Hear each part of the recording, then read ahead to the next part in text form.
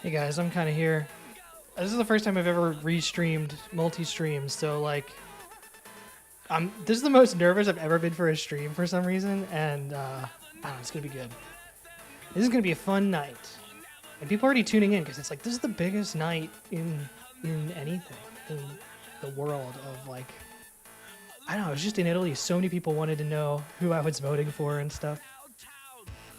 I'm just gonna try to promote this.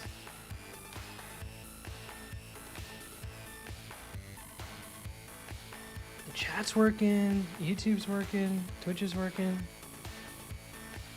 Let's restream like this. The output's good. Yeah, this is all looking good. So I'll switch this over to starting.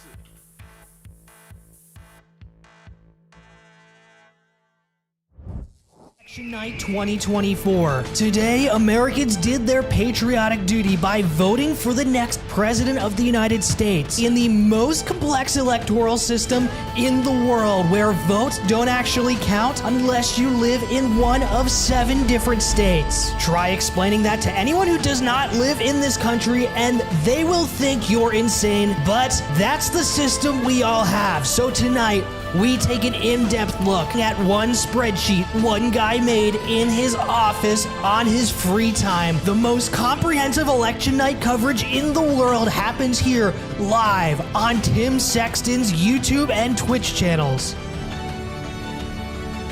Tim Sexton is going live with not 1, not 2, but 3 webcams on his monitor, plus a desktop computer and a laptop computer to help him read chat. Watch the dynamic presentation highlighted by the Neon Stream Overlays package that was purchased on Etsy for $8.94. Who knew that watching a man type numbers into a spreadsheet could be so exciting?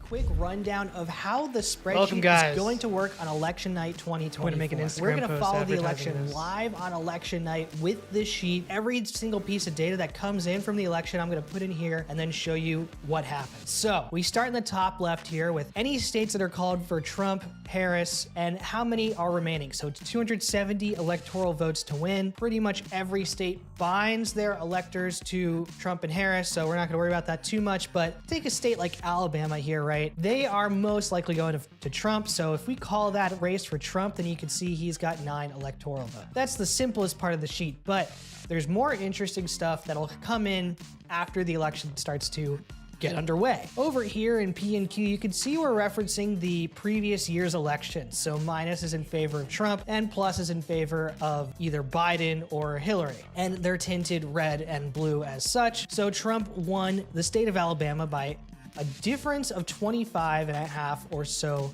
points. This way, and the margin starts to come in, let's say it starts to come in minus 25 here, and we have already, we're going to be predicting that as an Alabama win, but we have 20% voting, or let's say it comes in as minus 14 and we've got 20% voting. Then we can see that we have pretty high confidence at that margin with 20% in, that Alabama's going to win. But let's say that margin holds up to 40%, that's going to be a 100% chance that Alabama wins. I mean, the idea of a swing that massive going in Harris's favor, it's just very unlikely to happen. And so with all the states, we can do that. We can take Arizona here. It's another state that's very close, right? Let's say it comes in at that 0.3 we saw in 2020, that really close margin. So right now, obviously, that's a very slight edge with 0% in toward Harris, but, you know, put 50% in. That's still going to be super close, and that could go either way. That can go up to 80%, right? Mid-ascension. Still very close either way, not showing what's going to go in. It's not until you really get up high, 95%, 97%. you really start leaning in one direction or another when the margin's close. But when the margin's a total blowout, like a minus 25 at 5%, right, that's going to be an Alabama win. So throughout the night, this confidence chart will update. And I have a spreadsheet here where we just took in what happens if Biden-Trump is anything close to Harris-Trump. I'm like not talking over myself. So I just started with the 2020 margins. This is what's going to be on see some states like Alabama, Arkansas, Idaho clearly going to Trump. Some states like California, Connecticut, and District of Columbia clearly going to Harris. Now, if something crazy happens and margins are way off, one state or another, then you can look over here to these far columns that show you the drift score. So this is the margin of drift between Hillary Clinton and Donald Trump in 2016 and Joe Biden and Donald Trump in 2020. So there was, in the state of Alabama, a 2.24 point shift. But it's coming in slow now. I mean, polls close at 6 or 7. Joe Biden. That was actually a little bit less than the average drift on different states. Alaska actually shifted more, 4.6 points. And I already planned out this timing moment on the music for Hillary Clinton. And over here in a state like Colorado, that was a big shift, over 1 standard deviation over. So these different columns over here really give us a sense of what happened in all the previous Trump elections, Trump presidential elections. Polls didn't close in Australia yet, Steve. When does something look way off base? And when we see some numbers that are coming in way off base, that may be a situation where we need to do some manual calculations. So I have this special field here in case, let's say the remaining ballots are coming in, 2-1 for Harris for the absentee ballots like we saw before. We could put a 50% lean on one side or another with the outstanding ballots and put all these up to 90% and kind of see, does that tilt the election in favor of Harris? And it would, of course, given a 10% remaining coming in, 50% coming in, 20% coming in 0. Or if it's tilting in favor of Trump, we just do minus 10 here, and you can see it's going to shift everything. So states that are leaning Trump, Harris likely is over 50% chance. And you can see all the formulas here. The spreadsheet height is unreal. They're very simple. And this gives me away in case anything crazy happens. I can totally update the spreadsheet. So tune in live on election night. That's going to be Tuesday, November 5th, and it's going to start at 7 p.m. Eastern when the polls close. So really happy to see you there on either youtube.com, Tim Sexton Pinball, or twitch.tv/. This is the live one. This is it. I'm live. We're playing only European music all night. No American. I was thinking, I'm going to turn this down. I was like, do I go with like some America playlist? And I was like, no, we're going only French. All right, let's go to the spreadsheet, guys, because we have it here. Okay, here's what's going on right now. Wow, I'm already getting some love here. Thank you, David Syracuse, for the pinball. I do need it. Thank you very much for the penny for my thoughts. Stop spamming. Let Nightbot. Oh, Nightbot. I might have to turn off this. This is going to be like work in progress. I might have to turn off the emote spam thing. This is the spreadsheet right now. We've got 10% in Indiana, minus 17, and then minus 17 in my spreadsheet. I'm not going to explain it all night. Minus 17 is Trump, minus is Trump, plus is Harris. Just someone's got to be on one side. I didn't do the programming to make them both Trump, but that's it. But already, here's why Harris is going to win. Already. I was just going in Indiana, right? Like Whitley County, 51% of votes in, right? So you see that 6,500 for Trump, 2446, so about 2,500, 6,500, 2,500, 51%, about 50%. Here's why. Whitley County here, so 12.8, right? So 6,500 times 2, that's about 13,000 votes. And then it was for Harris, it was 2.5 basically. That times 2 is almost 5,000. So you can already see in this really red county, 73 to 24 was the margin last time.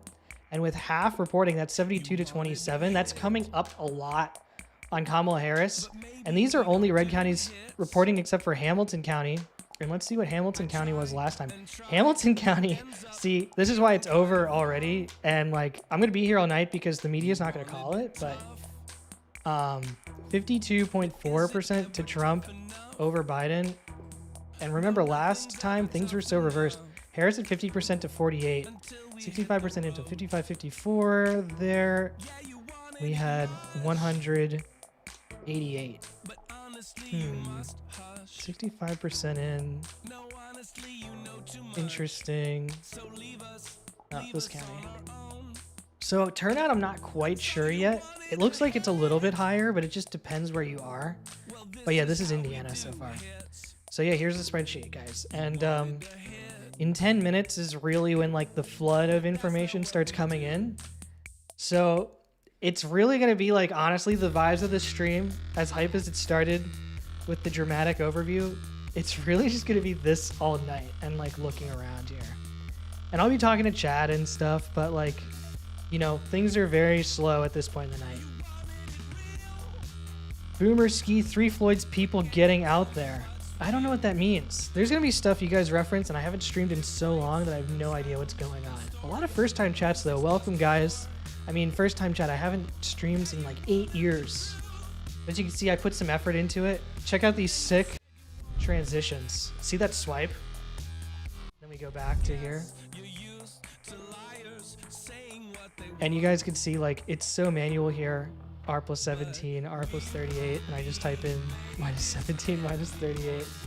Oh, 3 Floyds Brewery in Indiana. Right, of course. So right now I would say, based on these two often red states, things are looking very good for Kamala Harris. So 58-41. 69-30, and right, we just go back to 2020.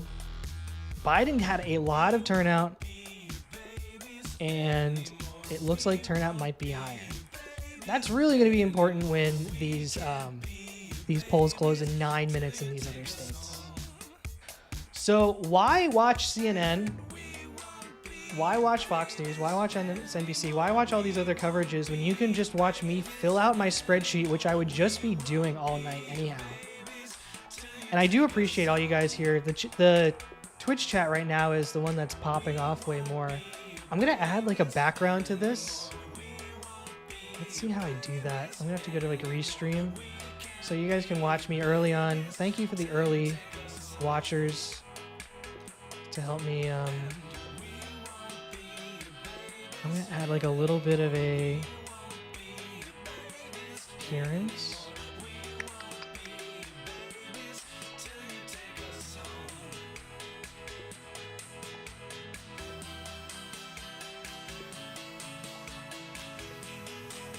So I'm going to do this and then...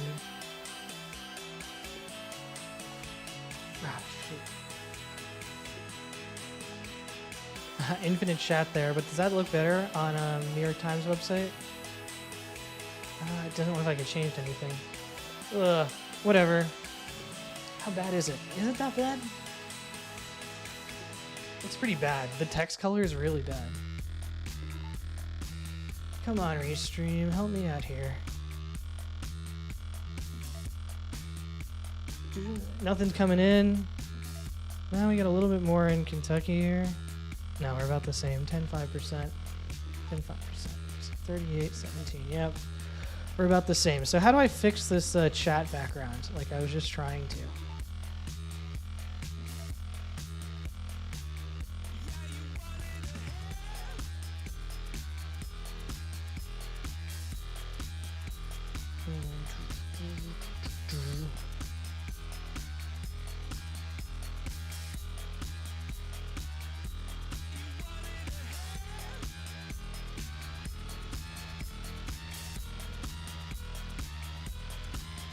It's the exact same. There's got to be a way to save.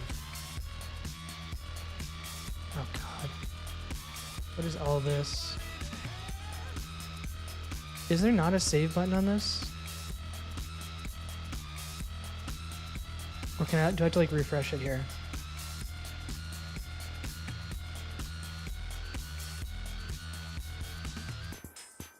See, now it's broken.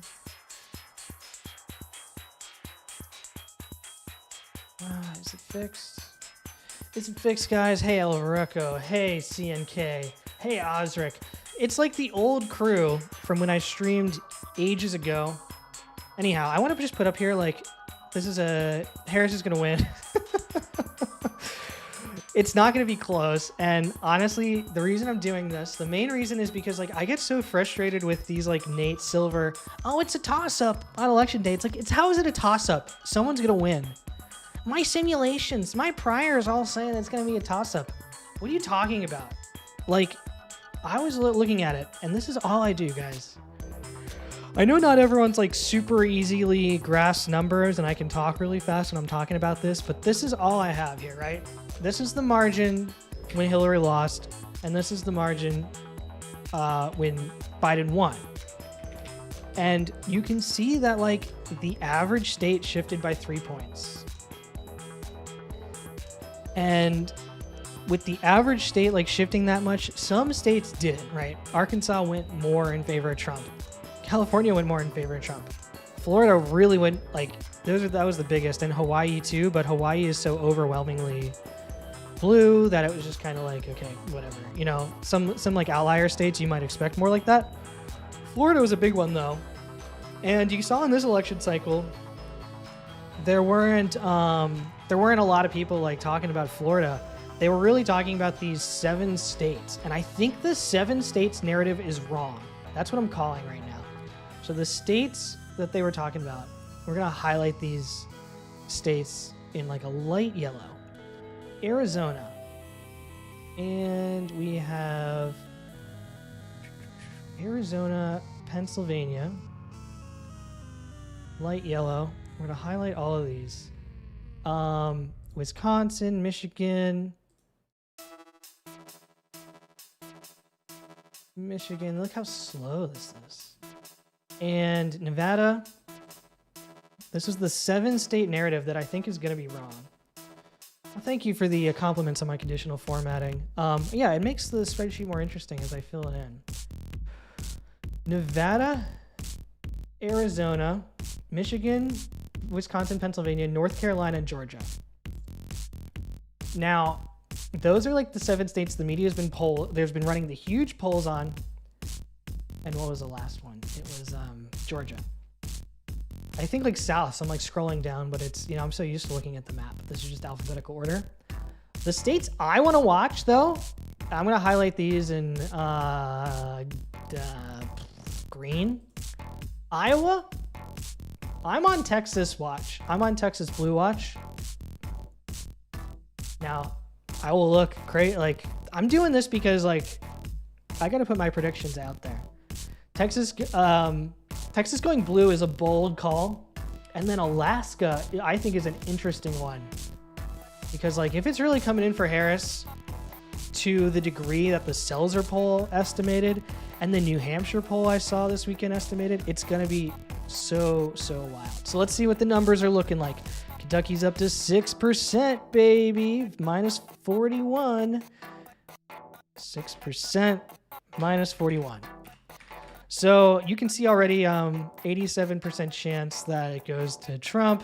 We're already updating here. Indiana right now much closer. I made some like last minute adjustments for these really low percentage values being reported. And we're on 2 minutes until polls close in a lot of states. I think AP had the best one tracking. Yeah, Georgia, Indiana, Kentucky, South Carolina, Vermont, Virginia, polls are closing in all those states in 2 minutes. And that's like fully closing. And so we kind of know Vermont's going to come in big for Harris. Virginia was not considered a swing state, but Virginia has swung in the past. South Carolina is like, if South Carolina starts coming in close, Trump's really in trouble. And then Georgia is, of course, the one that's going to be interesting, but it's just going to take some time. So those are what we're looking at. I'm going to zoom this in. This looks way better, guys. Look at me using the computer so well. And it's only European House all night. There we go. Oh, look at that beautiful New York Times zoom in. And now the background's a little bit off, but what can I do here? I think it's fine. App analysis. Thank you, NT Hits. Appreciate it. So yeah, we're about the same. And so my things here is like, I was gonna do like a 20-point swing in either direction at first, but I went to 50 because, you know, like Kentucky is not gonna be minus 41 at the end of the day. It's gonna come in closer to these high 20s or whatever. So I gave it like a big range, so at least there's some consideration that like Harris could win now. You know, but if this was 60%, obviously, like, yeah, that's a lock in there. And right now, this field's gonna remain 0. This field is just for any mail-in ballots that come in later. So this is it, guys. Election night. You guys can leave, come back. I'm gonna be here, doing a chill, like, what are the polls saying stream. But you know, my thing I keep going to right now is Franklin County, 40% of votes in. Like, how did Franklin County go last time? Where's Franklin County? I just missed it. Oh, it's like 2 away from Lexington. Franklin County went narrowly to Trump last time, and right now, Harris is up.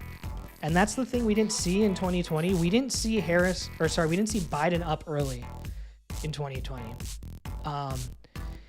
Yosemite County was only 7% in. That's like nothing. But I'm not going to look at that one. It's like too small. 50%. So what are the highest in Kentucky here?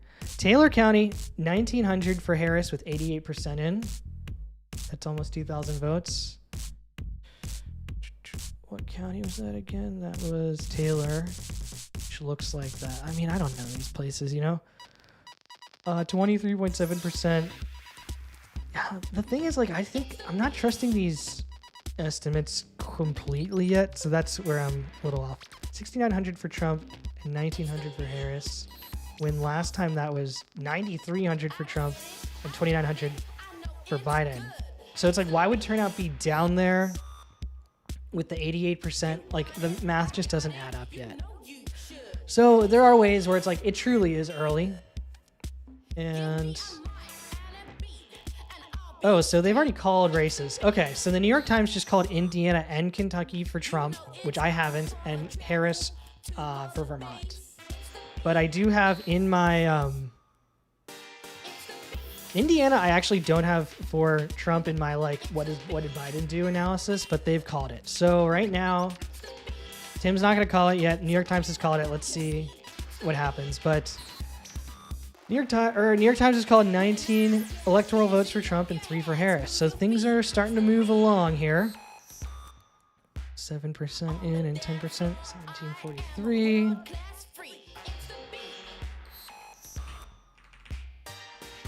It's been about the same.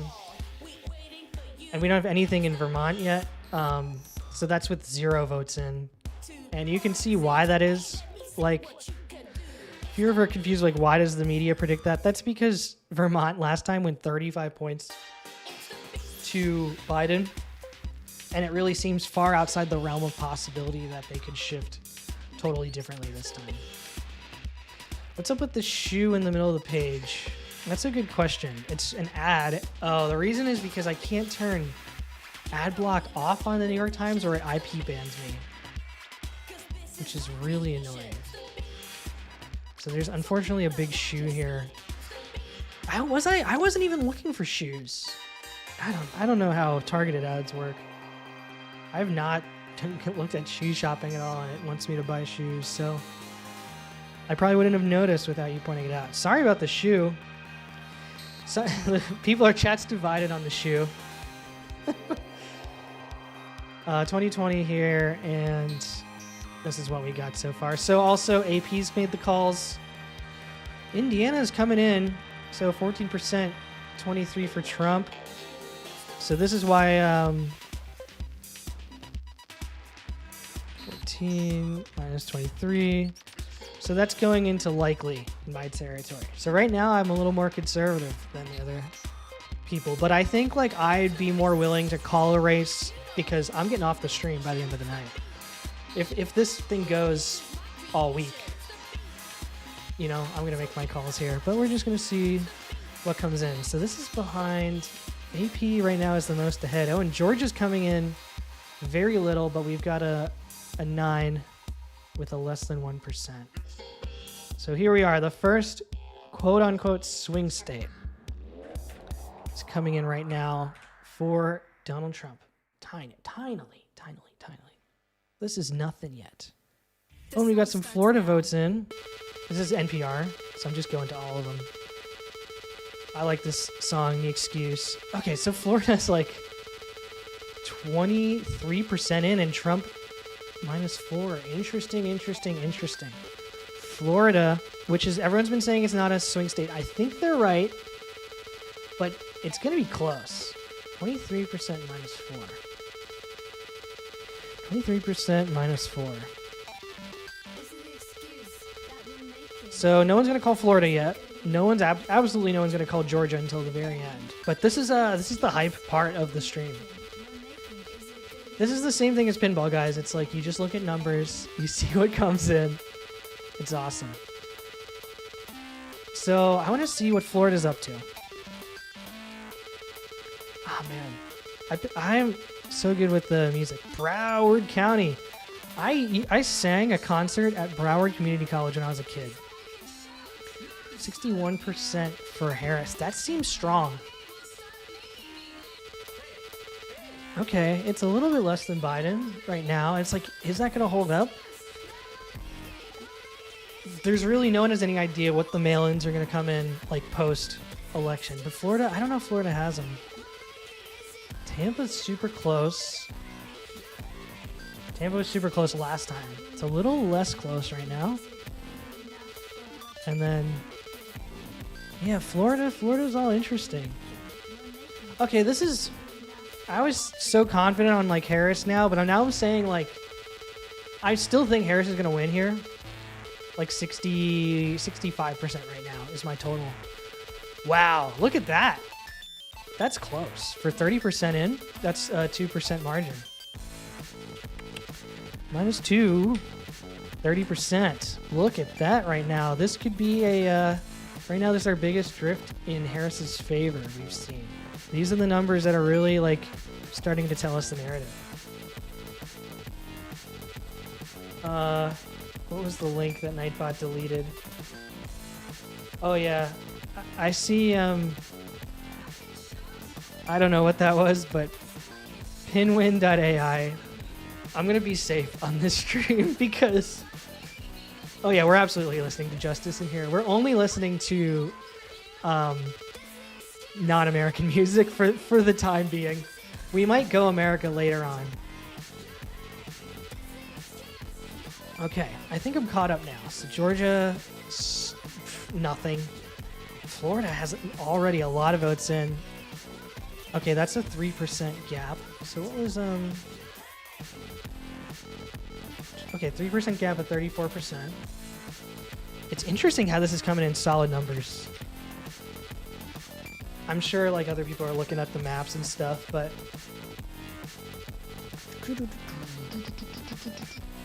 there's no calls there. I'd like to see a little more Indiana vote come in. Kentucky I don't really care too much about, but okay. 1.94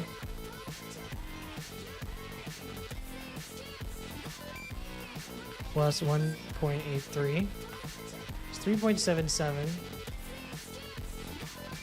3.77 divided by 0.34 equals 11 point almost 1 million votes would be expected. How many people have voted? 5, 10. Turnout is looking a little up. That's what I'm saying. Turnout looks a little bit higher than last year. And if that is true, now there was a guy who predicted, his name's Matt Chrisman, he predicted the reverse Grover Cleveland for Donald Trump. He predicted 3 consecutive elections with increasing turnout, and Trump would win one, lose one, and win one again. It looks like he was right. 3 elections with increasing turnout. Grover Cleveland won 3. It was in 3 elections with decreasing turnout. He won the first one, lost the second, and then won the third. Turnout just kept going down, down, down. And that's how Grover Cleveland won. Turnout going up, up, up.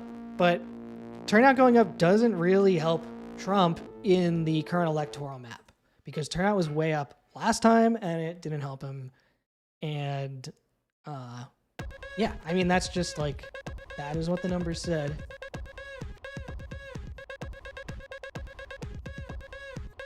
All right. Anything interesting? So what is NPR was saying? Right, we know New Hampshire. New Hampshire has literally 6 votes in. So that's not a big deal there. A little bit more in Kentucky, 8% in. It's 42 with 8%. So 8% minus 42. We're almost, Tim's almost ready to call Kentucky. I mean, if this really gets, a little bit higher, Tim will make his first call of the night. I wish I had a graphic for it, but I don't.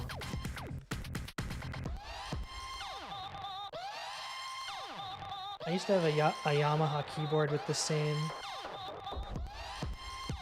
sounds on it.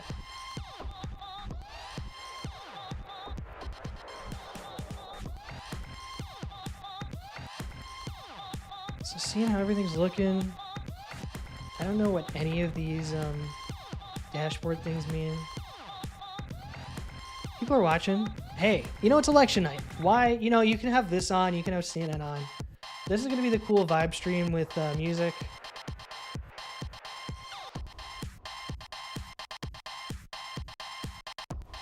I like the New York Times interface the best. 39% in. This is like,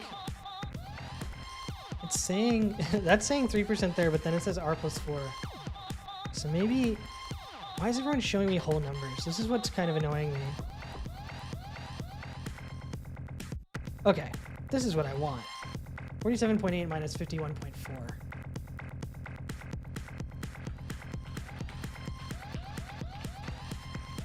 And then how much is actually in? 39% of votes.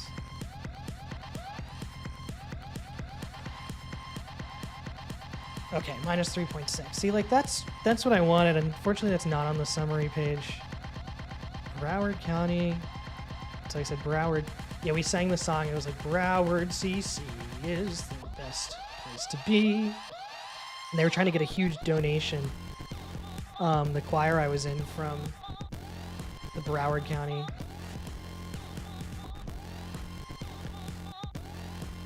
So let's go back here. Georgia's now 3% in, D plus 10. Big swing, but so early. So we'll go 10 and we'll go 3%. Florida right now is winning the race, and then we have Virginia with almost nothing in. So we'll do 1% for Virginia. And we will do... Someone send me a pick'em pool. It's too late. Do -8 here. Nothing's changing up here, up top yet. So back to where we were. Florida, Georgia, 3%. Vermont came in with nothing.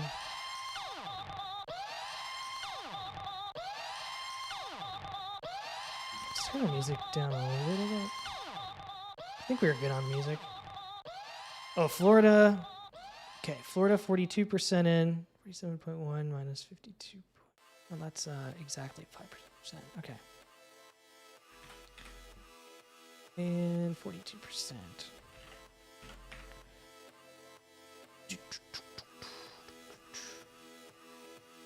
What else do we got here? Indiana, 24-15.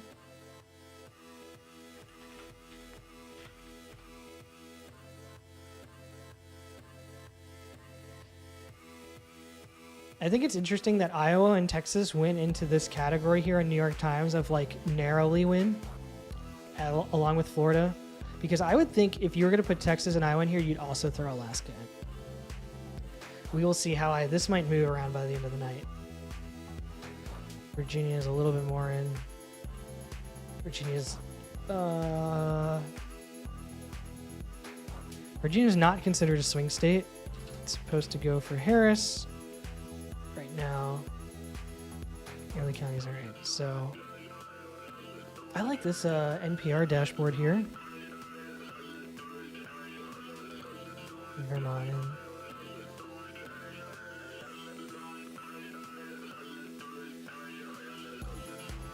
Also, this one's pretty good. I don't know. They're all like, I'm clicking around a lot. Hey, thanks for the follow. Gene Oslin. I don't know if I got that right at all. I don't have everything set up the way I need it to. Okay, 15%, 9%. Less than one, less than one. I don't care about the... Man, Florida is really tilting Trump right now. Florida.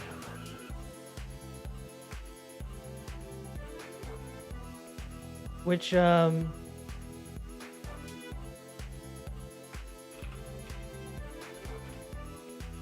at this NPR dashboard. Florida with 44%. 46.7 minus 52.5.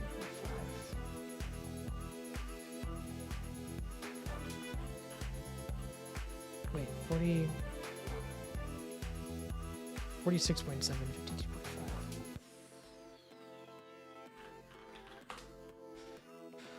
Like I said, I advertised this correctly. You're watching a guy type numbers into a spreadsheet.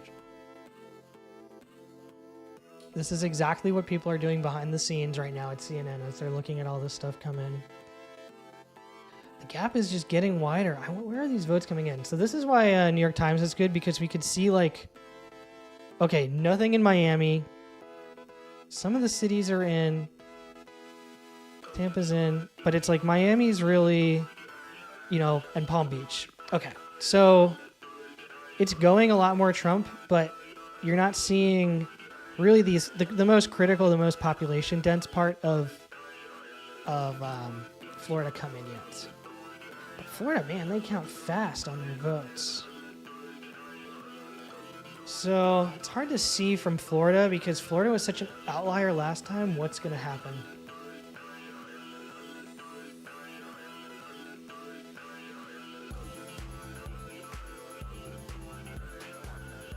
So someone texted me they got a pick'em pool.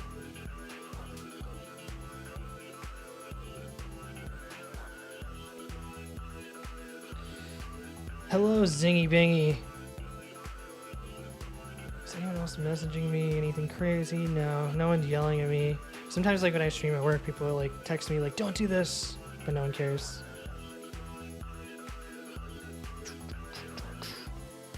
All right, 53% in Florida. It's coming up real fast. 53% in Florida. And that's going right now very much in favor of Trump. Sorry about the shoe. So Florida, -7 right now. 53%. So that's a big lean right now. So that just hit over the 25% threshold to give Trump likely a lot of votes. I know it's Evan Bingham, by the way. I remember my chatters from 8 years ago.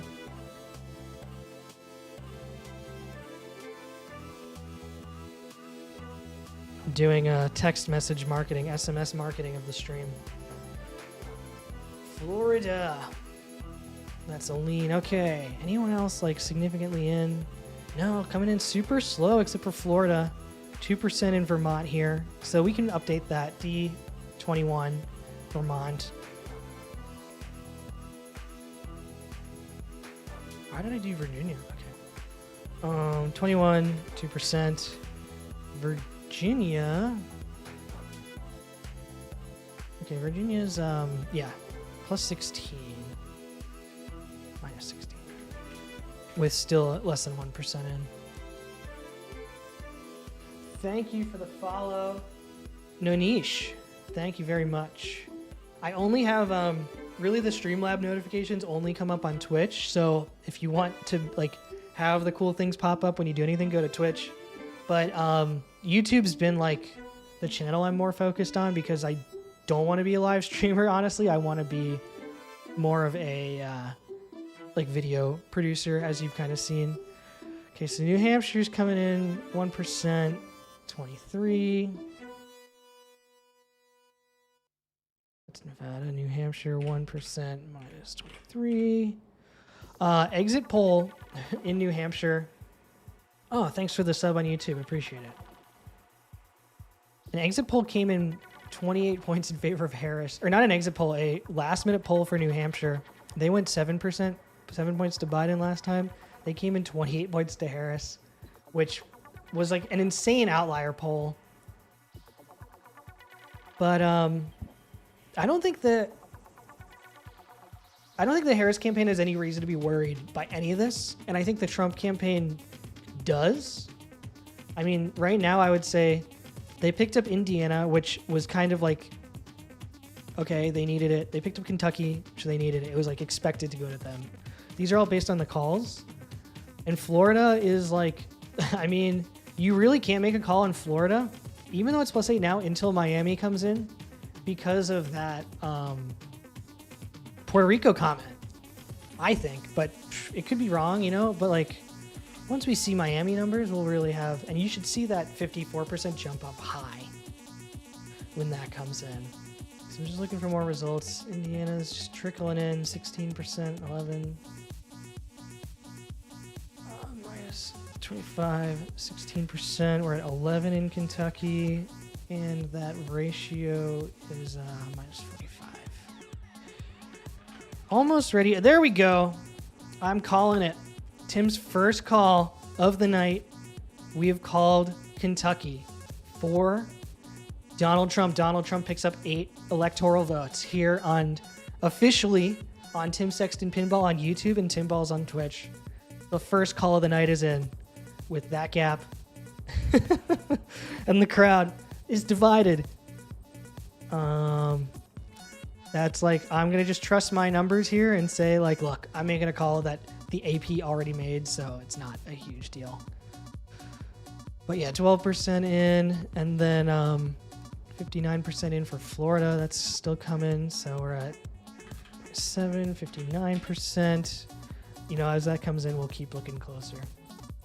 8 Tim Balls points. Unfortunately, I don't know about why, but like YouTube hasn't implemented any of those like bits kind of features. Although honestly, when I look at Twitch now, it's like bloatware. It's just crazy how many features there are on Twitch, and it's like, who's gonna use them?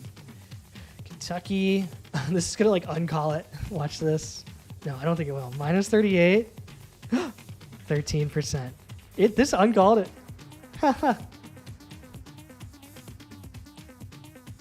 Hey, I do appreciate the pinball comments. Thank you very much, Doodle Dad. That is actually not our motto. That is a different pinball company's motto, so I'm not going to say that on stream. And also, I'm trying my hardest to make this a numbers stream and not an analyst stream only. I'm thinking of this as like the way I call matches when I'm doing the Stern like heads up championship. I'm just calling the numbers as they come in and seeing like, look, I think Zach McCarthy's not going to beat Eric Stone with this timeout everything strategy. Like right now, I don't think Trump's going to beat Harris with this campaign strategy. That's my equivalent here.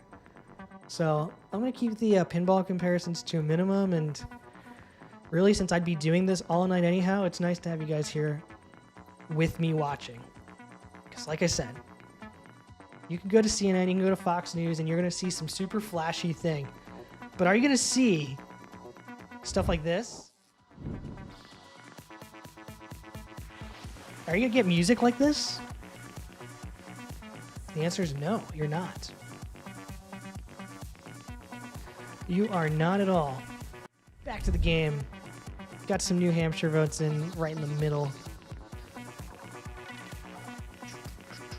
Nothing crazy yet. Nothing crazy yet. ZMAC forever. What's the ZMAC forever? Is that a motto? That's how checked out I am on pinball. New Hampshire 0.69, and we are at 1% fully. It's a lifestyle.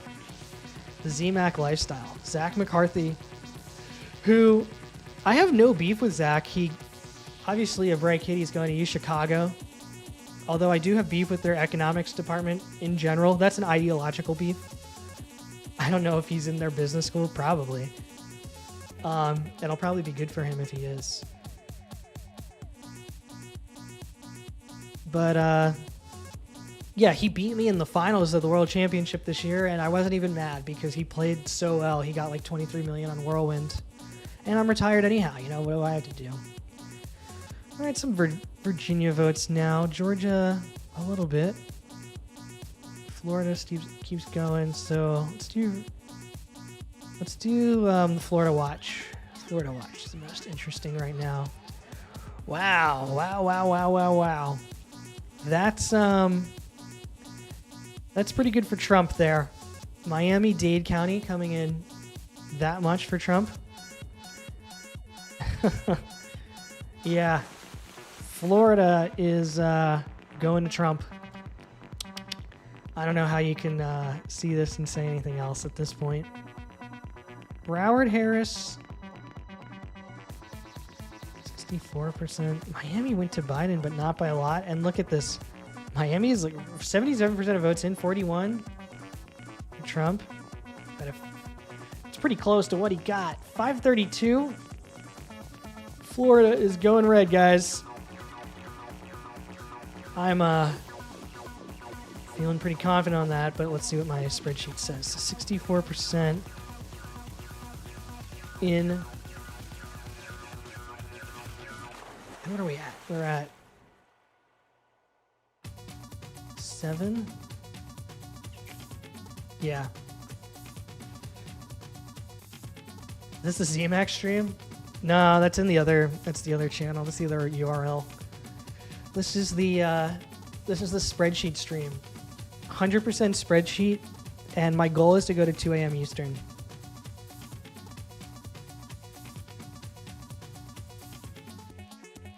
With all European music. Okay, what else we got here? Virginia's coming in.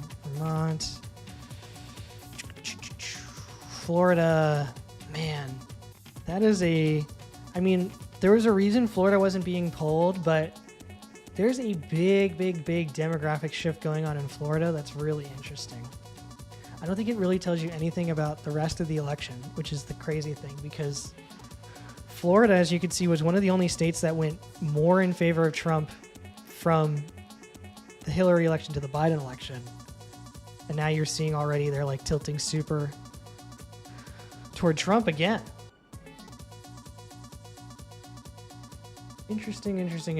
So Virginia super close at 2% in. So Virginia, let's update the rest of these. Minus 0.54, 2%. We're going to put Vermont. Wow. Okay, 5% in. That's not nothing crazy yet, actually. Vermont. You just don't usually see early returns go so much in favor of the Democrat. 37. That would be above the margin for there, but it's 5%. It just doesn't tell you enough. That's still 0.0 on my actual numbers, so I'm not going to say wow because I've kind of guarded myself against anything crazy like that.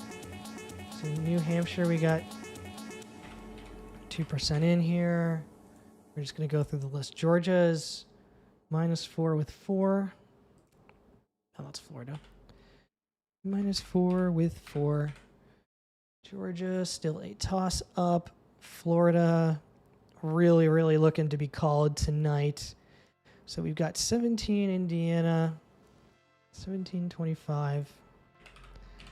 And Kentucky, we've got 39-15. Will that be enough to call? I mean, I called Kentucky already. Florida really leaning. Oh, I must have had another one leaning. So Vermont right now is the 3 to Harris. That's likely. 270 to win.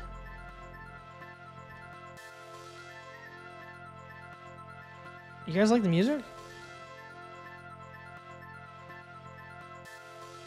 Georgia's all over the place. 14-6. We're gonna take a zoom in on Georgia. See what Georgia's up to. Georgia. Okay, so we've got nothing in Atlanta, which is where everyone lives. We've got some collar counties around Atlanta, which I think were relevant last time. Let's go back to Georgia. Yeah, the collar counties are all blue. Athens was blue. So we don't have anything Athens yet. Burke County, that's like nothing in. So I don't think there's a story yet on Georgia. Based on this, there's 6% in. I don't want Georgia still. Yeah. Back to this chart.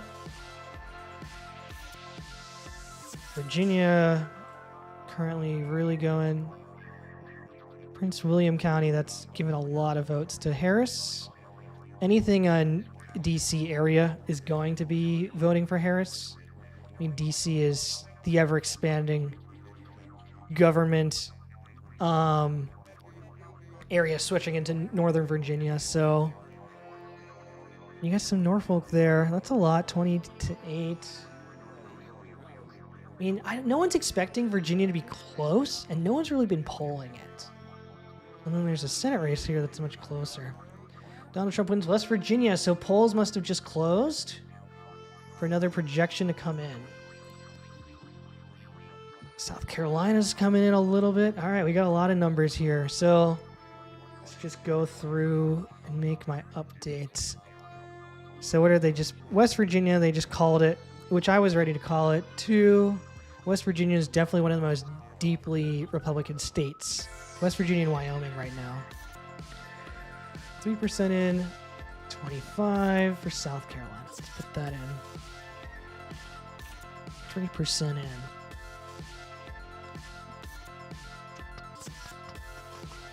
Still, yeah, look at this stuff with Kentucky trending down at 20% towards the average. Wow, that was minus 25. That was a big trend. Should I uncall Kentucky?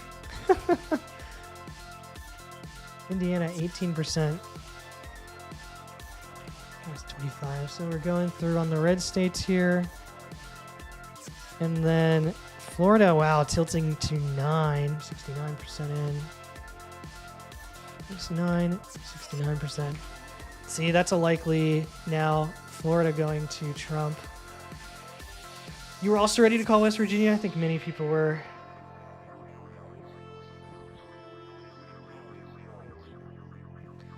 Florida, wow, 71% in. Florida's coming in super fast, super fast. Almost ready to call Florida. I think Florida is going to be called probably tonight. Certainly tonight at this point. And then Georgia, 7% in, minus 15, 7%. Honestly, I kind of wish like I had gone extra exponential here, but I learned my lesson.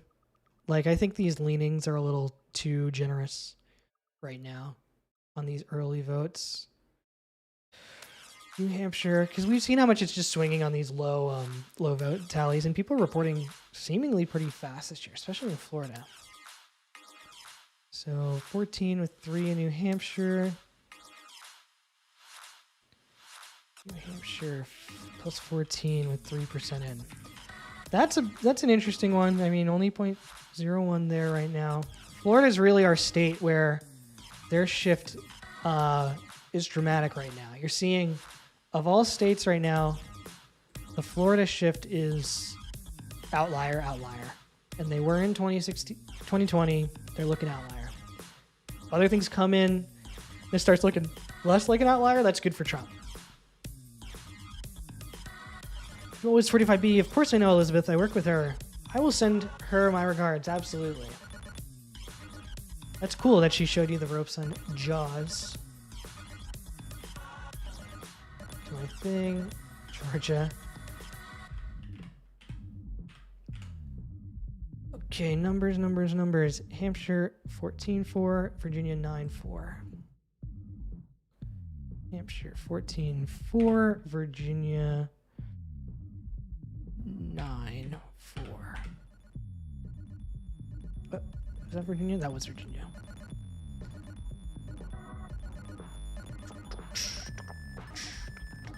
Vermont 33-7. This might be another call for Tim Balls here. 33 at 7%. Oh, we're not calling it yet. 71% chance Harris wins Vermont by my spreadsheet. We'll see. Phil Scott's reelected as governor of Vermont. 72% in for Florida, 9% in for Georgia. Florida, 72. 9% in for Georgia. What was the margin there? 22. Which I'm guessing that's still no Atlanta. Florida we saw, yes. Miami is red now.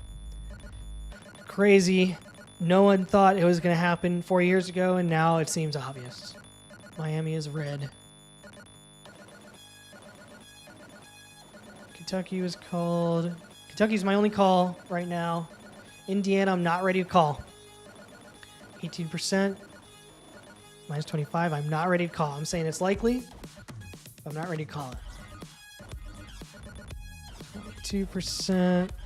Minus 27. Kentucky I called because it did briefly dip into the 100%. Don't forget to hydrate. Thank you. I do appreciate the advice. I'm going to be talking a lot all night. I'm going to be filling up my water. Wow, look at that. Virginia. 10% in.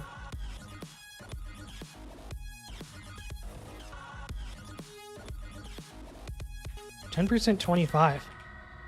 That's a likely Harris now for Virginia. That's a big margin there. Let's look around. So we've got a lot of northern, not even a lot, but like this is the population center. Nothing in Richmond, which that would be blue. Nothing in Roanoke, which would also be blue. Go back to Virginia again. So it's kind of like interesting that Virginia and Florida are doing right now opposites. So collar around Roanoke was lightly red last time, and that seems to be the same. Small change there. The animation.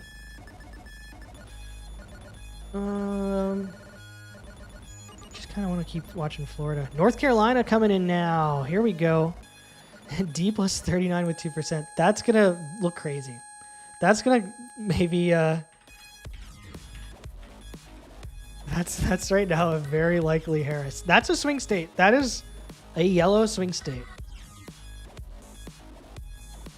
Oh man, I just love numbers. They're so fun. Isn't this fun to just like update your spreadsheet and then just boom, you see the color change and go like, oh, interesting.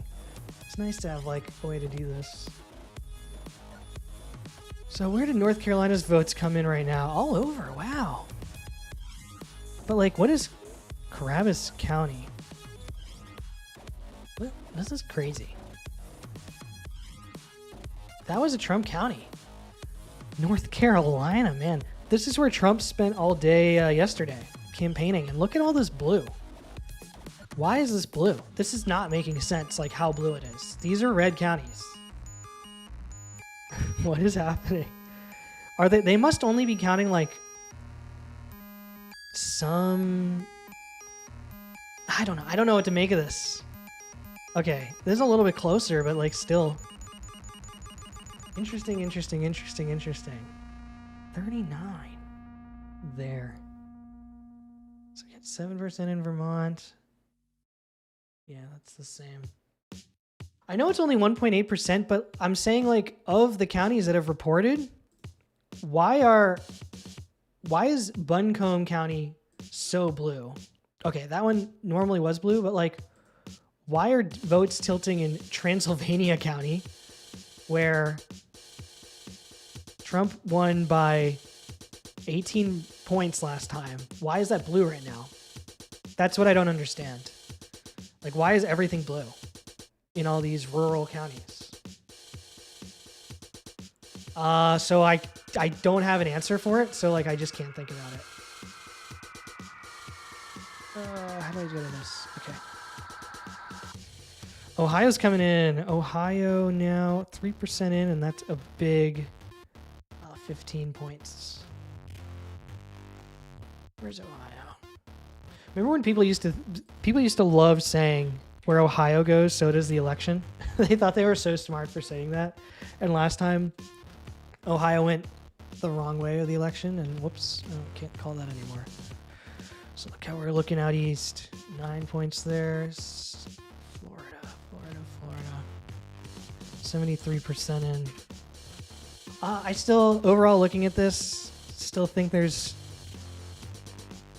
North Carolina's really starting to tell us something maybe? We'll see. I think Virginia's telling us stuff. Georgia's telling us stuff. North Carolina's telling us stuff. Someone from Ohio would say.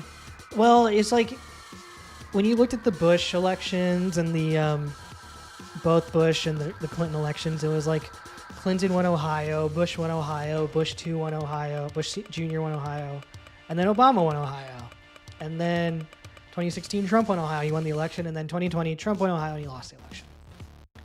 So that's what it is. Oh, and Deer has soccer with the sub in the chat, or he's just oh, he's got the mod. The mod B-bro icon. 74%, 7% New Hampshire. Oh, he's got the channel points.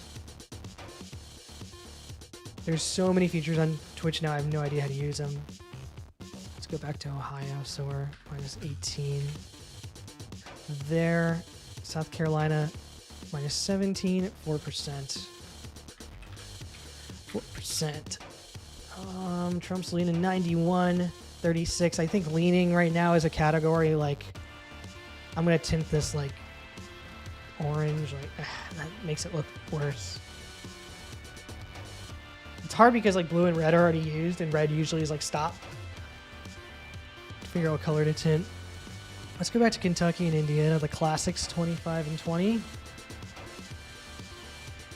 Indiana 20. And what was the margin there? Oh, Indiana 27. Not quite ready to call it.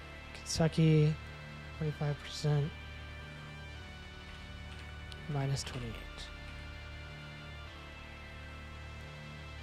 North Carolina just coming in overwhelmingly D. Georgia coming in high R at 9%. But I don't think either of those mean anything. West Virginia was called 0% in. Virginia 15 at 12%. That's a lot. Virginia being, what was it, 15? Still less than it was. So I'm going to wait on that. Yeah, I think it is early. It's earlier. It's early. New Hampshire 12, 7. New Hampshire, honestly, is a state that, like, you want that state to be close if you're Trump. This is a state to me that looks really bad for Trump. Like, if he's doing bad in the north like that, then we'll see. So 9, 8%. Okay.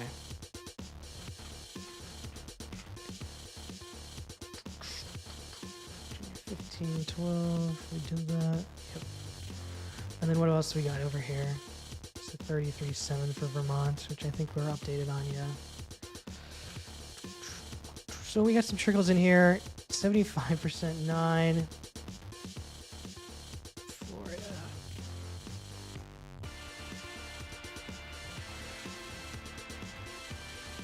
How's it looking in North Carolina? That's a good question because North Carolina right now is overwhelmingly D. And these rural counties like Transylvania County and Swain County, and even like Rutherford County are coming in very much for Harris. And these are counties that should be red. So, votes typically have been counted very quickly. I mean, just kind of like reading if there's any information here. Wake County. Reported margin so far with 6% in. Everything's just coming really high for Democrats, so it's possible that this is only counting like early mail-ins right now. So I don't know if that's enough information to tell you anything about North Carolina right now. Yeah, I think Nanish, I think that's what it is. That's what it has to be. It's like it's only counting mail-ins. Now the fact that mail-ins in Swain and Transylvania and Polk and all these other places, Nash County, are coming in so much tilting in favor of Harris is probably a good sign for Harris. But then like the actual count of votes in is so low that it's interesting. All right, things are moving a little bit.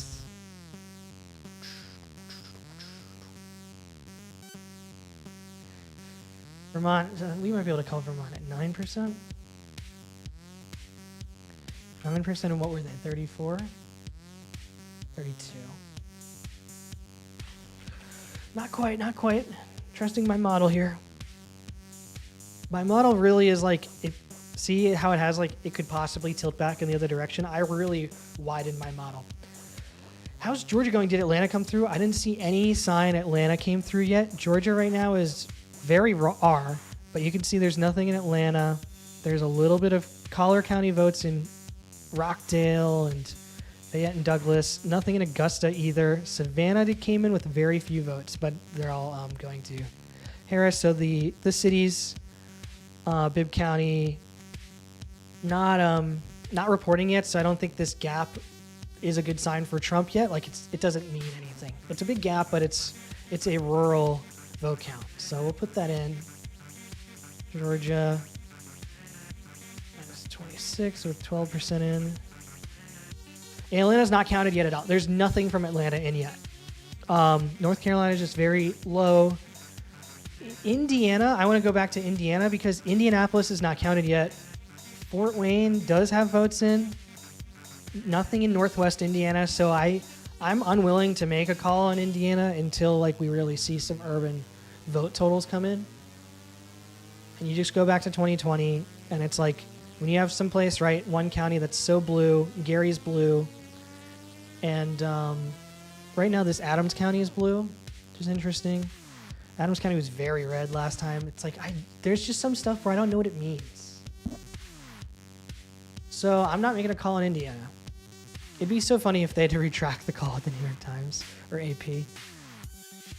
Florida, though, Florida is going to be like the biggest call in Trump's favor that'll come in tonight. They count votes fast. They're really, really tilted right now. I've got an 83% chance Trump wins Florida. Let's do my Kentucky update. 30%, 29.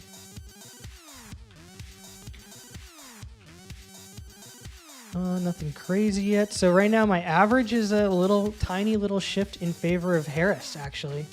And this isn't weighted. This should be weighted. I should really do a weighting on these. So I'm gonna add a new column here. Live.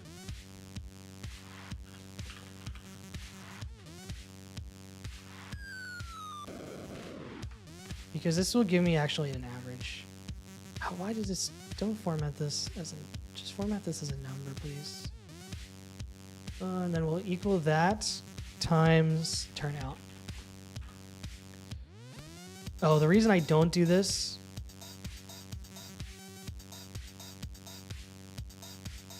is because it's a divide by 0 plus 0.000001. That'll fix it. So here's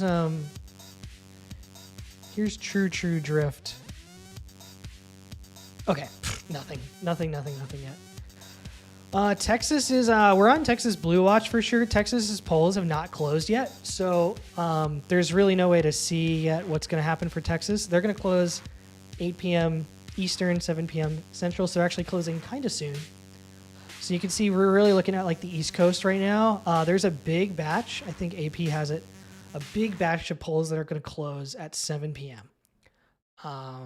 So a ton of stuff will be called. It'll be really interesting. And then our next big batch is going to become 8 p.m. Central, 9 p.m. Eastern. And then from there on, we're really like in the thick of it, watching everything. So the AP has called West Virginia, Kentucky, Indiana for Trump. They've called Vermont for Harris. 4-hour line to vote. I'd love to see, links are banned, but I'm sure there are stuff. If you're a Harris supporter, I wouldn't be worried at all about Georgia right now because like there's nothing from a city.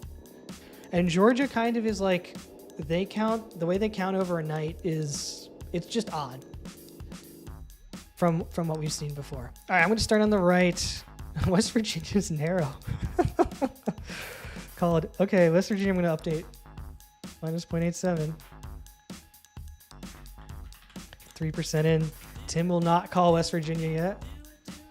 South Carolina, 21.8. 20% in, so that's leaning Trump at the moment. Ohio, 19.5. Ohio is definitely expected to win for Trump, and so is South Carolina. This is an interesting election, more interesting than I thought it would be so far. That's 29 for both Indiana and Kentucky.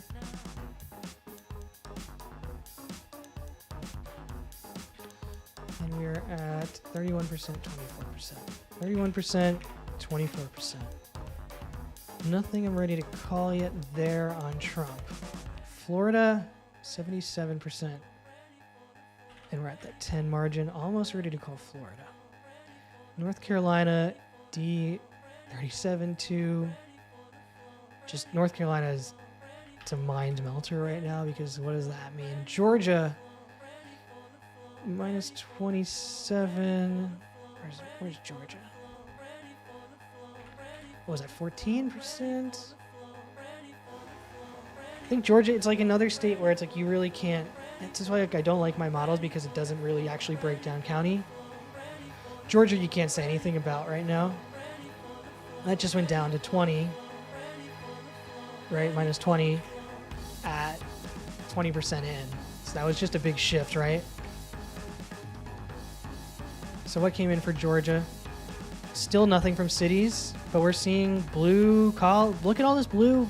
You don't see blue in collar counties in Georgia. So it comes down to what votes are they counting? Is this just early ballots? New Hampshire and Virginia. So 10 for New Hampshire and Virginia. New Hampshire, 10. And Virginia, which is at the bottom, 10. And what were those percentages? Virginia, 20%. New Hampshire, 12%. New Hampshire, 12%. That just went to 9. Jumping all around here on the leaning. PA in 10 minutes. Get ready, chat. Get ready. Tennessee polls do close at 8, I believe. Tennessee. Yep, that's an 8 p.m. Eastern close. It's adjusted to Central Time for me. And I was just getting caught up here on... Yeah, Vermont's the last one. 36-15.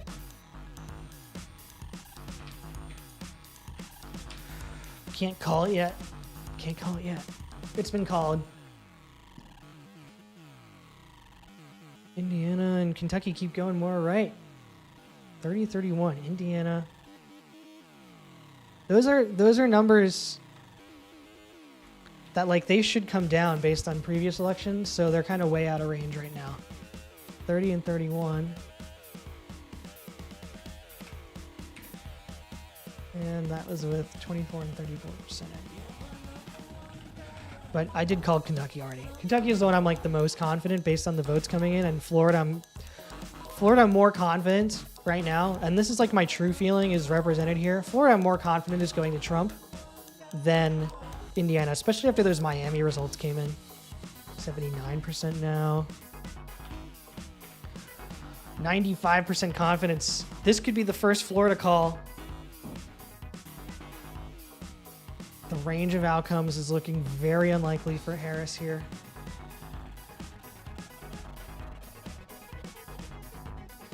So Ohio, 12.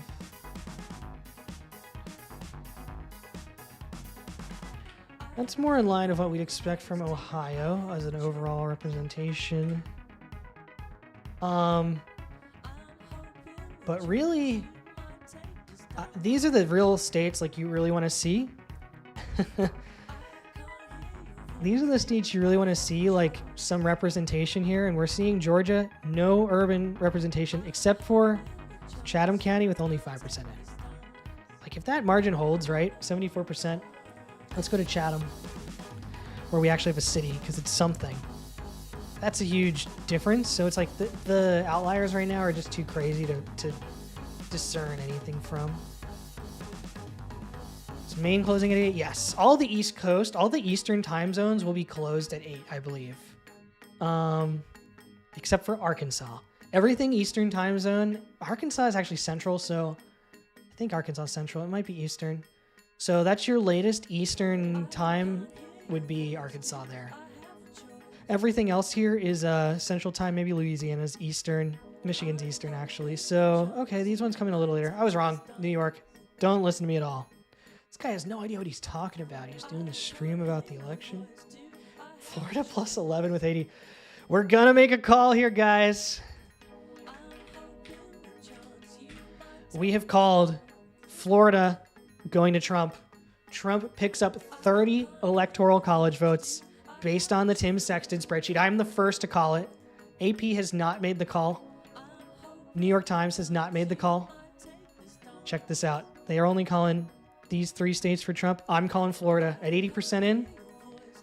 And based on that Miami turnout, and Palm Beach is in, and Palm Beach is not showing up enough for Trump. And everything here in the Panhandle, I mean, you're south of Alabama there, that is deeply red.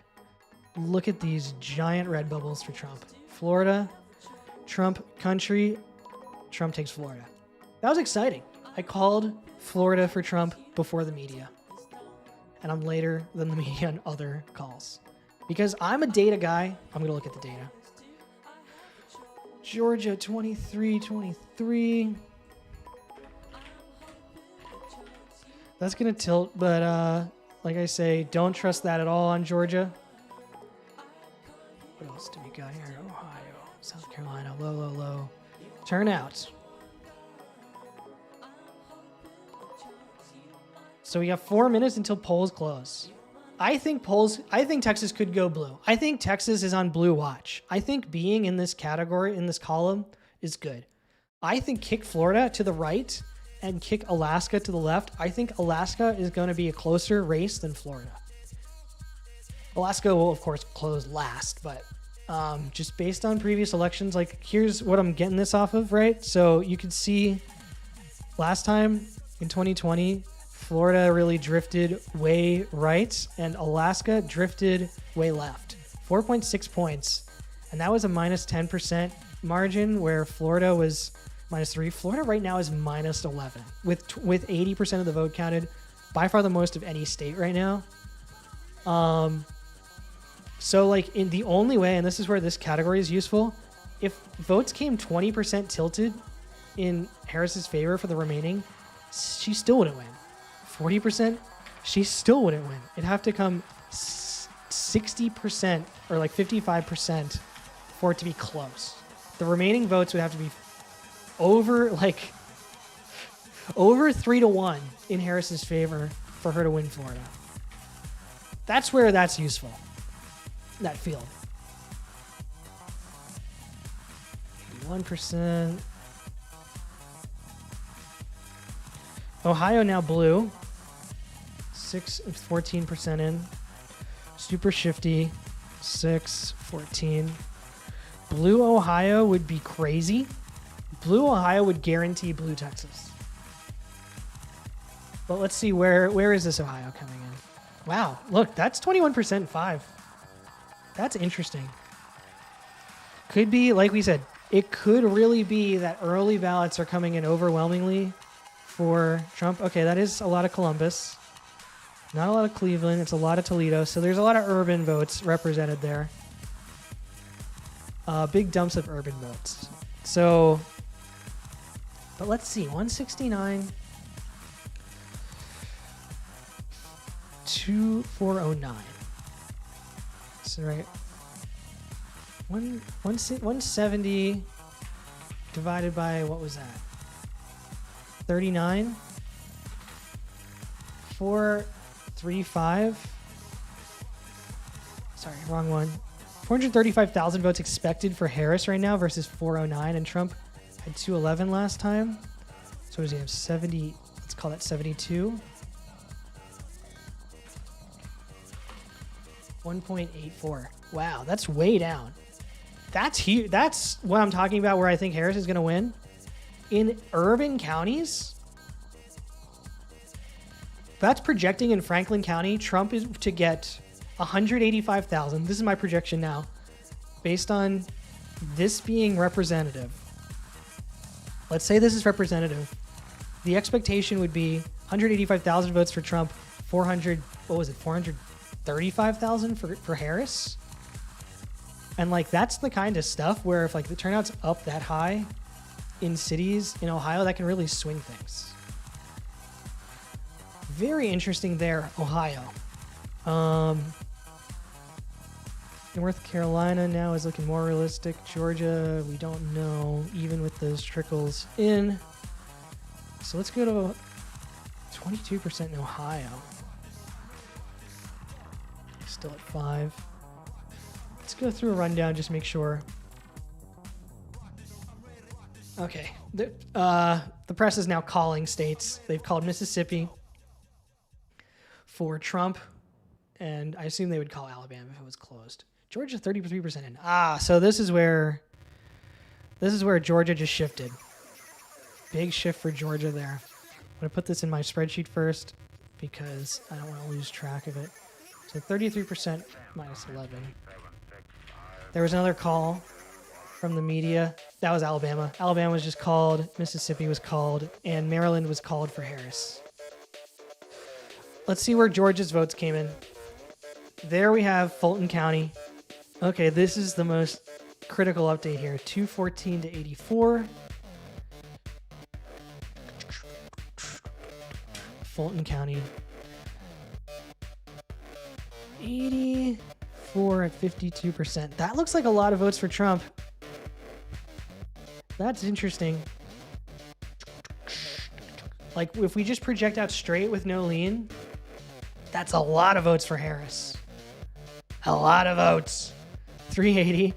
We're saying that'd be like, oh my gosh. I mean, it's hard. Everything I've seen so far says Harris is winning this election because if turnout's up for Trump, turnout's way up for Harris over Biden. Turnout is up on this election. I think at this point we can say that for sure. Turnout's up in this election, and turnout is way up for Harris than Biden, and Biden already had a lot of turnout, and turnout favors Democrats in the electoral system now. I mean, they always win electoral college. All right, all the calls came in.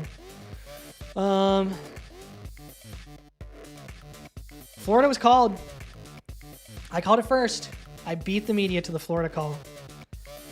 How long do I think Atlanta's in? I don't have that kind of information. I mean, I just don't know. Look at Texas is in. All right, there's a lot of votes coming in. Okay, that's Dallas. Let's look at this. Texas, Dallas, 352, 2020. Dallas, 598. So we were at, what, 352 divided by 63. 352 divided by 63 is 558. Which, sorry. 558. That's down, actually. Nothing's consistent yet.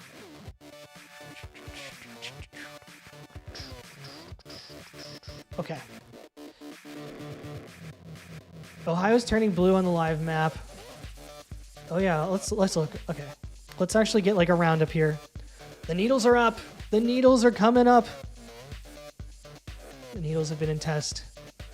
Things are moving. What are we feeling? We're feeling like Harris is going to win still. Pennsylvania, massive.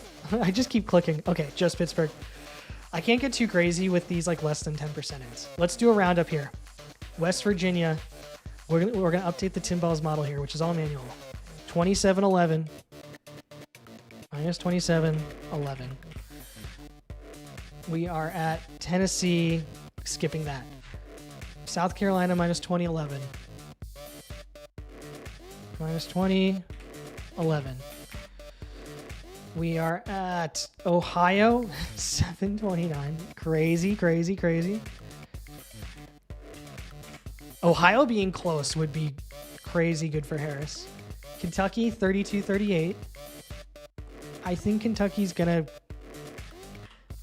trend a little more in Harris's favor. Indiana, 26-31. Thank you for the follow very much. Hobbelhausen, I think that was your name. Appreciate it. Appreciate the follow. Alabama, nothing in Texas right now. 311. That's a big state, Texas. A lot of votes come from that state. I highlighted this because Texas is on Blue Watch. Texas is absolutely on Blue Watch. This is all credit card alerts. It's all Trump? I don't think so. Pennsylvania, 43-3. That's crazy. North Carolina, something changed dramatically there. Appreciate the follows, guys. Unfortunately, I don't have a way to like track them, but I'll bring that up. Pennsylvania now. So this is our first Pennsylvania. 43-3. But you can't call that yet. North Carolina, 12-7. Okay, North Carolina's coming in. 7% now. And Georgia, 36-13. And a little bit of, we did see Atlanta come in. But I was saying when I saw Atlanta come in, I think Atlanta's really helping Harris. Hey, Apo Hussein, I went to Italy 2 months ago and everyone was asking me because they heard I was American from my accent, you know, what I'm voting about. Everyone in the world cares about this. So I figured it'd be a good time to stream. Virginia, 28-6. And New Hampshire, 12-14. Doing my roundup. All right, I'm not ready to make any calls yet. Nothing. New Jersey, 39-3. That might be a call. New Jersey, 39 tilt with 3 in. And Vermont, 23, 40% in. Oh, that's not Vermont, that's Utah. Sorry, I forgot because I looked at something else. 40-24. That's a call. Vermont has been called for Harris on the Tim Balls live stream.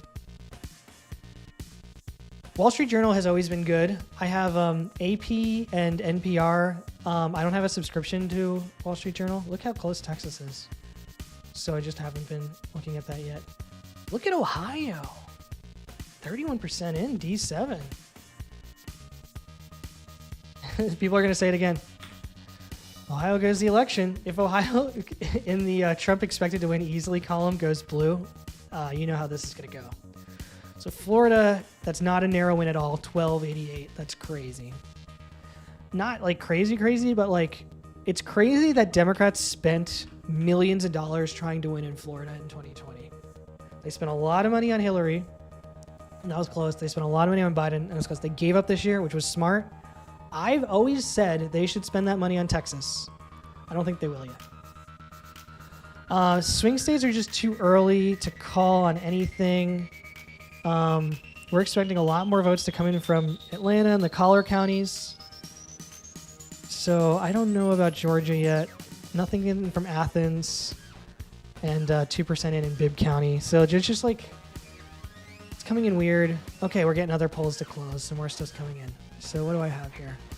North Carolina, D11, 7%. That's race to watch. Texas now is red, 1.5.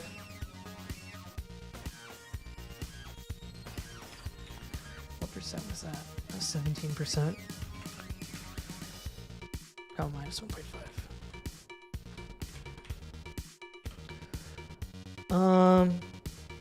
Yeah, the only story right now is Florida. That's like safely in. Kentucky and Indiana are starting to get real safe for Trump. And of course, a lot of states here are Vermont, 42% in. New Jersey, 20 at 5. Jersey, 20 at 5%. So what did I have here? Michigan right now, 55 with 2. 2 is just not enough. 2%, 55. That's going to say call, but like I can't call it. That's just such a tilt that it has to be like just one county. You can't call it on one county, even if it is a lot of people. What else do we got here? North Carolina, 7. Texas is close. My Vermont update.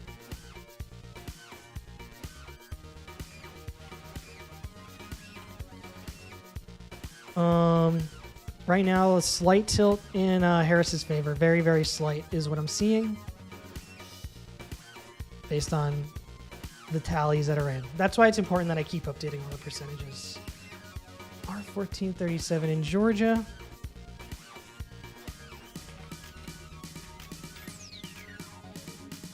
We will see what happens in Georgia. Okay, Indiana 2731. This comes in so slow in India. Like they're just constantly reporting. 3442 in Kentucky.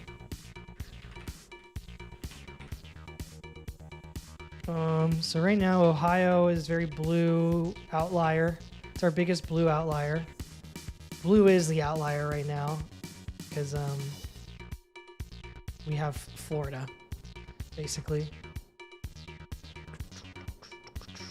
So Bama, that's not enough votes in. Kansas in. Kansas, there is a poll that said Kansas will go Trump +5, which was a very interesting poll for Kansas. Kansas 42. This is an election night. Can't say it's 100% one way or another. I came in thinking, things look good for Harris in Indiana and Kentucky, which is usually what I look at. North Carolina 8-8. So it's more in line with a competitive state now. PA 54-5. That's crazy. This is just these are all just functions of the way they call the votes. When do I think there will be a clear idea of who wins overall is the question. I think, honestly, midnight. I think it'll get pretty clear midnight. As we get over 50% everywhere, I think that'll be when it's really clear. And also, I'm not watching TV or anything. I'm kind of just looking at these numbers, and people are all going to be saying the same things as me. But you're seeing midnight. I would say midnight Eastern. Yeah, midnight Eastern. But if everything randomly stops, starts slowing down like crazy, 90% 12. See, this is the thing is Florida is just so far ahead of everyone. If everyone was coming in like Florida, I would tell you yeah, I would know in an hour or two. But only Florida's counting votes this fast.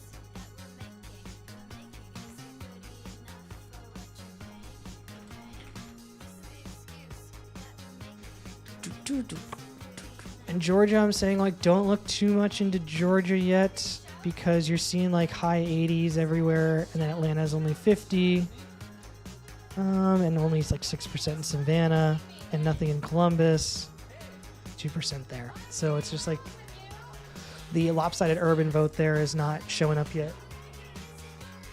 How's Florida just got a hurricane and still faster? I have no idea. Yeah, I can't tell you. So this is kind of what I was saying. I just saw Indiana and Kentucky come down to closer to what I'm expecting. 48%, 29. That's what I want to see. Minus 29, 48%. See, this is showing us that, Kentucky's kind of in line, and in line of 2020 means Harris wins because Biden won, These super slight shifts don't help Trump enough. Trump really needs a 1.5 point shift across the board.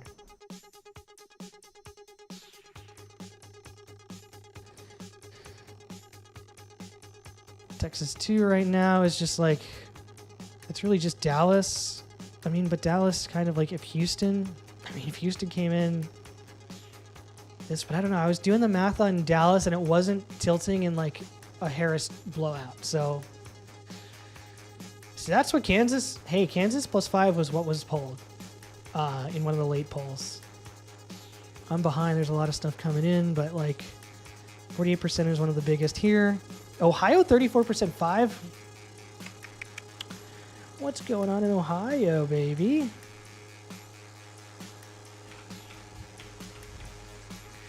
That's a shift right now. 0.15 standard deviations from where they'd expect. PA is just all these things are too. All these states can't say anything about them right now. Texas, you can't say anything. Kansas, you cannot call. Look at that, 1.2. Only 4% in now. Oklahoma was called. So let's update Oklahoma. I don't think I've updated yet. 48-7. Minus 48-7. South Carolina 18-25.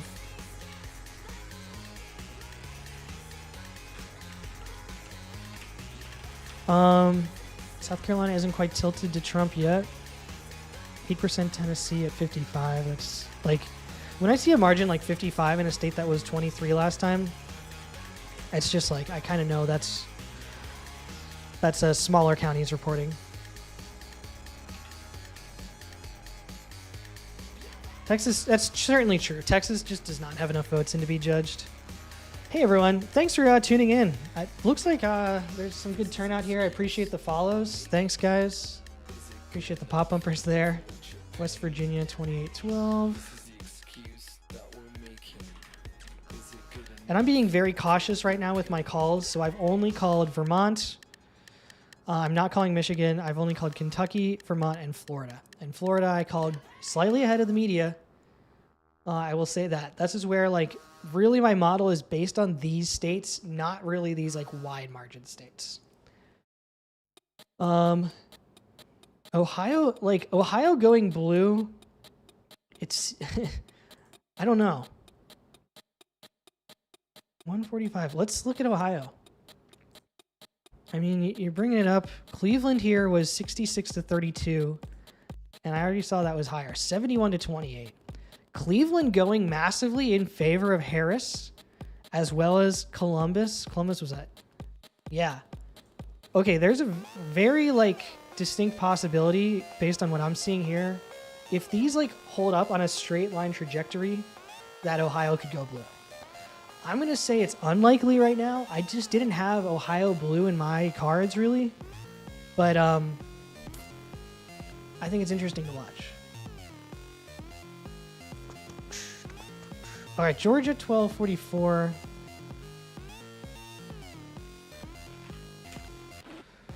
So I'm not calling that likely on Trump yet. As you can see, I think Georgia's going to shift a lot. I'm looking right now at the big states. So Texas 8-26. That's a big shift in the other direction for Texas, but Texas is on blue watch.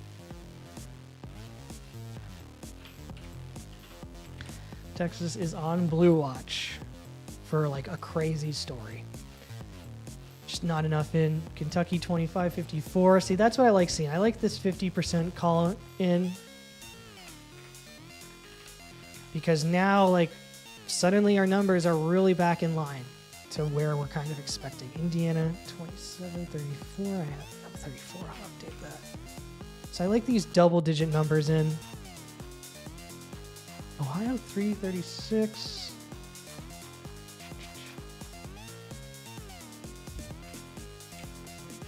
So that was a big shift towards Trump there. Any updates on Flipper and Wizard yet? They're on Cat Bowl food auto feeder watch. That's what they're on right now. Oklahoma 28-13.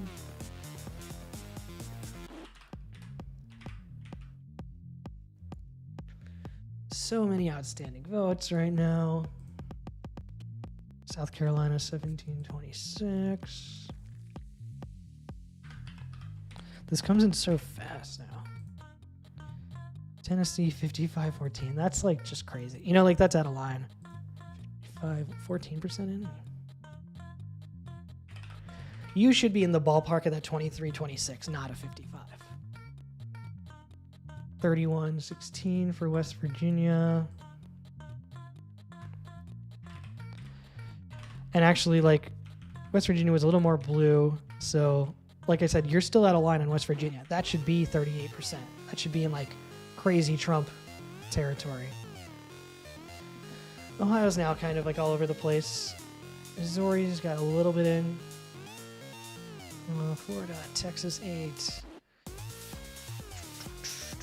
Let's go back to these double-digit ones. So Virginia 34-2.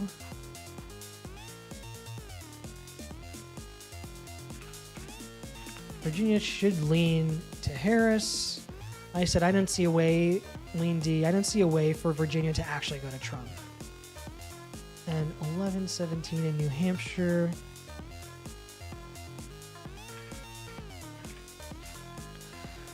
Tennessee. Tennessee, I said this 55% lean doesn't make sense. And yeah, that's no Memphis, no Nashville. I'm saying it's just out of line. I agree with the projection that Trump will win Tennessee, but I don't believe it's going to be by plus 55. Okay, we're still kind of in the... so North Carolina is now 9%. Okay, now you're seeing those counties turn back red. These rural counties, and that's over. So 81%, 18%. That's an interesting like Graham County there. It's a very small county, but we can now see with over 5% in, 79-19, and now this was 81-18. So that's pretty close to what it was last time.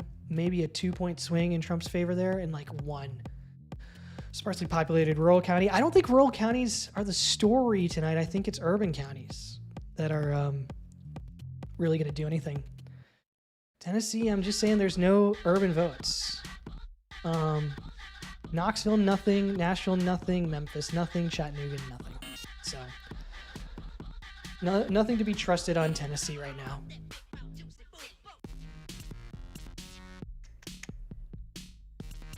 But let me update my number here. So 3-9 on North Carolina.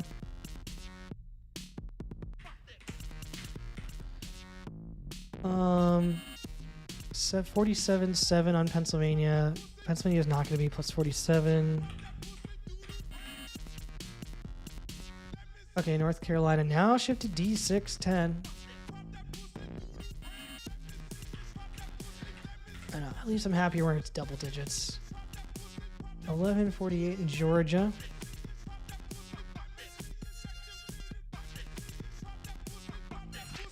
So Georgia keeps trending as these votes come in. Georgia keeps trending toward Harris a little bit, with a lot of votes to be counted, a lot of urban areas still to be counted.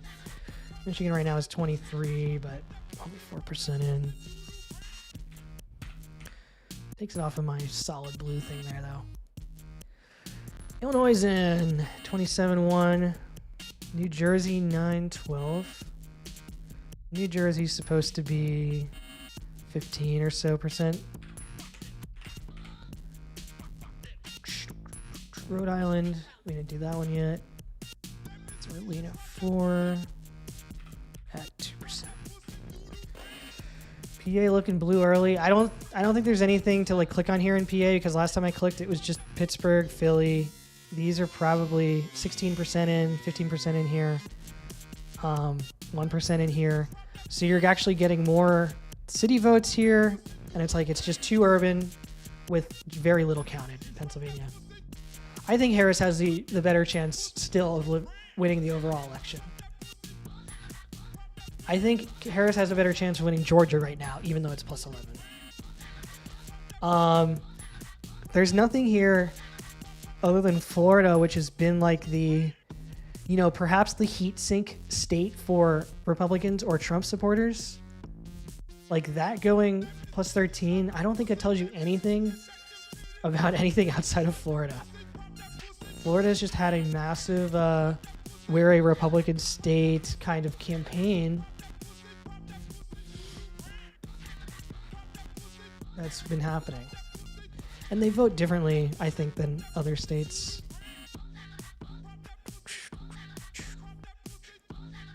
I didn't call the election for Harris yet, no. Definitely too early to call, Ohio close though, 39 at 0.61. But like that's a bad sign for Trump. Is like when you're almost halfway and you don't have a lead yet in a state with a lot of big cities. Saying with 33% of the votes in, 145 000 divided by 33 is 100. Divided by 0.33, sorry, is 439,000 votes. And you go to Ohio and you say, like, how many votes did Biden get in Cleveland? 416,000. So that's a lot of votes to pick up there if, that's the ratio that these votes come in. Too early to call, but don't see anything scary for Harris. I see some stuff that's scary for Trump. That's what I'm seeing. Georgia, it looks like the needle is now tilting towards Trump. But you're very close right now. And the needles are actually good here. Yeah, Harris plus 8 to Trump plus 12. So that's how I kind of based my forecasts on. But mine's a little more crazy. What was I talking about? Georgia? 49. And what's the 34.1 minus 55.3?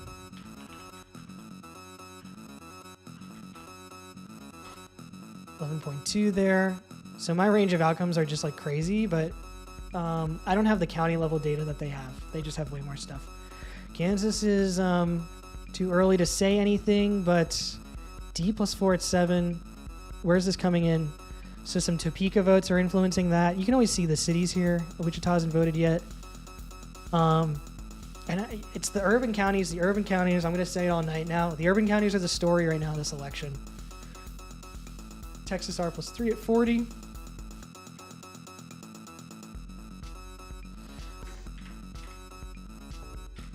So that really didn't change things much for Texas. Better than John King. Appreciate that, Arsimi. That's a Rye guy. I'm just going to say, like, what I see now. So Kentucky, Indiana, let's see. Kentucky coming down. Like, that's interesting because Indiana should be more blue than Kentucky. So as Kentucky's come in, and Kentucky, I think, is a better representative state of America than Florida. Kentucky has shifted to now minus 27. Right? It just keeps shifting down as these votes come in. So we're at, what, 60% there?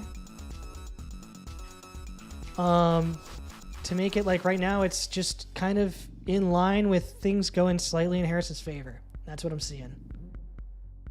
Slightly blue right now. Yeah, not enough votes have been counted. You really can't say anything at these low percentage values. Georgia, like I was saying, every time votes are coming in, they're trending in favor of Harris. So now we're at plus 10. What is that really? 44.5 minus 54.9.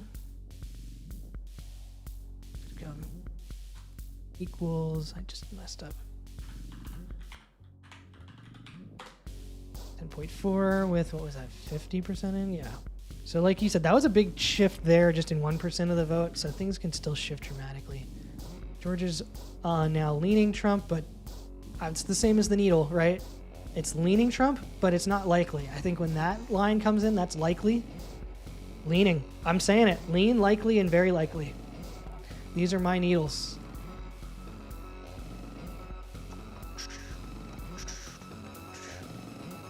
Kansas 3 at 7 is just like, what is that, you know?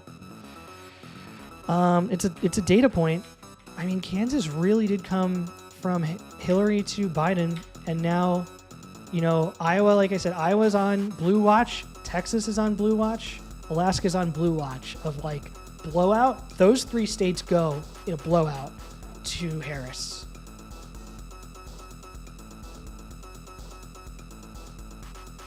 Texas, 41% for. Texas is absolutely going to be too early to call. Alaska, dude. Alaska, man. Alaska had a big shift. Check it out, 14 to 10. And Alaska is just such a wild card state. Yeah, I think it was like Alabama starts showing it, or Arkansas. They start showing then, so. Massachusetts doesn't have enough votes in. New Hampshire's at 19, 11.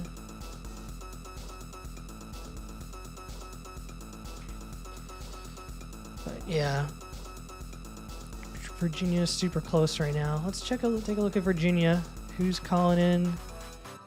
Richmond only 4%. So nothing worrying for Harris yet. 95% in these rural counties. And the story I'm saying tonight, like, it's not even worth looking at these rural counties because the voter turnout in the urban areas is what's going to be the story. If it's close, it could be a good harbinger, but like, look, that's really tilting in Harris's favor, and like, that's like kind of what I'm saying out loud. Who's a better pinball player? Oh boy. You know, Trump in one thing was like bing, bing, bong, and he imitated a pinball machine, so I'm going to have to give it to him. Okay, look at my 10%. North Carolina, 213. Just keep my updates. 13. And then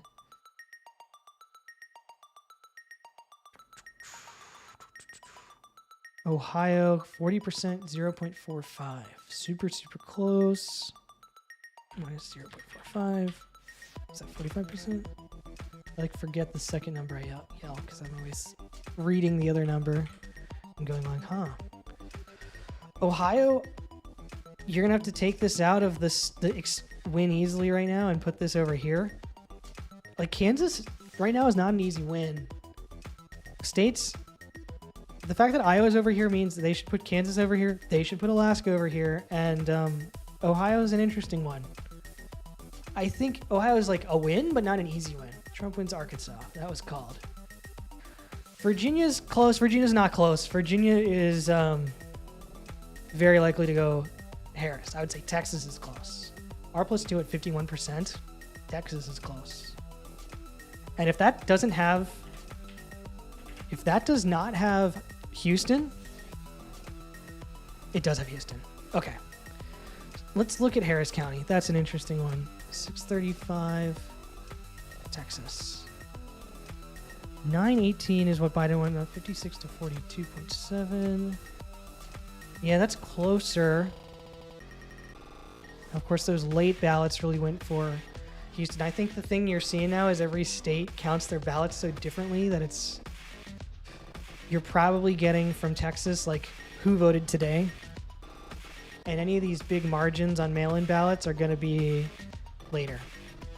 See Ohio. Ohio, everyone's interested in. Ohio, I'm saying the urban counties are like, they're low counts. And if you project this out, Harris is going to get a lot of votes. But maybe there's something I'm missing with Ohio. Kansas 3 is so funny over here. And Virginia, I'm saying you went that. Georgia's interesting. Okay, still leaning 54% in. Georgia. And they're saying minus 11.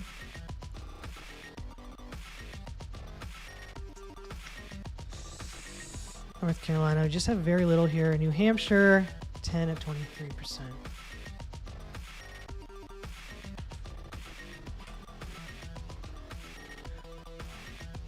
You're saying Virginia's close. I don't think Virginia's really close. I think it looks close because Richmond has only 4% of votes in. That's what I'm seeing. Like, you're seeing high vote tallies, like 95% in Wythe County and 4% in Richmond, and people live in Richmond. Did Trump neglect Ohio? He did. He spent pretty much all his campaign in Michigan, Wisconsin, Pennsylvania, and then later North Carolina. And North Carolina was a state that was pretty strongly in his camp. 1.3 points from both previous elections. So them going blue would be really bad for him. Michigan right now is 17 at 6. Don't think that tells us anything either. That's highlighted as the 7 slated swing states. See, now North Carolina's super close. Okay, Kentucky now. Kentucky's more solidified. This is more what I'm looking for in Indiana. 19 at 50. Minus 19 at 50%. Indiana keeps trending toward Harris. 27, 63% for Kentucky. These are the states I really like looking at because they're pretty good bellwethers. You can see last time Indiana and Kentucky were very good. I almost have to move chat so you guys can see these columns. Should I move chat? Yeah, let me know if I should move chat.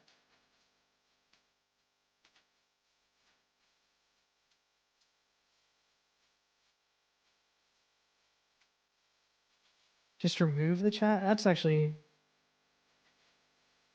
a good idea. Because like people are going to be watching this later, they can read chat. Yeah, I think you're right, Bingy.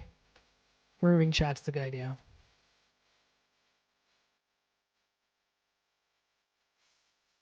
Virginia close, but I'm saying it's not close. Okay, let's report on some of these blue states that have a lot of vote totals in. So Delaware 15, because this also tells me stuff.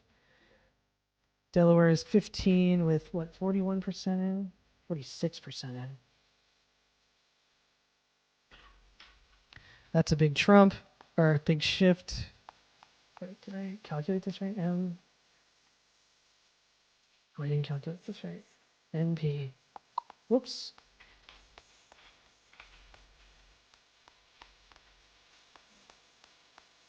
That makes a lot more sense. Okay, that's a slight shift towards Trump, right? But this is the column that's important. Delaware, 1546. And then we have New Jersey, 1325.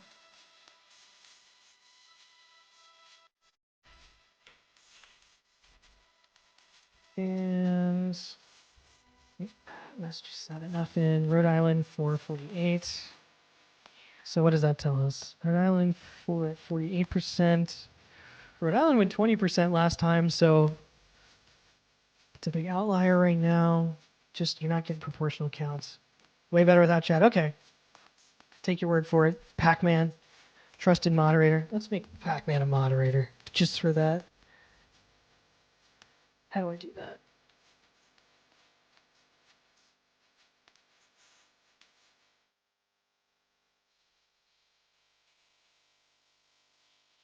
I don't know how to do that. Sorry, Pac. But I tried to make you a moderator. I probably have to go like here and do it. But I got numbers to put in. Rhode Island, 5. All right, what's happening in Rhode Island? I don't know. She was projected to win and she only has 5 at 52%.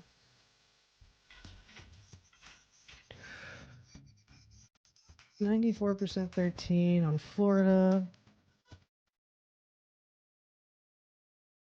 Why can't every state be like Florida, man?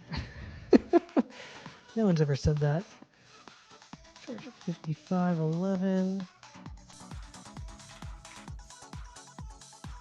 I think the numbers here look like Trump's going to win, but that's if you don't really interrogate them. Florida was like the first real call of anything. All right, I think I'm going to take a break now because I don't see anything like crazy coming in except for Ohio. So I'll give you a little in the studio while I make some food and get some water. Hey guys, it's Tim Sexton here, and I wanted to take you behind the scenes of the $6.5 million election forecasting studio that we built just for election night 2024. So you can see behind me that we're in the break room. This is where, you know, the employees can come to hang out. We've got a couple of our employees here actually working on a late night shift. This is kind of where everyone can chill out and vibe before they, you know, get back to work crunching the numbers for election night. And over here is our TV, and it always remains off. You want to know the reason why? Well, it's because we have the most accurate calls in the entire election business. Watching CNN and Wolf Blitzer, he's just going to be picking up what we've already put out there. He's just going to be grabbing his calls from us, so we have no reason to watch TV at all on election night, so this thing doesn't even turn on. It's a reminder of how much farther we are ahead of the competition. We are so technology forward at this state-of-the-art studio that I want to show you something really cool right here. So let's say I open the door and I shut it again. Even if I forget to lock it, look, it's gonna kick in automatically and turn the lock for me. Over here in our bathroom, you can see we've got everyone taken care of, right? My bathroom's over here, the cats will use this one over here, but no matter who you are, we've got you covered. So behind me in the room, this is the brains of the operation. Now this is one of the most powerful supercomputers ever developed for election forecasting. This was developed with the help of IBM, AT&T, MSNBC, and KFC, all came together to put money into this AI-powered machine built by AI and running AI to get up to 12 to 13% accuracy over the competitors in our forecast. Behind me here, this is where we load in all of our intelligence that we have, all of the data we have from the previous elections and from the polls. We put it all in these two areas. So this is all of our intelligence loads into this slot, and then all the polling data loads in up here. So then our election operators are able to use these knobs to adjust what are the election forecasts going to result for us? So, we can put this rinse level up to high, and that might show Trump running the table in a couple states, but then, we put it back down to a casual cycle. That might benefit Harris a little bit more. So we're going to be operating these adjustments all throughout the election, so you're going to see everything our model does. So you can see we've got a ton of equipment in this room, and it can get very loud and noisy in here. This is our command and control center where our lead producer sits and makes the updated calls every single time the data comes in. How does the data come in, you might ask? Well, that's what these machines back here do. So here you can see we're actually getting some live vote counts coming in. This is part of our test, but this is how operations work. So as these voters return their ballots, you can see their number of votes for each candidate are updating live. They're up to 1.5 million votes for Harris, over 6 million votes for Trump already. Now this is just a test, but election night will be much closer. So here's something you really don't see too often in an election forecasting studio. We've got actually 2 computers here. One just for chat, that's just monitoring the stream health and the chatters. Then the other one, this is our real command operations center. And plus we are streaming on this one, so it's almost like 3 monitors in one. It takes a lot of time for people to really learn how to master a setup like this. And also in addition, you're seeing the technology. You've got the microphone. You've got the really expensive lighting system, the LED ring light. That's gonna really, blow the budget on most people's production stuff. And those are the things we decided to spring forward building the studio. We knew it had to be the best. It really is so amazing to see how much technology we do have in the studio. Our staff are constantly being monitored. We constantly have the different updates that are coming in. That's another data point that's coming in. Now we're about 165 on blood pressure. That's coming down significantly. That might be a good sign for Harris, but it is early. You really never know what's gonna happen here.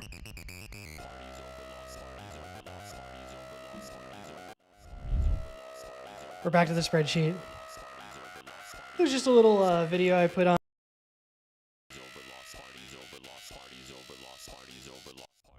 Los Angeles.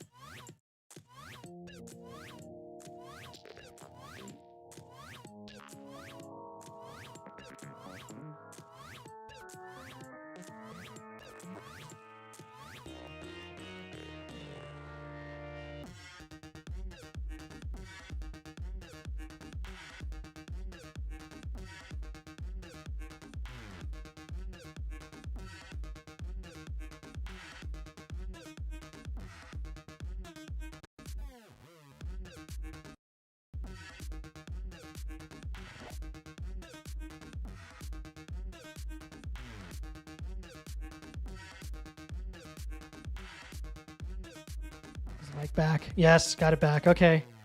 Yeah, this is why she's annoying, because she turns off my mic and ruins my stream. But I love her. Her name's Flipper. She's a brown tabby, and we've also got an on cat watch. We've got the good cat Wizard just chilling in the heated bed there.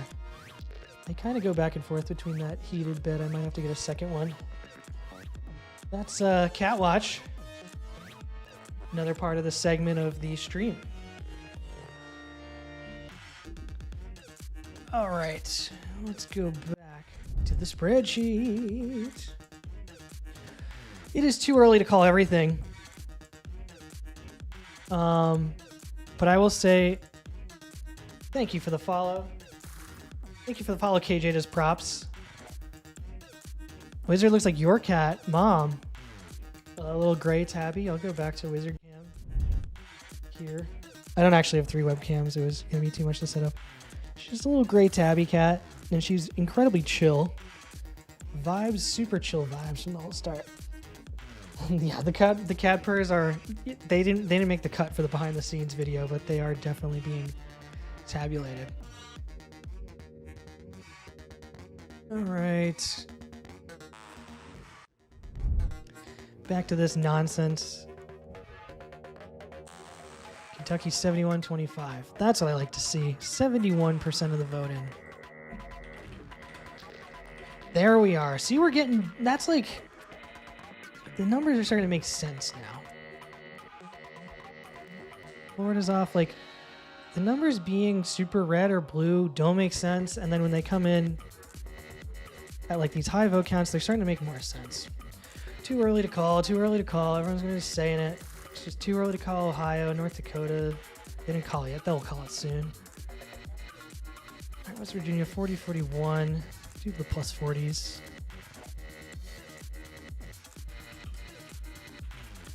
All right, let's make that call. West Virginia, Trump. Boom. Trump has secured another 4 electoral votes. Tennessee, 48-36. That could be a call. Tennessee's in my range of absolutely going Trump, so that's another call. Tennessee, 11 electoral votes going to Donald Trump. And then South Carolina, 20-44. Let's see what my thing says. My thing says likely Trump. And Indiana, 20-54.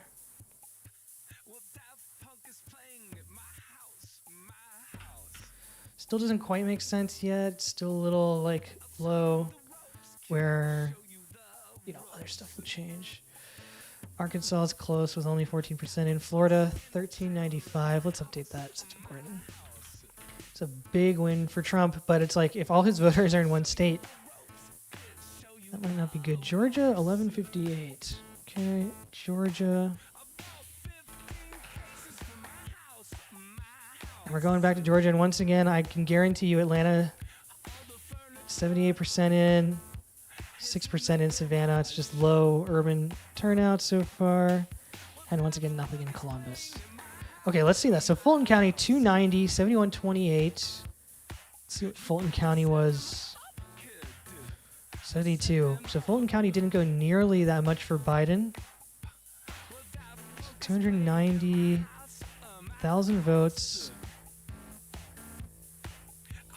290 divided by 0.71. So that's expected to be 408,000 votes compared to Biden's, I always clicked the wrong one, 380.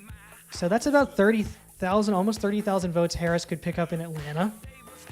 And let's look at the Trump numbers. So 137,000 there. Currently at 112 with 78. Oh, 78. So maybe my math was wrong. 143, 589. So yeah, my math was wrong. 290. So math was completely off. 29000 371. That's actually less than Biden. So maybe Georgia is going to Trump. So 112 there. But you know, the late shift on the votes, if those come in, the mail-in ballots come vote tilted one side, right? So this is just assuming it's all even. 143, that'd be more. So that'd be like, if it all came in even, that's a 10K like switch the other way, about the same number of voters, but there's always a really good chance that it's not going to come in even. And you can see the gap just shrunk tremendously with 65% of the votes in, so votes just came in from somewhere. That completely shifted it. So Georgia now, that didn't even update yet. Update, please.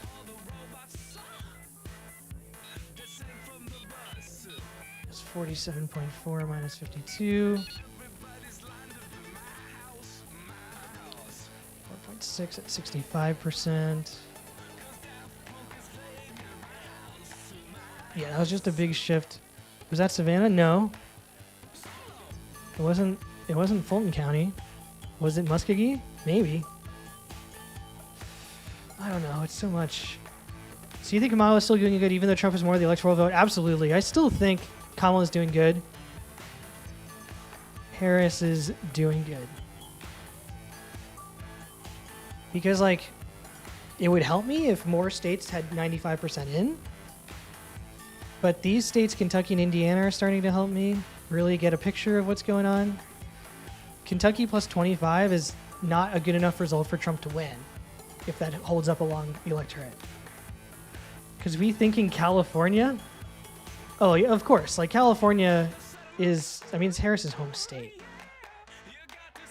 But you do have to look at it really this way of like, really this range of middle states is the only thing that is close. And then if any of these states like Kansas currently at D+6 or Ohio, which is at R+4, those go blue, then it's 100% over. Because then like all these would have to go red, all these would have to go red, and you know. So the reason you can call so many Trump states early is because they are smaller states. It's just easier to count less votes. And that's kind of the thing that people forget is the number of people living in cities is just so much higher than the people out in rural places. So if people go to vote, you know, a whole county can report all at once. This is everyone. Whereas like the mail and stuff, when it comes to another county, I'm like too overexposed here in this light.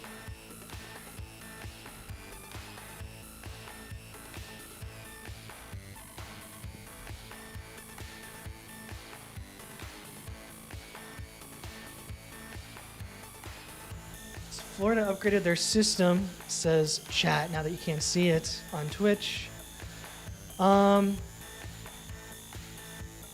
Yeah, I mean, a lot of it is just like people were just voting until an hour ago, you know? So like if a precinct hasn't counted or like they still have people counting, it's not going to be in there. Couldn't get Chris. I called him. He didn't call me back. So Delaware 1548. Let's do some of this stuff. 1548. 62 Rhode Island at 5 is weird.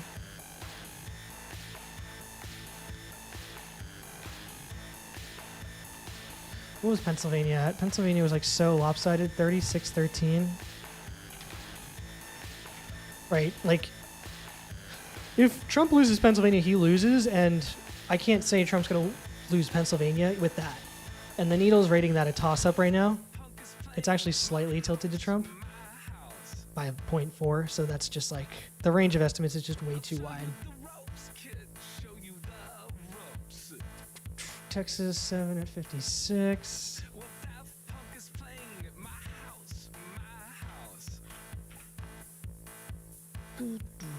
When the votes are all added up, the story makes sense, but this part right now, the story doesn't quite make sense yet. 35-52.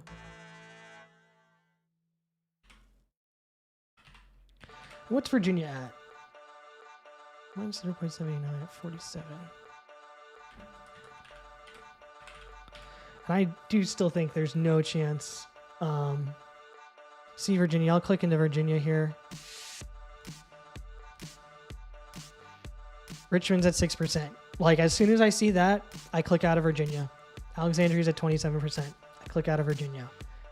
If the biggest city in the state's going to be at 4%, I'm not going to do it. Georgia's a little more like, okay, there's the shift that I was looking for.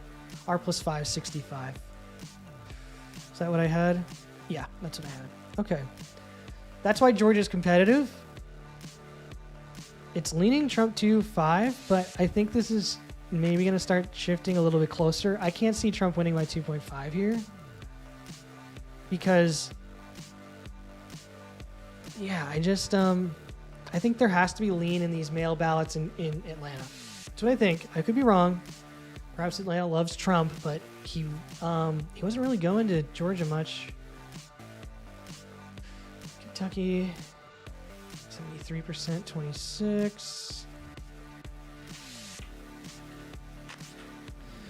Kentucky is just dead in line with last year right now, with 4 years ago. And if what happens 4 years ago happens again, Harris wins. Trump won by a lot, or Biden won by a lot of electoral votes, and it was close in 2016.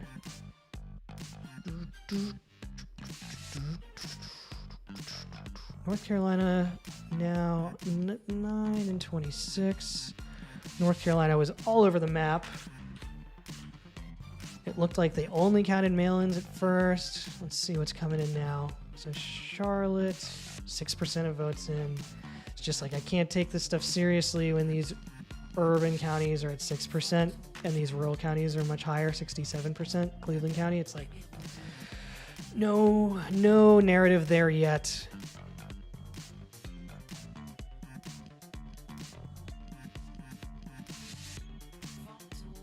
What's the crooked state of New York doing? Their polls are still open until for 5 more minutes. That's when New York polls close. Maine is like nothing in yet. Maine also has a couple districts, so Maine 1 and Maine 2. But so far, almost no votes counted in Maine. Oklahoma, minus 35, 31. So that's, I'm going to call Oklahoma for Trump here. To no one's surprise, Trump now has 60 electoral votes.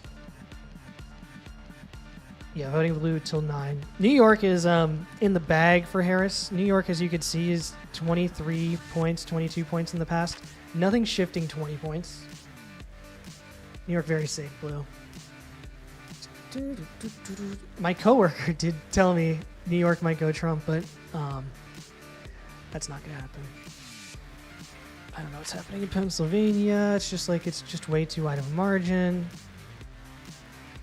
Maine 2, Texas 757. Texas 7. See Michigan. All right, so where are we at? Michigan. Michigan D11, but only 8% in. 1% in Grand Rapids. Detroit has less than 1,000 votes in Wayne County. And it's red, which is weird. Can't tell you much about Michigan yet. But sometimes these states come in like big batches. 66. Back to like -5 here. I'm going to see what the Needle thinks about Texas. Okay, the Needle's pretty strong on Texas going for Trump. The Needles could change. Trump plus 10. I mean, I don't know if I have that bold. Texas. What was Texas at? Texas is at 958. Still too early to call Texas, though. Check Ohio again and then North Carolina, please. I know who Jason Davids is now. I very much know, pleased, PLS, who that is. The PLS gave it away. I'm looking over here. Arkansas 1118. Let's put that one in. Arkansas. So what have I not called that the media's called? Arkansas, Indiana, 2158. You were getting close there. There we go. We'll call Indiana. We'll match the media here. Indiana is going to vote for Donald Trump. Kansas D530. And it just makes me smile because it's like, I don't know what it is. 530? Kansas is minus 14.5 last time. Apparently really no big trend.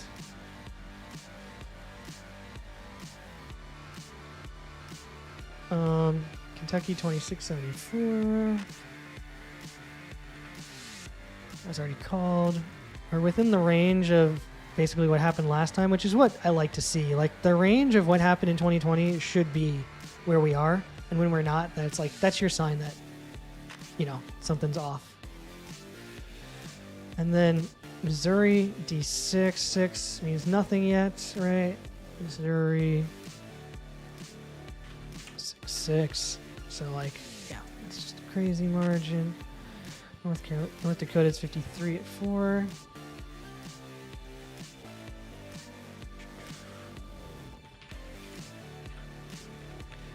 Oh, minus 53.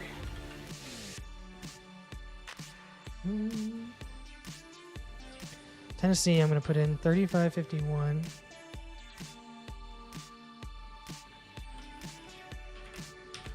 Tennessee coming back down in line to where we'd expect it. We're definitely, based on these numbers, expecting pretty much all the votes remaining in Tennessee to come more in favor of Harris. 41.53.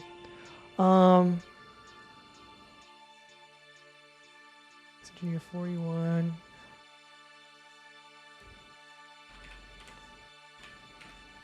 It was already called. Vermont was already called. Let's go back to the blue side. Vermont 3759.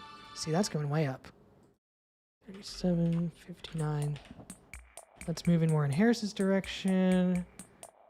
Down 666. I feel like we heard this song. Oh yeah, just looped. Don't loop.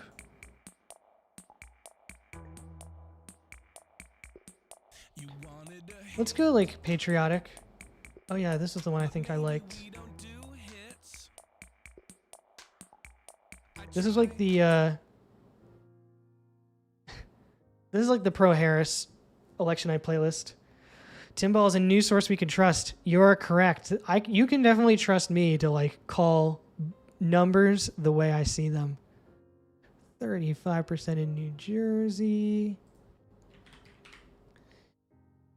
And New York was just called for Harris by the media. 48-4 in Massachusetts.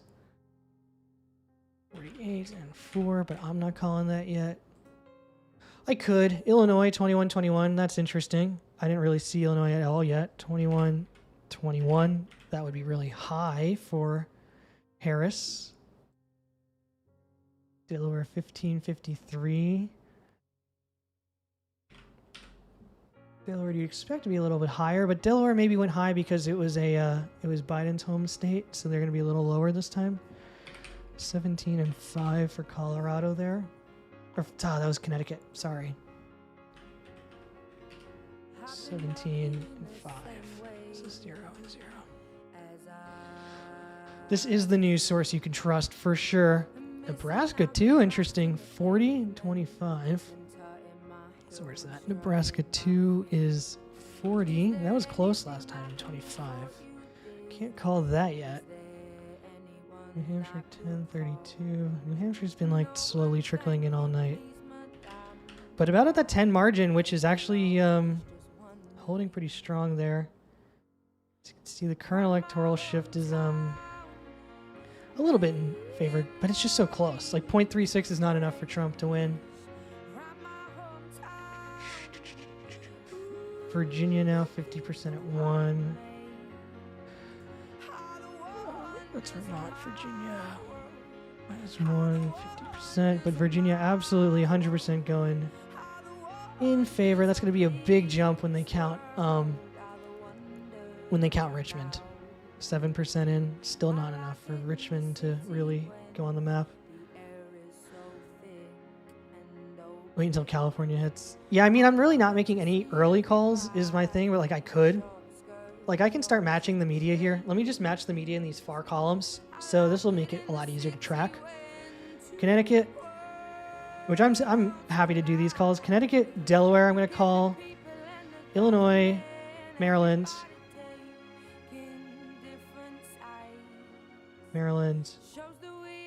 New Jersey, New York.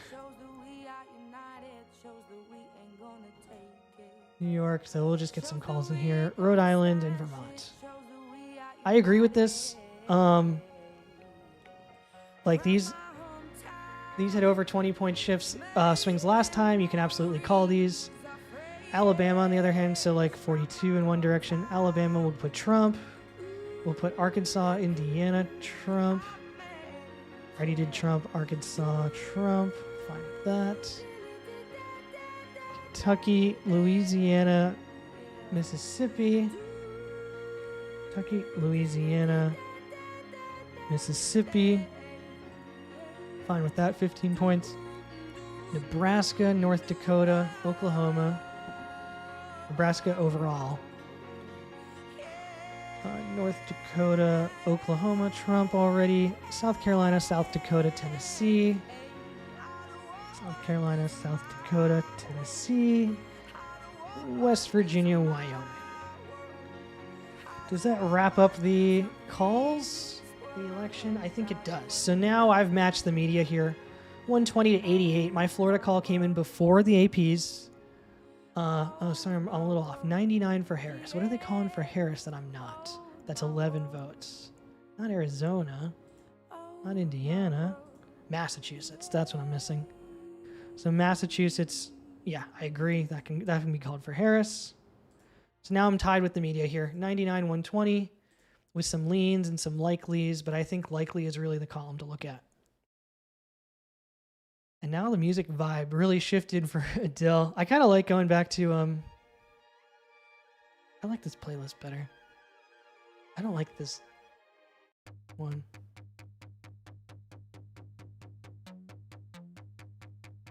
But I want to like do like a radio. How do I do like a radio based on this playlist? Excuse me?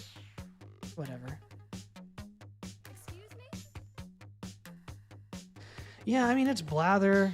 No one knows yet. It's the thing. There's really nothing other than Florida to say like anything has happened. Okay, but I'm going to go through my things. Anything above 20% now. So R14 in Arkansas. 14. That was 21%. Indiana 2060. Indiana coming much more in line with what we'd expect. Which I expect something around 16. That is what I'm expecting by the time the votes tallied, so I think it's still 4 points up. Kansas 536 is interesting. So Kansas just keeps holding on. The number one source is absolutely right here. And you know what? I'm going to show you why I'm the number one source. Election Night 2024. Today, Americans did their patriotic duty by voting for the next president of the United States in the most complex electoral system in the world, where votes don't actually count unless you live in one of 7 different states. Try explaining that to anyone who does not live in this country and they will think you're insane, but that's the system we all have. So tonight, we take an in-depth look at one spreadsheet one guy made in his office on his free time. The most comprehensive election night coverage in the world happens here live on Tim Sexton's YouTube and Twitch channels. Tim Sexton is going live with not 1, not 2, but 3 webcams on his monitor, plus a desktop computer and a laptop computer to help him read chat. Watch the dynamic presentation highlighted by the Neon Stream Overlays package that was purchased on Etsy for $8.94. Who knew that watching a man type numbers into a spreadsheet could be so exciting?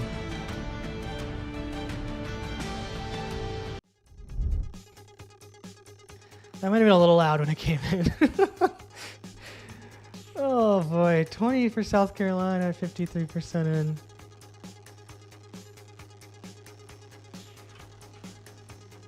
Which is off base.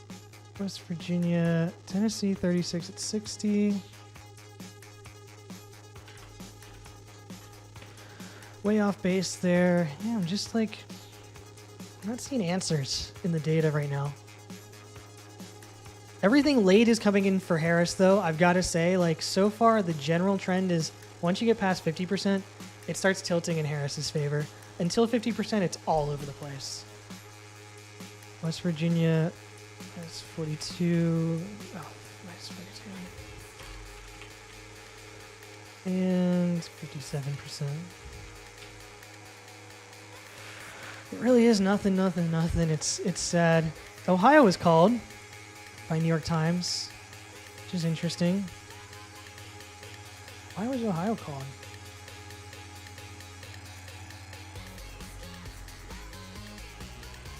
This is why I don't understand why Ohio is called. Look how much, this how similar this bubble is when 33% of votes are in. Or this is remaining. 257, this is how they're doing it. They're doing it just straight up. This is the way I was doing it on a calculator.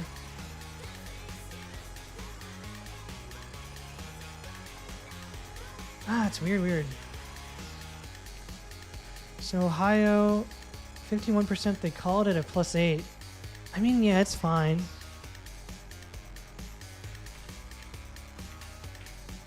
Like eight's been their number, 888. So they're kind of just expecting things to come in, but I don't know. I'd really love to see just another state that isn't Florida come in high. Kentucky, 81-28. But Kentucky's helping me a lot.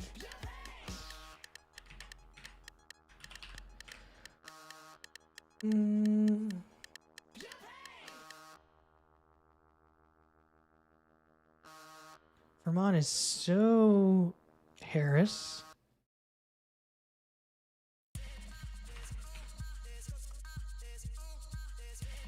35, 65, sorry.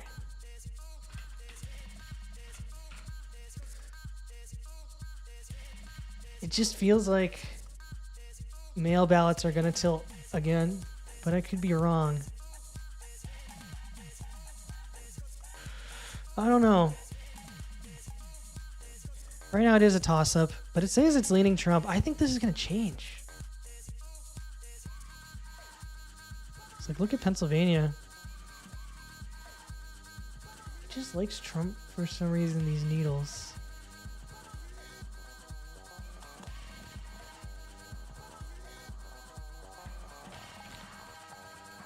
There's 671 in Georgia. I think Ohio will be closer than that. I don't know. 8 seems like... But, like, if Ohio's less close than that, then Trump's running away with this. I think this is going to take forever. Honestly, I don't think there's going to be a call in this race tonight.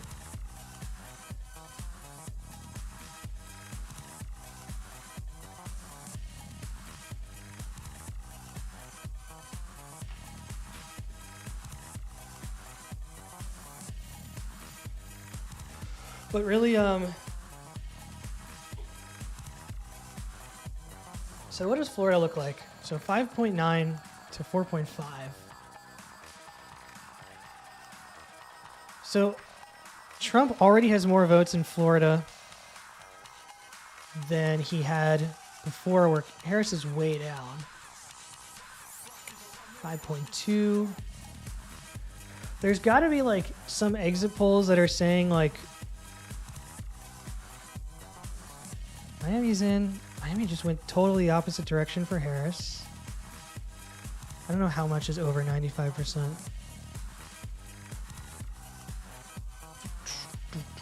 But Florida's really the only call right now. I'm kind of getting like,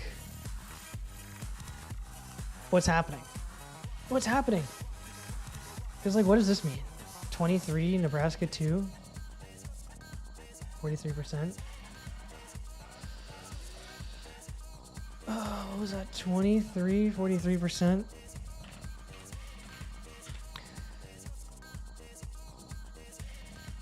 Okay, other states are now coming in. So pretty much every swing state has closed except for Nevada and Arizona.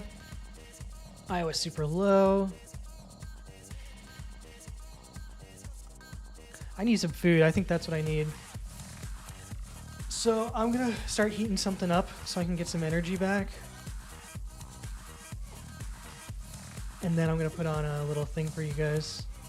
Here's a quick rundown of how the spreadsheet is going to work on election night 2024. We're gonna follow the election live on election night with this sheet. Every single piece of data that comes in from the election, I'm gonna put in here and then show you what happens. So we start in the top left here with any states that are called for Trump, Harris, and how many are remaining. So it's 270 electoral votes to win. Pretty much every state binds their electors to Trump and Harris, so we're not gonna worry about that too much, but take a state like Alabama here, right? They are most likely going to Trump, so if we call that race for Trump, then you can see he's got 9 electoral votes. That's the simplest part of the sheet, but there's more interesting stuff that'll come in after the election starts to get underway. Over here in P and Q, you can see we're referencing the previous year's elections. So minus is in favor of Trump and plus is in favor of either Biden or Hillary. And they're tinted red and blue as such. So Trump won the state of Alabama by a difference of 25.5 or so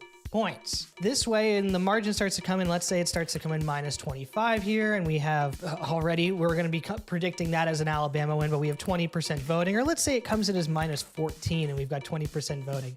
Then we can see that we have pretty high confidence at that margin with 20% in, that Alabama's going to win. But let's say that margin holds up to 40%, that's going to be a 100% chance that Alabama wins. I mean, the idea of a of a swing that massive going in Harris's favor, it's just very unlikely to happen. And so with all the states, we can do that. We can take Arizona here. It's another state that's very close, right?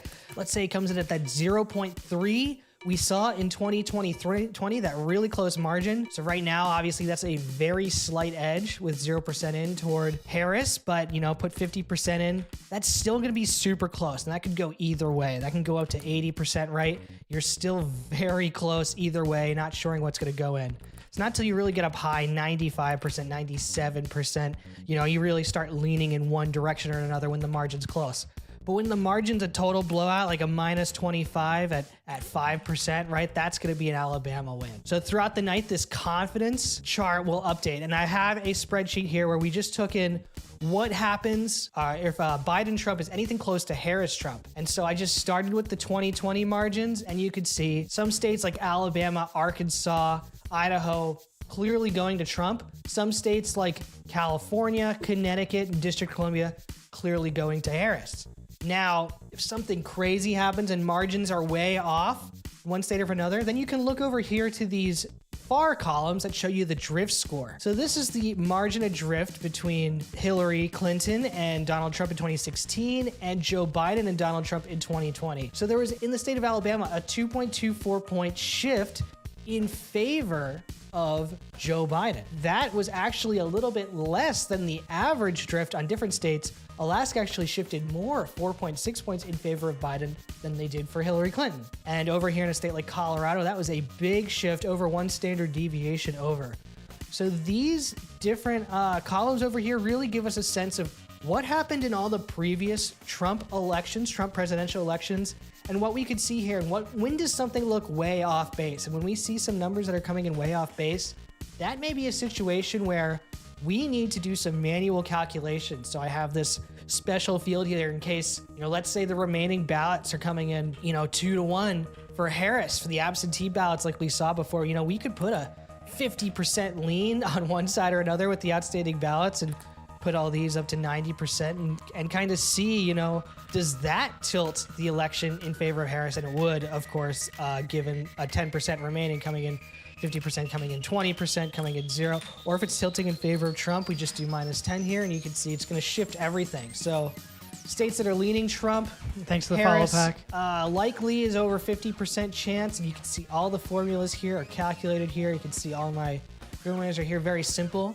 And this gives me a way, in case anything crazy happens, I can totally update this spreadsheet. So tune in live on election night. That's going to be Tuesday, November 5th. And it's going to start at 7 p.m. Eastern when the polls close. So really happy to see you there on either youtube.com, Tim Sexton Pinball, or twitch.tv/Timballs. Thank you. All right, guys. I'm really low on energy right now, but I put some food in the air fryer. Here's what is looking interesting to me. Does Florida have mail ballots?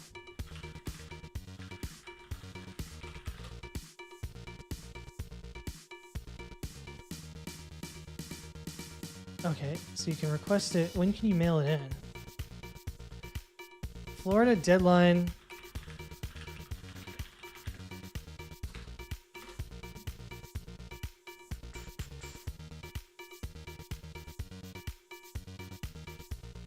So you can mail it in today. So it's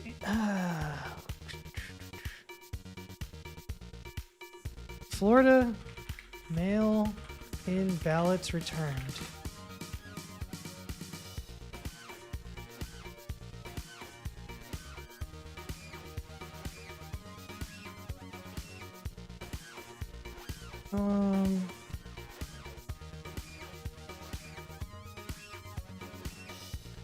So here's what I'm seeing. I'm seeing that it's going to come down to mail-in ballots again. Now, if the mail-in ballot tilt is in favor of Harris, the way it was in favor of Biden in 2020, then Harris will win. The thing I think people are thinking, people have made an assumption that it's not going to be. At least the needles have this assumption that it's not going to be. But it looks like Florida does have mail-in ballots to report. So, like, those don't get reported until later. You know, it's just like, I don't know. You can see it being like if it's a quote normal election, I don't think anyone's favored yet. Like, I think it is still toss-up. I think this is like maybe too much in Trump's favor if I see a little bit more. But I think it's absolutely too early to call any of these competitive states, and it's going to be too early to call all night. This stream is not going to stay live the whole weekend. I was going to go until basically all the polls are closed and see, and like, I thought that this would be like a 2016 election. I thought that this would be like, all right, pretty much everyone's voting in person. But I think about it, and it's like, I'm someone who votes. I mail in, but like I drop off my mail-in ballot early. I'm a very engaged voter, I'll say.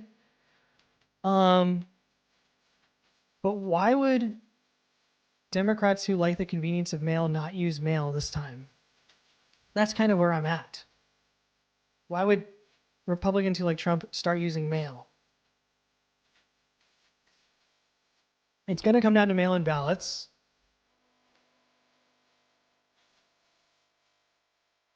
So how are we at? 4 million for Trump here. So you got 5.8 million, 5.2 million. I would expect Harris to be in the neighborhood of Biden and Trump in Texas by the end of it.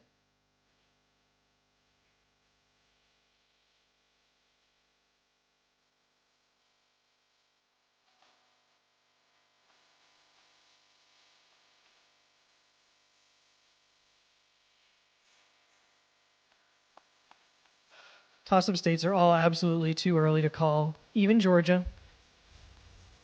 6% of votes in Chatham County. And then we have some coming in Muskogee. 81% in Fulton County. A lot of Trump votes. So 116,516. 116,516. Divided by points. 84, I think it was. So 138. For Trump, expected 318,636.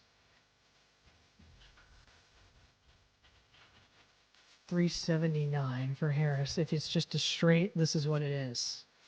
Mail-in ballots tilt another way. I think it's different.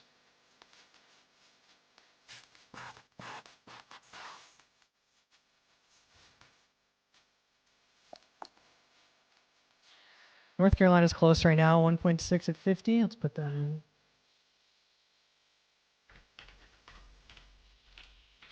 I need food bad. Atlanta did come in, but it's 84% of Atlanta. It's within close to the margin of what 2020 was in Atlanta, 380 to 137. I was saying it looks like Trump's going to be at about 138,000 votes, which is the same that he would have gotten before.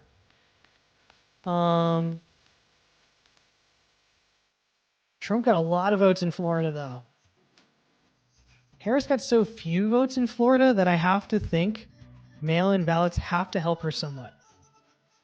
I agree with the call here, but I can't see Harris losing by 13 really in Florida overall. So just I'm starting to suspect that like ballots later will lean at least 10 points in Harris's favor. But we won't know until like they actually start processing mail-in ballots. But like someone in the media probably knows. This is where I don't have the information. What are mail-in ballots leaning?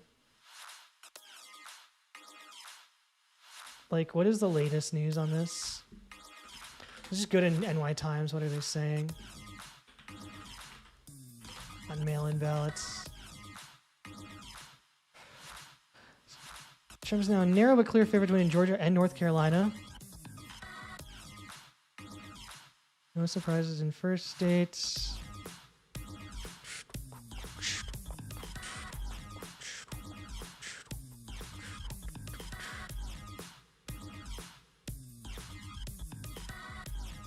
Abortion was defeated in Florida.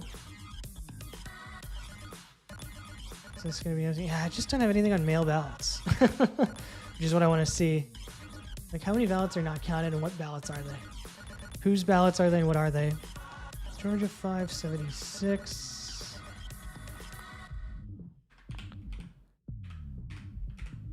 As this goes, this will keep trending toward the middle.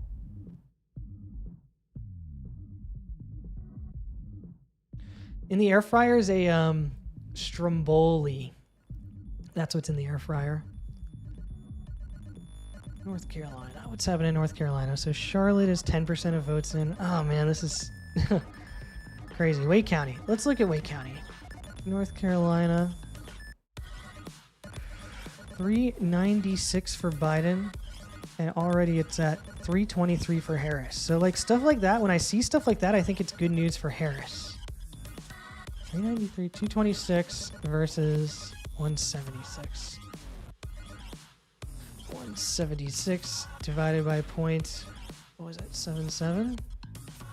77. It's 224 is a little bit less.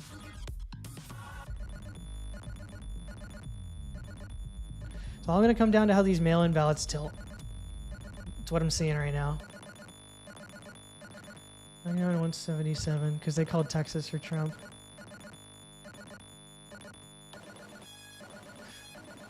It's disappointing that I'm not going to get a result tonight, basically. Because, like, where is Georgia actually going to go? And there was, yeah,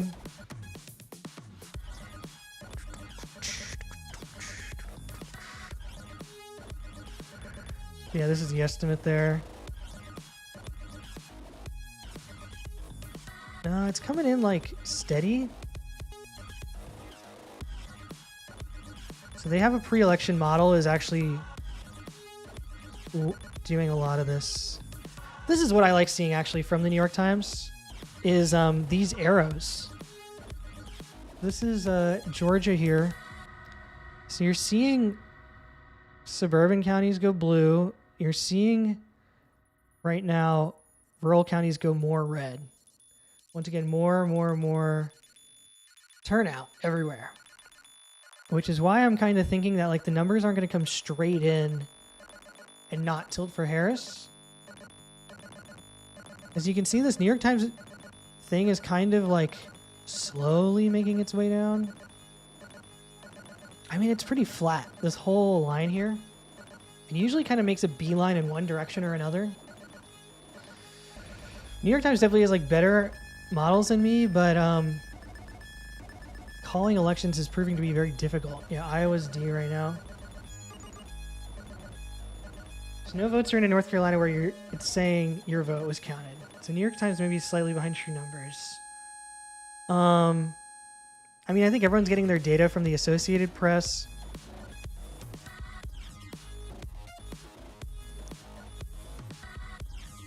Your ballot received and counted doesn't necessarily mean your county has reported the results or your precinct has reported results yet. It means that like it's in a staging count. For KJ does props, so things could go differently, I guess. Kentucky 2985. That's what I have already. Steve-O Pub is going to the bar, he's sad. I think it's toss-up right now. Closer than I thought at the beginning today.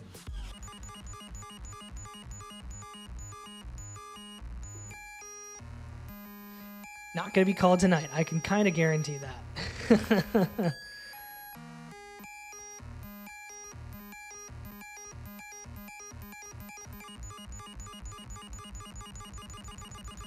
It was a 33-minute in the air fryer. I'll go check on it for you, Tadman. See what the status is in the air fryer meal. No, it's not going to be ready yet. Virginia, let's see if anything's in for Richmond yet. 15% of votes are in.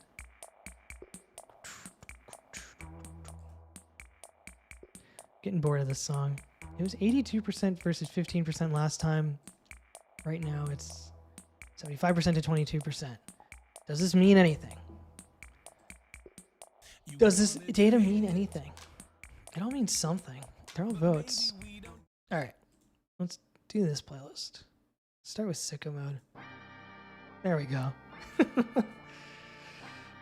All right, let me just wrap up my numbers here. I'm going to start on the blue side. Colorado 1327. Oh, actually, Colorado numbers in. Connecticut 16.8.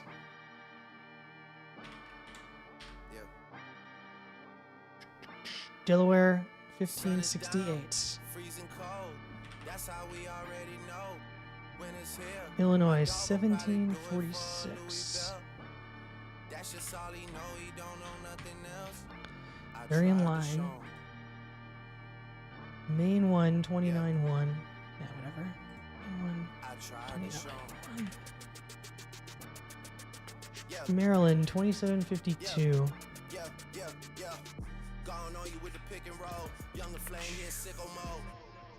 Where's Maryland? 2752.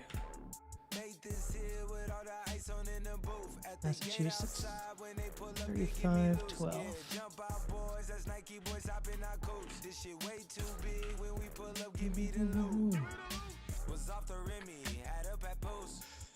New Jersey 854.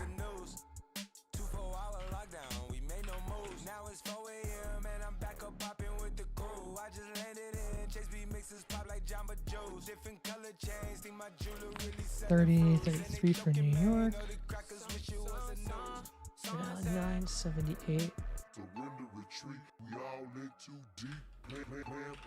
See, that went up from 6 to 9. Vermont 33. So when I look on that side, it looks like later votes come in 73 in favor of Harris.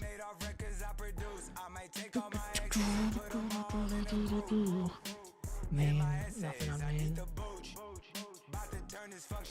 2-9. Minnesota, not gonna put that in for less than 1. Nebraska 23-43. Same. New Mexico 12-4.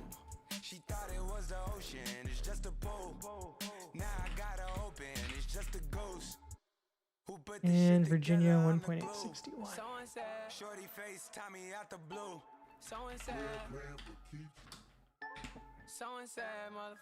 Virginia doesn't make sense, right? Like, stuff doesn't make sense. 62. Is it mail again? Georgia 77.5.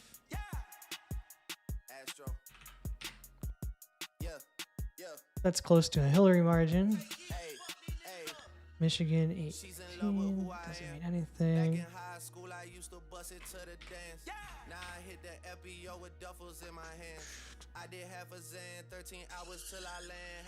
North Carolina 355. Let's put forward in. 767, man, this shit got double bedroom, man. I still got scores to settle, man. I crept down the block, made a right, yeah. Cut the lights, yeah. Pay the price, yeah. Niggas think it's sweet, it's on sight, yeah. Nothing nice, yeah. Pennsylvania 1128. Jesus Christ, yeah. Checks over stripes, yeah. That's what I like, yeah. That's what we like, yeah. Lost my respect. Wisconsin 412. When I shoot my shot, that shit wetty like on Shaq. See the shots that I took, wet like on Book, wet like on Lizzie. I be spinning valley circle blocks till I'm busy. Like where is he? No one Iowa seen him. 1512. Trying to clean him. She's in love with who I am. Back in high school, I used to bust it to the dance. Now I hit the FBO with duffels in my Maine hand. 2 is 24.3% in.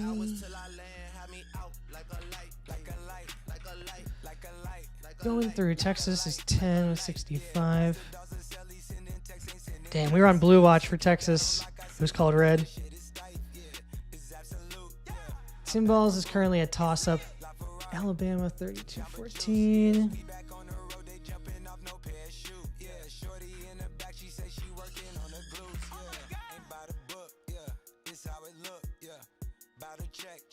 0. Arkansas is 20, 36.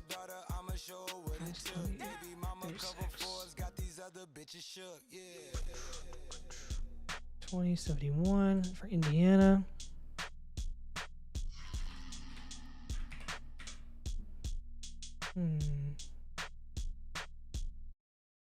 Kansas close at 45.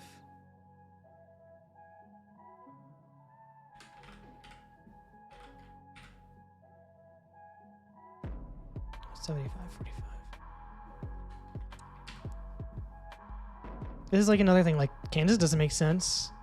Kansas doesn't make sense. Georgia doesn't really make sense. It's more in the realm. Rhode Island doesn't make sense. Where was I? Kansas, Kentucky, 30-92.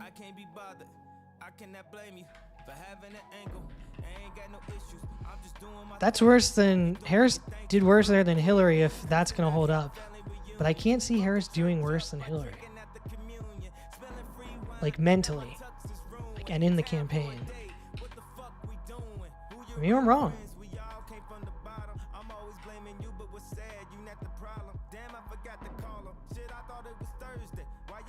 24-21 for Mississippi.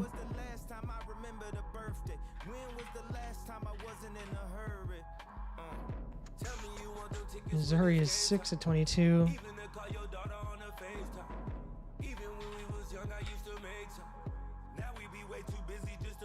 Nebraska's actually kind of close. 31%.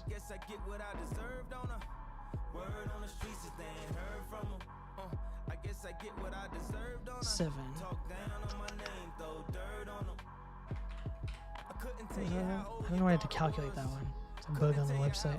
31. First time chatter says, I'm consumed by hate. Imagine voting for Kamala Harris, which already been in Biden office, promised a lot, didn't do JS though. That is the epiphany of stupidity. It's a big country, dude. I mean, a lot of people say imagine voting for Trump. Nebraska 1. There we go. Nebraska 1 is D plus 10 at 33%. Which is way out of line. Nebraska 3 is 39. At 17%. Nevada. Where's Nevada? Oh, Nevada didn't close yet. Yeah, I mean, I'm really, how do we feel about freezing row 6 on the spreadsheet? Oh, that's a good idea. That's better. Yeah, that definitely helped. Yeah, I'm really just looking at numbers and like trying to see what I can get from this, and I was hoping a narrative would emerge, but it hasn't. Nebraska. Oh, my air fryer's going off. We'll do behind the scenes. Hey guys, it's Tim Sexton here, and I wanted to take you behind the scenes of the $6.5 million election forecasting studio that we built just for election night 2024. So you can see behind me that we're in the break room. This is where, you know, the employees can come to hang out. We've got a couple of our employees here actually working on a late night shift. This is kind of where everyone can chill out and vibe before they, you know, get back to work crunching the numbers for election night. And over here is our TV, and it always remains off. You want to know the reason why? Well, it's because we have the most accurate calls in the entire election business. Watching CNN and Wolf Blitzer, he's just going to be picking up what we've already put out there. He's just going to be grabbing his calls from us, so we have no reason to watch TV at all on election night, so this thing doesn't even turn on. It's a reminder of how much farther we are ahead of the competition. We're so technology forward at this state-of-the-art studio that I want to show you something really cool. I still got time on the air fryer, sorry. Let's say I open the door and I shut it again. Even if I forget to lock it, look, it's gonna kick in automatically and turn the lock for me. Over here in our bathroom, you can see we've got everyone taken care of, right? My bathroom's over here. The cats will use this one over here, but no matter who you are, we've got you covered. So behind me in the room, this is the brains of the operation. Now this is one of the most powerful supercomputers ever developed for election forecasting. This was developed with the help of IBM, AT&T, MSNBC, and KFC. All came together to put money into this AI-powered machine built by AI and running AI to get up to 12 to 13% accuracy over the competitors in our forecast. Behind me here, this is where we load in all of our intelligence that we have, all of the data we have from the previous elections and from the polls. We put it all in these two areas. So this is all of our intelligence loads into this slot, and then all the polling data loads in up here. So then our election operators are able to use these knobs to adjust what are the election forecasts going to result for us. So, you know, we can put this rinse level up to high, and that might show Trump running the table in a couple states, but then, you know, we put it back down to a casual cycle. That might benefit Harris a little bit more. So we're going to be operating these adjustments all throughout the election, so you're going to see everything our model does. So you can see we've got a ton of equipment in this room, and it can get very loud and noisy in here. This is our command and control center where our lead producer sits and makes the updated calls every single time the data comes in. How does the data come in, you might ask? Well, that's what these machines back here do. So here you can see we're actually getting some live vote counts coming in. This is part of our test, but you know, this is how operations work. So as these voters return their ballots, you can see their number of votes for each candidate are updating live. There were up to 1.5 million votes for Harris, over 6 million votes for Trump already. Now this is just a test, but election night will be much closer. So here's something you really don't see too often in an election forecasting studio. We've got actually two computers here. One just for chat, that's just monitoring the stream health and the chatters. Then the other one, this is our real command operation center. And plus we are streaming on this one, so it's almost like 3 monitors in one. It takes a lot of time for people to really learn how to master a setup like this. And also in addition, you're seeing the technology. You've got the microphone. You've got the really expensive lighting system, the LED ring light. That's gonna really, you know, blow the budget on most people's production stuff. And those are the things we decided to spring forward building the studio. We knew it had to be the best. It really is so amazing to see how much technology we do have in the studio. Our staff are constantly being monitored. We constantly have the different updates that are coming in. That's another data point that's coming in. Now we're about 165 on blood pressure. That's coming down significantly. That might be a good sign for Harris, but it is early. You really never know what's gonna happen here. Still waiting on my food. It was just, I had to like shake it in the air fryer. That's why it beeped. I heard it beep and I was like, oh, it must be done. No, it's a 300 Fahrenheit is what they recommend. So it's kind of like a lower temperature air fry, but it's extra crispy. So you guys will see me eat it here. Still too early to call is what I'm seeing.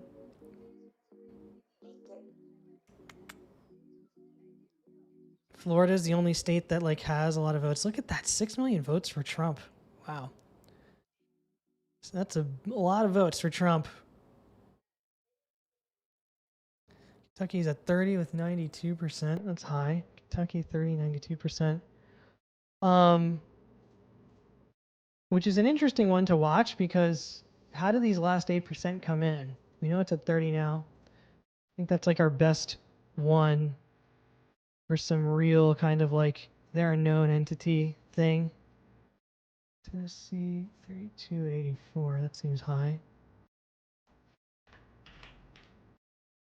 Yeah, like these numbers, this 32 number is way out of the range I'd expect. So is that I'd expect Harris, like I keep saying, I'd expect Harris not to do worse than Hillary. And let's go to Kentucky. Let's see what this story is on like the arrows in Kentucky. So Louisville is 203 here. 228 for Biden, 150. So that's like a better margin, 39. Better margin by a couple points for Trump there, and Lexington 5840. 59, that's about the 100% estimated in, oh, that's last time. 80, 56. 90, 58. Harris has to make up these ballots in the mail, like Biden did last time. And I wish I could see. Maybe I can. Can I see like vote share over time in Kentucky? It's like you saw how everything like really changed on the mail ballots last time. North Carolina also, like, they counted their mail ballots first, then it went the other way, I guess. These states became toss-up states. I don't know.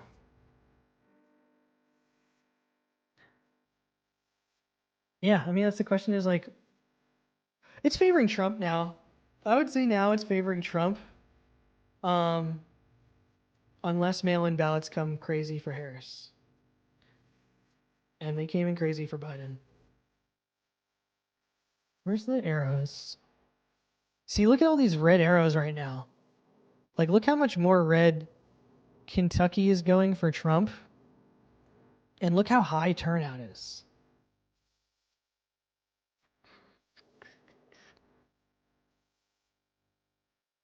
That's interesting. And the range is Trump 29 to 32.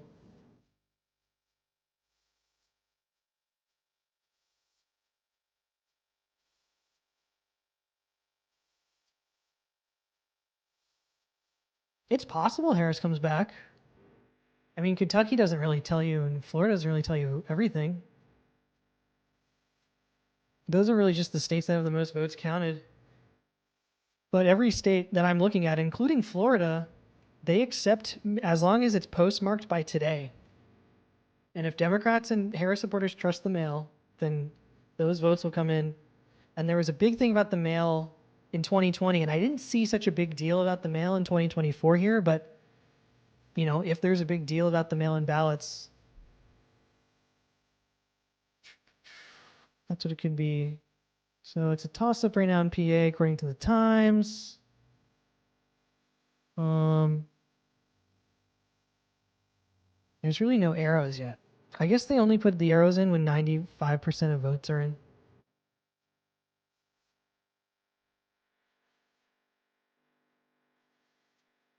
Rhode Island's an interesting one where it's like, why is Harris not winning more of those votes yet? 165 on the 2 in that county. Oh, why is it so broken down? I don't know, maybe they changed some stuff up here. Yeah, except this is the other thing. What remains is saying it's all blue. So this +9, other than Coventry County, is even, and Exeter is all going to come in blue. So the Times is expecting, yeah, +13 here. +13 would not be good for Harris. She really went closer to +20. Oh, where's this lunch? Can you guys? I bet you guys can't wait to see me eat.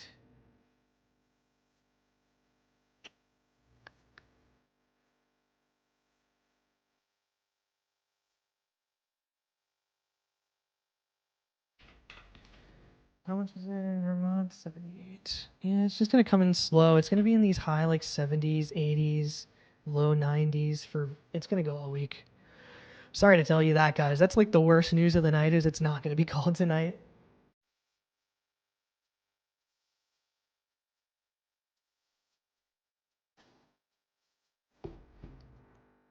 Texas. It's the same. So if I call Texas here, I think I match the media. 177. 178. What did they call it? They must have called one of these districts or whatever. It's Nebraska 3. Yeah, Nebraska 3 was called. What does my thing say about Nebraska 3? Nah, it's close enough. 3917. Yep, I'll call it.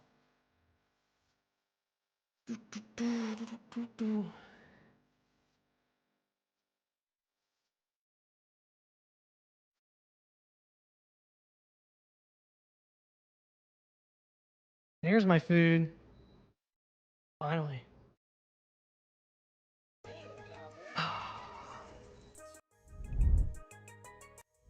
put it on the map.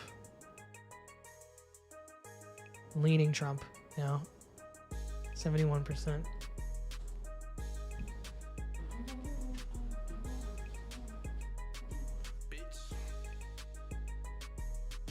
The government tried to ban me from the dark web. I downloaded Tor browser, then got back in. When they got a VPN, just bought another bin. I'ma keep searching these bitches on my site till I can slide a bin. This shit illegal, but it's green, I gotta get it in. I paid 5,000 for my fit, I'm not fitting in. If the bitch got dirty shoes, she not getting in. Bro can't move around with no straps, his case is still on pin. You can call me anything, we're broke, that's something I never been. I'm about to take your bitch to somewhere she ain't never been. You need to stop claiming the hood that you ain't never in. Niggas love running off of money, so I never lean. The hoes never ask you for no money, cause you always spend. The hoes never ask you for no money, you be bullshitting. You can ask your bitch about me, I'm a bull in it. I just bought a piece with $50 and got the fools with it. I'm about to buy a SRT and do the fool in it. I'm trying to do 200 up the freeway, I ain't got my permit. I just bought some op pack, got a wood and burned it. Like Chief Sosa, I can spend this money cause I earned it. At first I ain't know how to swipe, I took my time and learned it. Your bitch was throwing a pussy at me, but I had to curve it. I made my first 10,000, took that and turned it. One day my bitch got mad at me, took my clothes and burned them. The government tried to ban me from the dark web. I downloaded Tor browser, then got back in. When they got a VPN, just bought another bin. I'ma keep searching these bitches on my site till I can slide a bin. This shit illegal, but it's green, I gotta get it in. I paid 5,000 for my fit, I'm not fitting in. If the bitch got dirty It's dinner shoes, she not time. getting in. Bro can't move around with no straps, his case is still on pin. I shoulda got a gold medal the way I shoot my gun. If you see me on the scene while I'm shooting, you better duck and run. Sliding on niggas and shooting houses, I do this shit for fun. Every time I get How's everyone doing? I buy another gun. I'm still doing Everyone buckled in for a long, long night. I'll pop you and your mans with the same gun. My bitch keep telling Instagram we broke up, but we ain't done. Trying to copy He's explicit now. I got a lot of followers. I'm gonna shout him out. PCur27, thanks for the follow. Pack NYC, thanks for the follow. KG does props, thanks for the follow. Game Time Television, appreciate it. Oh, thank you for the raid. I missed that. Maximus, thank you for the follow. Apo Hussein, Nonish, and Jill Noslin. Thank you very much for the follow. David Sakaris, thank you for the 1 bit. You're currently the winner of the bit war. All right. See, it went back. Needles, needling. Needles, the needle is obviously better than my model.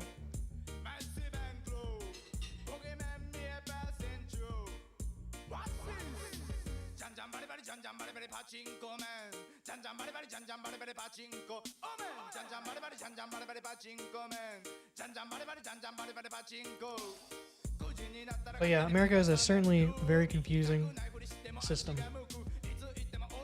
Georgia 5 at 77. Same, just frozen. Michigan 8 at 13. You'd expect a batch of that. Boy, it's frozen, frozen, frozen.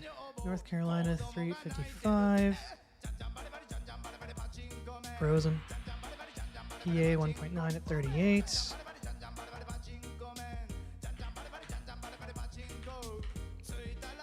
Something. And Wisconsin 0.9 at 32.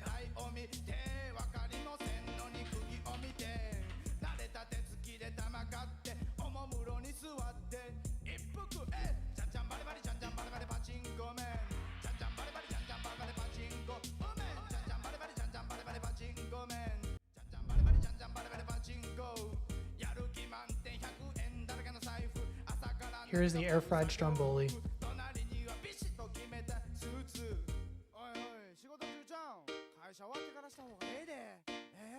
Almost lost it.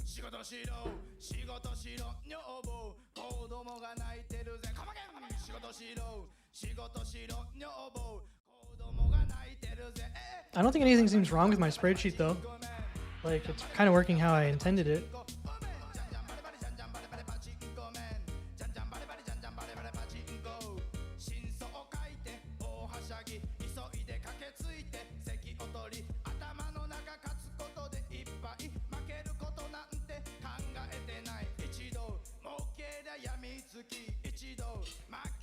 If the rest of the like mail-in ballots came in even, Trump would win. I don't think they will. I think like if we got everything up to like 70%, we put in a 10%, then, you know, things can change dramatically. On mail-in ballots. Again with mail-in ballots.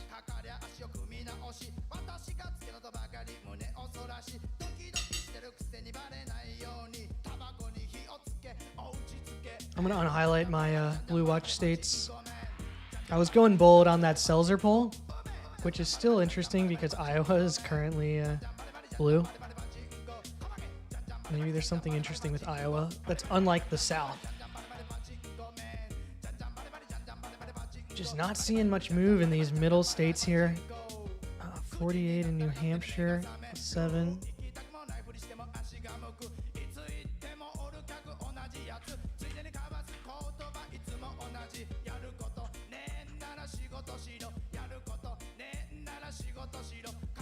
Rhode Island's our biggest outlier right now.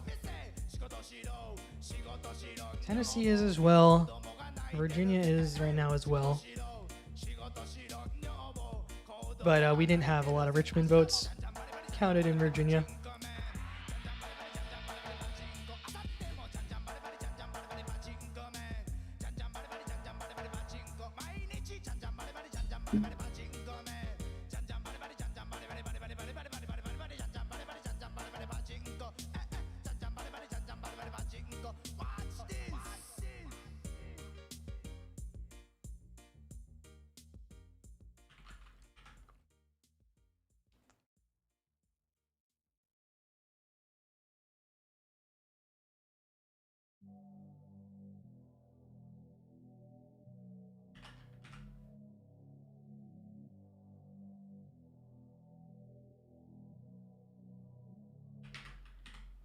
Hold up. Headshot. Sit down. Stand up. Pass out. Wake up. Fade it. Fade it. Nah, I done grew around some people living their life in bottles. Granddaddy had the golden flask, backstroke every day in Chicago. Some people like the way it feels. Some people want to kill their sorrow. Some people want to fit in with the popular. That was my problem. I was in a dark room, loud tunes, looking to make a vow soon that I'ma get fucked up, filling up my cup. I see the crowd mood changing by the minute, and the record on repeat. Took a sip, then another sip. Then somebody said to me, nigga, why you babysitting? Only 2 or 3 shots. I'ma show you how to turn it up a notch. First you get Jersey was the same. full of liquor, then you dive in it. Pool full of liquor, then you dive in it. I wave a few bottles, then I watch them all fly. All the girls wanna play, they watch. I got a swimming pool full of liquor, and they dive in it. So if you guys do type like exclamation point link, it should work on both YouTube and Twitch. Exclamation link or explanation sheet or explanation spreadsheet. You can follow this spreadsheet on your own. Because I'm telling you guys, this is going all night. This is not a Hot Pocket. This is a, it's that pizza like box company where they have the mustache. You know, I like it because it has a mustache. I used to eat them before the mustache. There you go, Rocco, with the link. And I would say, like, if you want to do it yourself, what I'm doing, because I don't have any automation for these results, because I don't want to program an API to like do it, then you can copy it.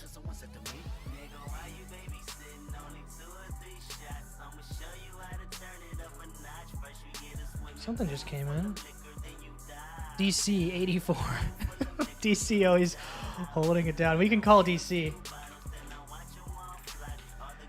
There's some 3 electoral votes for Harris, up to 102. I'm surprised the media hasn't called that yet. Rhode Island 978. Did I update that yet? Headshot. Sit down. Stand up. Maine, Minnesota, we have some results. 2% in though. Fade it. Fade it. 92%, and Minnesota is 15. 2%. Minus 15. And what was Maine? Minus 9. Did you get that? Oh no.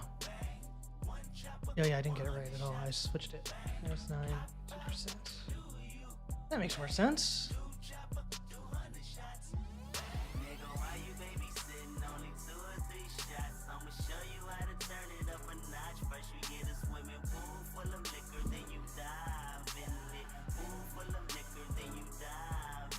Air fryer was a good investment.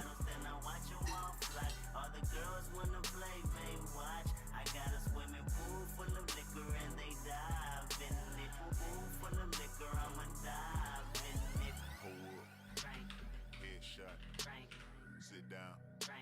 Stand up. Pass out. Wake up. Fade it. Fade it.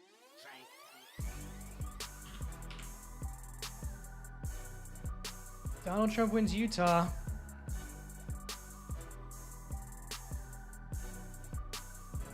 We'll call that.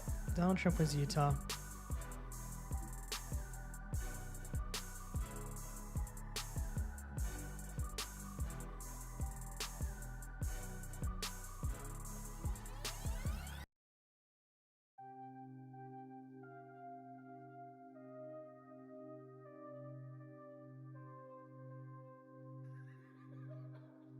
All these states are leaning D, likely R. North Carolina's the first one where they're saying lean R. Everything else they are saying, oh, Georgia, they're saying lean R.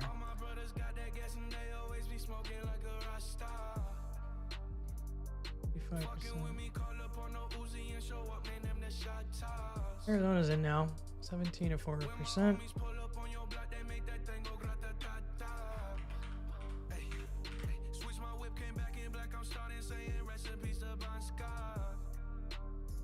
Rhode Island is still our biggest outlier right now.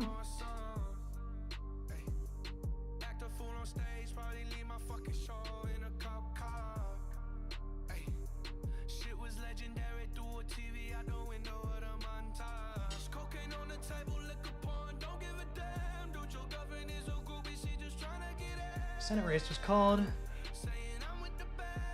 Iowa 32, Texas up to 70 at plus 12.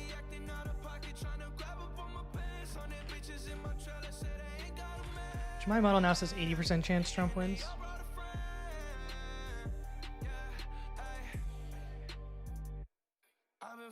That is the Dev John Wick cab, yes, behind me over here. This is my office for work, so after work I'll stream or whatever. I don't really stream that much, but I'm streaming here tonight. Because I'd be filling out the spreadsheet all by my lonesome if you guys weren't here.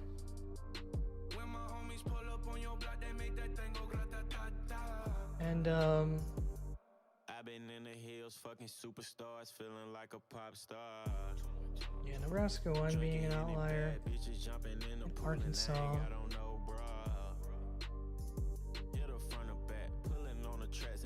Georgia is not out of line with everyone else. Despite them having a lot of votes, at 83% now. That just changed? Yeah, it did. How did that change the needle? Leaning Trump still. They still think there's a lot of votes in around Atlanta.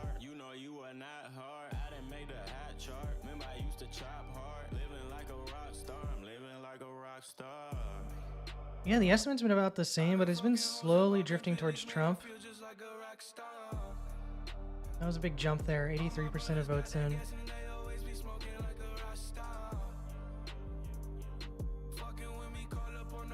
67% in North Carolina.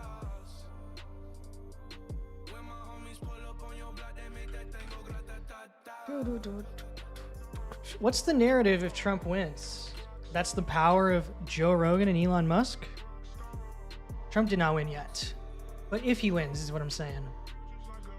What did it for Trump? No, I wouldn't have a Ripley's here.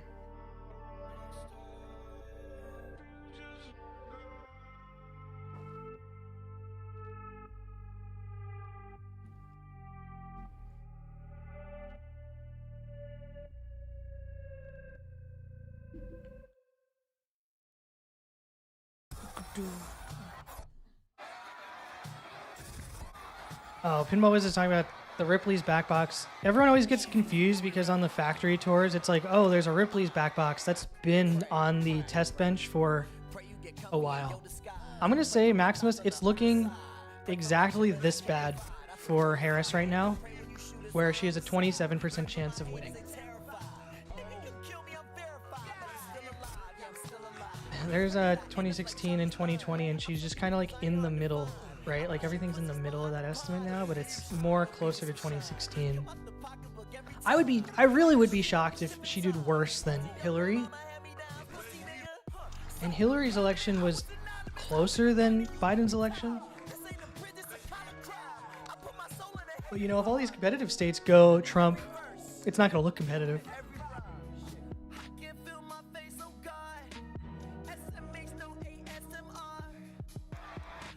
Let's look at Texas again.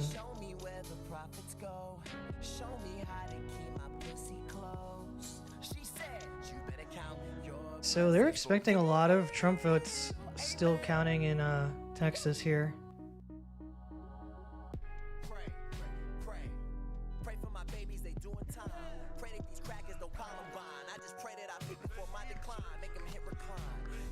It's a slight shift. I mean, these counties can go really Republican.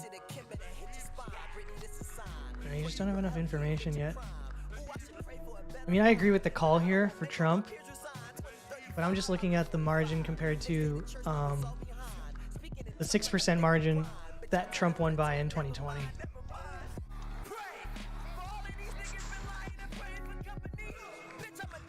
Toss-up still in PA, Wisconsin. North Carolina, they're saying likely Republican.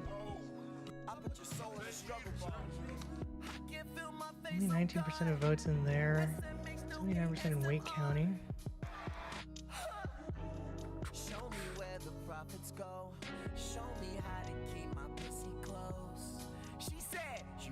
It's very close from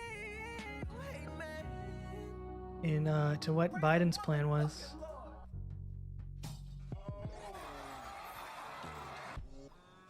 Greensboro.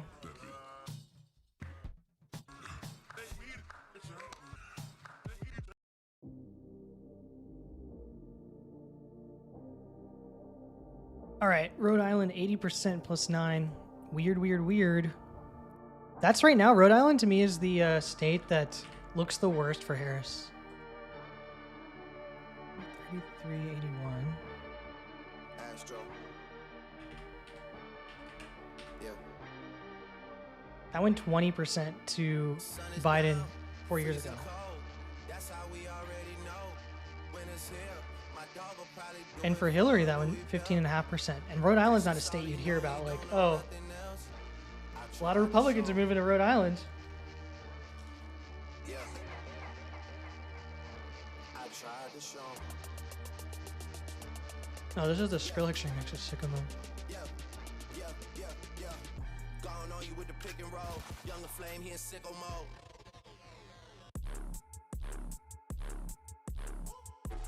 Made this deal with all the ice on in the booth. At the gate outside, when they pull up, they give me loose. Yeah, jump out, boys. That's Nike boys stopping our goose. This shit way too big. When we pull up, give me the loot.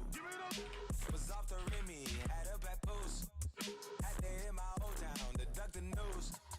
24-hour lockdown, we made no moves. Now it's 4 a.m. and I'm back up popping with the crew. I just landed in, Chase B mixes pop like Jamba Joe's. Different color chains, think my jeweler really selling fruits. And they joking, man, know they All right, media called Colorado.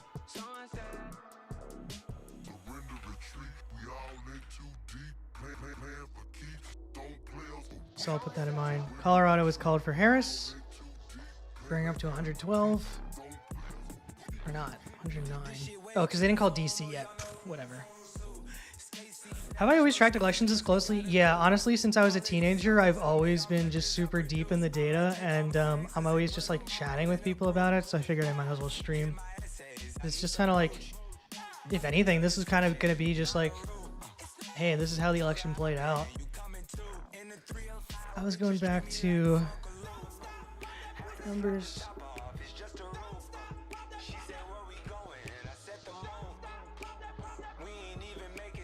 I mean, it's like if you want to win, you kind of, if an election's this close, you kind of have to do it yourself because of how long these American elections take. New Jersey 6 is weird. That's starting to get weird.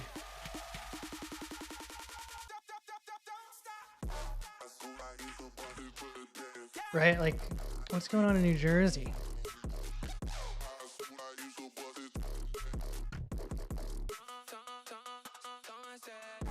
Ocean County really came in for Trump.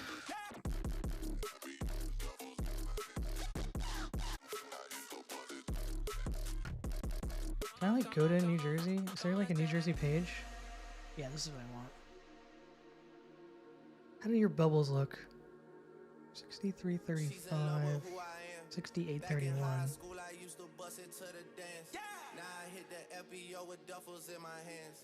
I did half a Zan, 13 hours till I land. Had me out like a light, like a light. This is what happened in Georgia last time. These big arrows to the left helped Biden. For the night, 767, man, this shit got double bedroom, man. I still got scores to settle, man. I crept down the block, made a right, yeah.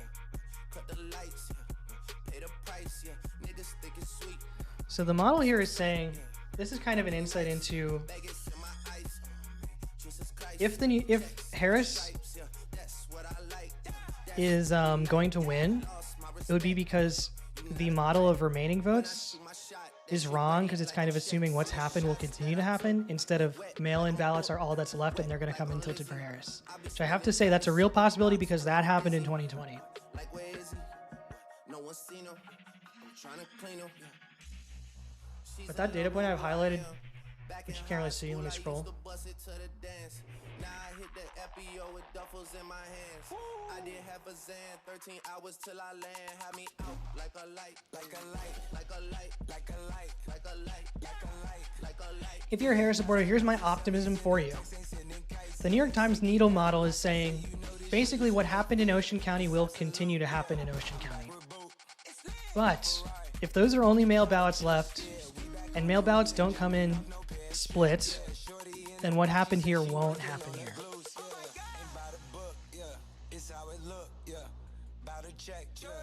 But is there any reason to think that's what's going to happen? I don't know.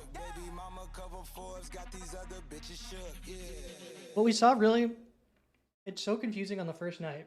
Let me chew. What's wrong, Kyle? Man, these kids, man, talking shit, making me feel bad. What we saw in 2020 was the batches of PA results every day coming in. And they were just going plus 50 to Biden every day. See these trees, man? You see this water?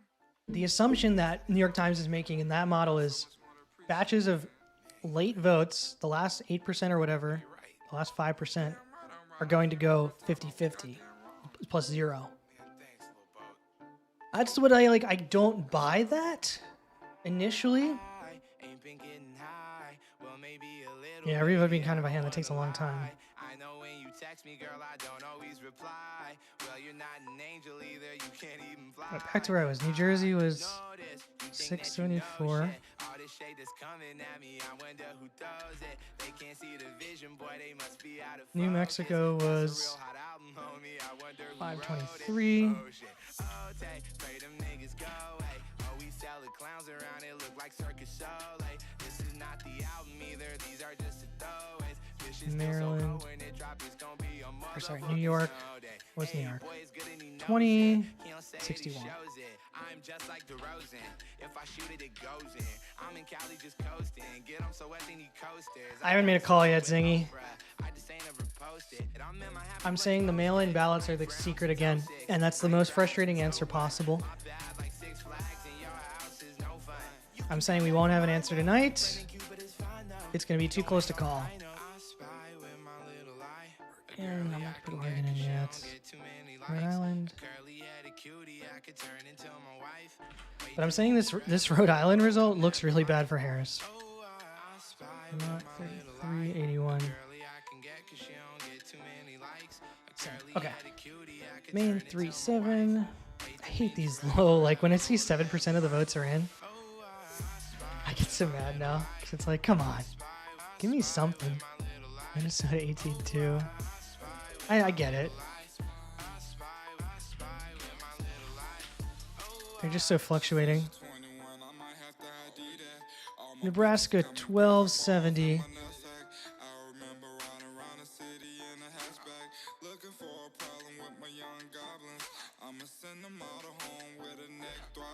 No, I'm wrong with Nebraska. What did I do? Nebraska 1 is what? 735. Nebraska 2 is... See, like, why is Nebraska so blue? 1270.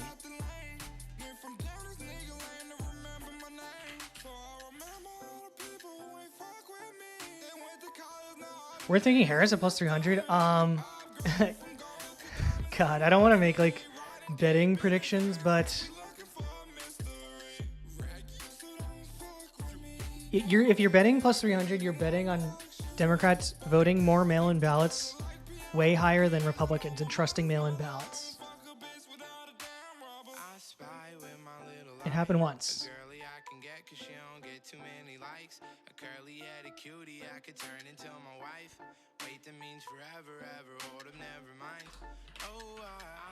Like these things though, then when I come in when Nebraska one is way tilting to maybe Trump's gonna win it. It's just like weird. Kansas is pretty close.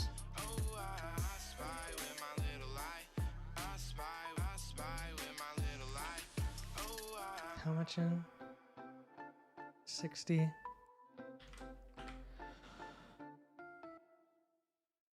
Thank you, Software Agents HQ. Appreciate that. Appreciate all the pinball compliments for sure, even though this definitely isn't a pinball stream. Arizona looks close now. I'm kind of behind. I've got to focus on either eating or entering numbers. Okay, Wisconsin, Arizona. Old ways, new women, gotta keep a balance.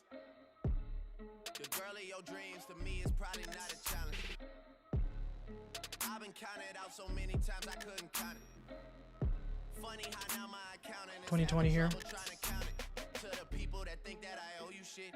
Payback's a bitch and you know that shit. Y'all niggas getting Thank you for the follow. Please don't think nobody notices. I've been up for way too Currently, many days. with half the results in Milwaukee, it's coming in slightly more than Trump would have had before. Nothing looks crazy different when you look at like what's halfway in than the Biden results. And Biden results look crazy different than Hillary results pretty early on. Which is honestly making this election boring because it's like Biden 75.5 there, Harris 73% there, 25% for Trump, 23% for Trump. I mean, it's like it's always just like if that holds straight or if mail-in ballots tilt. That's all it is. If mail-in ballots tilt for Harris, Harris could win. If mail-in ballots are even money, Trump wins. And Arizona.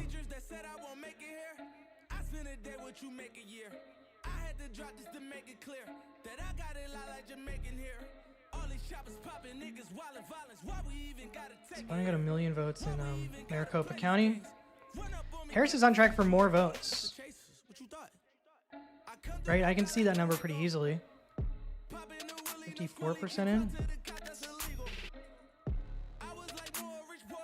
Looks like she's a better margin in Arizona. 63% there. Tucson would really help Harris. 52% in. When will we know? Probably like Saturday, to be honest. I think if Harris wins, they're not gonna be able to call it till the weekend, like it took with Trump. It'll take all the days that the mail-in ballots will count.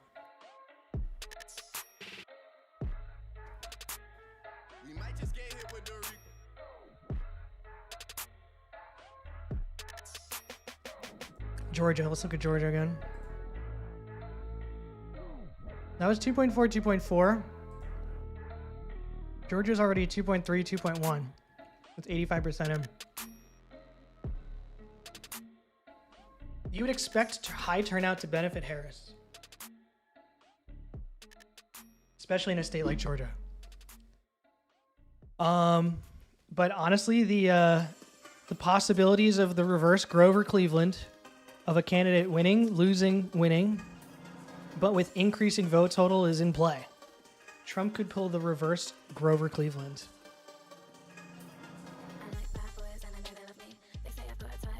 And then what does that say? I don't know. I don't understand the narrative really of a Trump win. It's like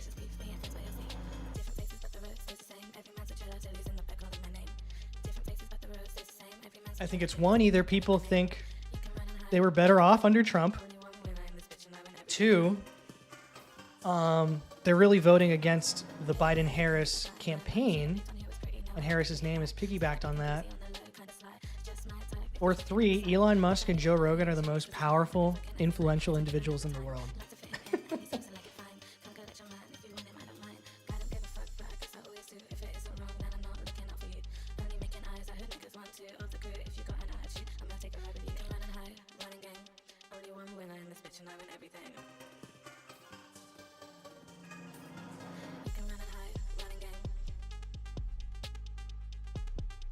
Iowa is minus 623.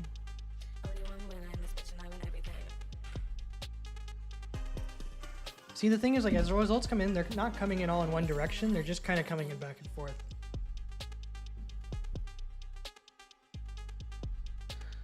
What about Pennsylvania? Allegheny County. Chester County. Chester County is an interesting one. Only 11% in now. 58 to 41, and this is coming in 55 to 43.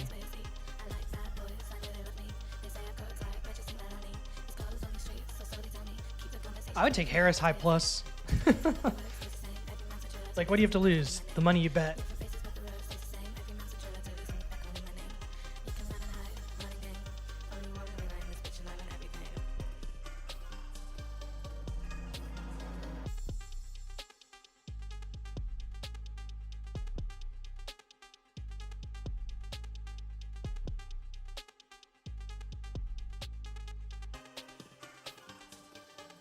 Looks like a Kentucky here.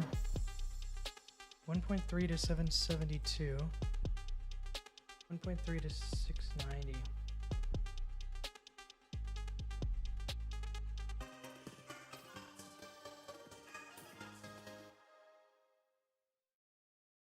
Midnight Eastern time on election night. Okay. How are they does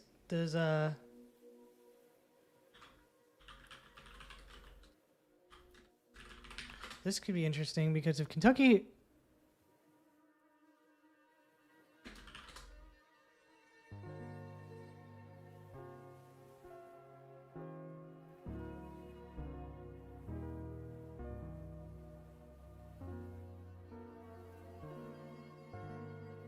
yeah, I guess this is it. So registration, dates and deadlines. Request ballot received by October 22nd. You have to return ballot by end of the day today. By mail. Well, that's for registering. When do you have to return the ballot? That's what I want to know. Can you return the ballot? Oh, you can. Received by. So they throw out ballots that aren't counted.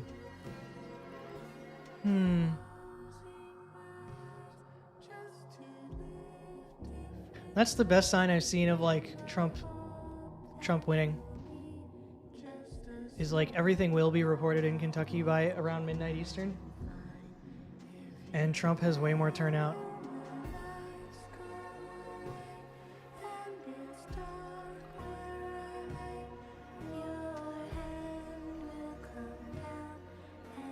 Arizona, just too early. Everything's too early.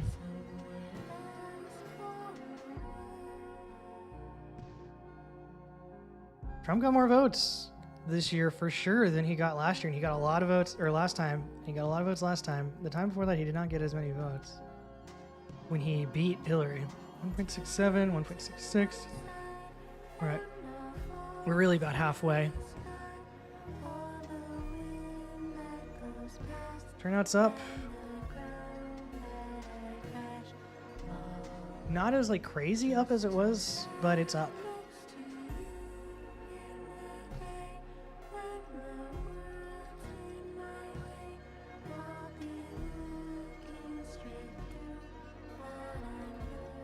Okay, Texas plus 14 now.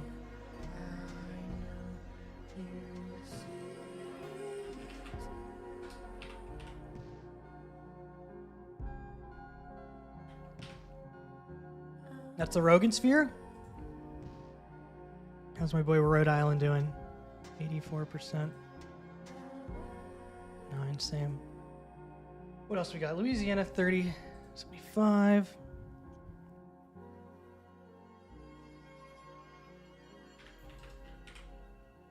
Wait, Louisiana was 75% in? Wow, okay. Like that, look at that. I would say, yeah, I think it's looking more likely for Trump now. 82% chance. Here's a Stromboli update. Stromboli's almost gone. I needed it.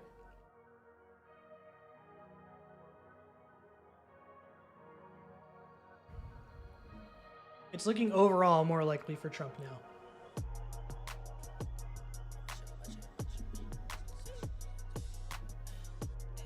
I'm saying Kentucky is really the state where the fact that they're not going to count mail-in ballots later kind of means that like Kentucky is definitely drifting more to Trump, maybe even more than they did against Hillary in the margin here. So that's the Hillary, that's the Biden, and that's the Trump right now.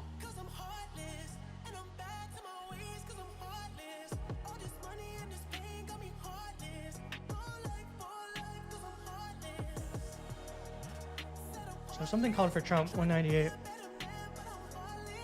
Oh, Montana, Wyoming.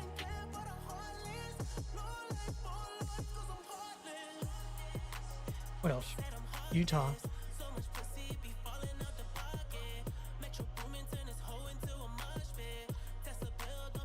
North Dakota, South Dakota.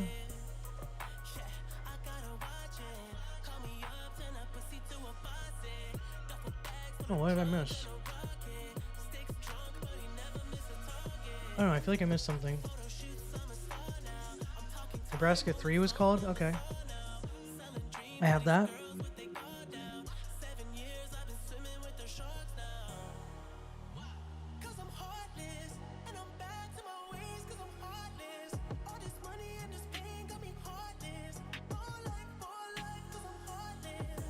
Let me go back to this. Here we go. Back to the numbers, 82% chance.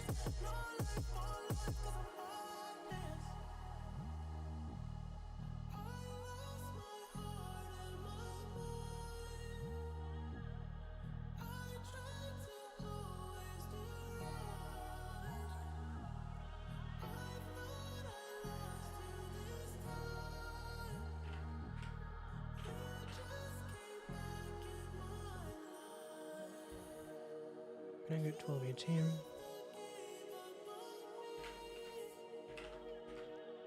Alright, start with Bama.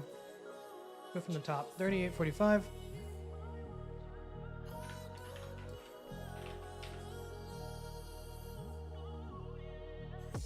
Arkansas, 28, 64. These are coming in. Thank you, Zen. Yep, the mukbang video. I didn't realize I wasn't on the spreadsheet.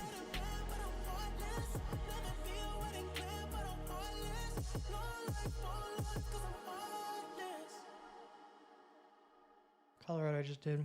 Connecticut.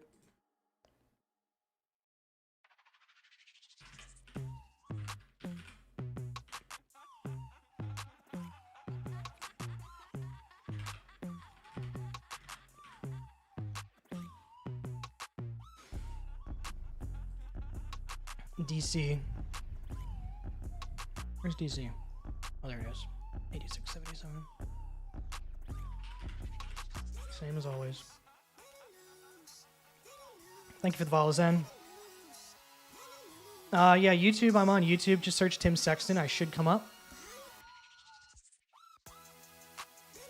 All right. What state are we up to? Florida. 1395. And Georgia. It's 3 seed. That's come down. So how does Georgia? Let's see. Georgia's got 91% in. Okay, so they're saying very likely Trump. They're actually saying the margin's a little higher. They're not giving any real Kamala chance. So 341, 131. I think Georgia's very interesting. 31. Trump got a lot of votes. And Harris maybe just did not get enough votes. Ooh, thank you for the subscription, Zen. Appreciate that. Oh, you're going to be in that newest subscriber panel soon. That was my goal. 1 subscriber. I got it. Appreciate it, Zen. Thank you.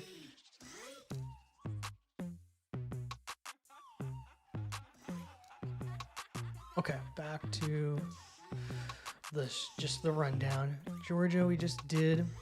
Hawaii, not in yet. Idaho wouldn't be closed yet.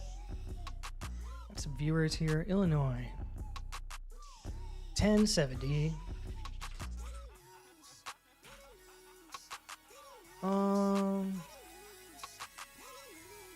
Indiana, 2083. That margin of 20 has been like locked in for Indiana for a really long time.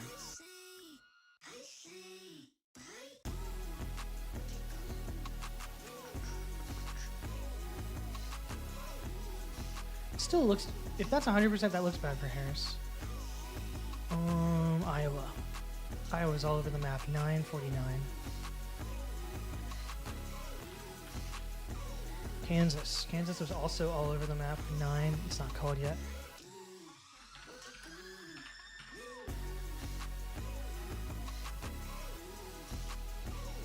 Kansas right now, one of our bluest states. In Kentucky was 31. Wow, 31. 95% in. That's a bad sign for Harris. How has Utah been called? I can tell you exactly how Utah's been called with 0% of the votes in. So in 2016, they lost. They went to Trump by 18%, and in 2020, they went to Trump by 20%. The New York Times is generally taking about 15% as like the margin of error. Like the votes would have to shift to a candidate by 15% or more. They don't think that's possible in an election, so that's why they're calling 0-0 full to Utah there. So just like it's just based on prior years, and you can see states don't really go crazy off in one direction, except so far Florida did go 9 points, almost 10 points off in one direction, but that's not 15, you know, and that's not 20.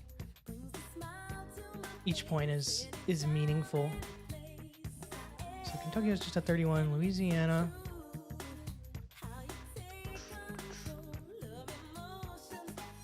$30.78.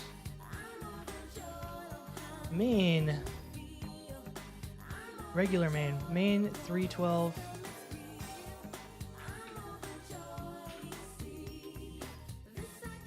Every Trumpster moved to Florida during COVID. Pass.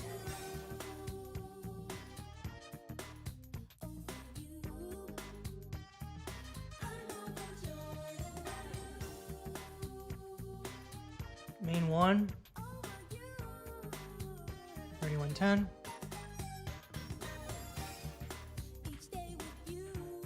I'm not gonna call it yet, but the media might. No, they haven't. Maine 2 is 1914.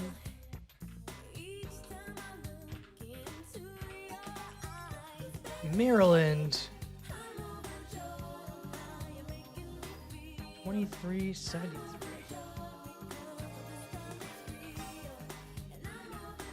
That one's also a very bad sign for Harris to not win Maryland by like 30 points. Massachusetts 2639.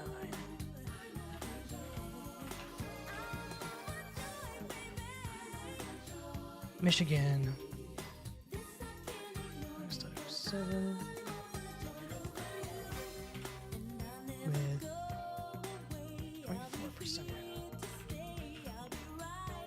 Minnesota 21-4. I don't want Minnesota yet. Minnesota should go blue.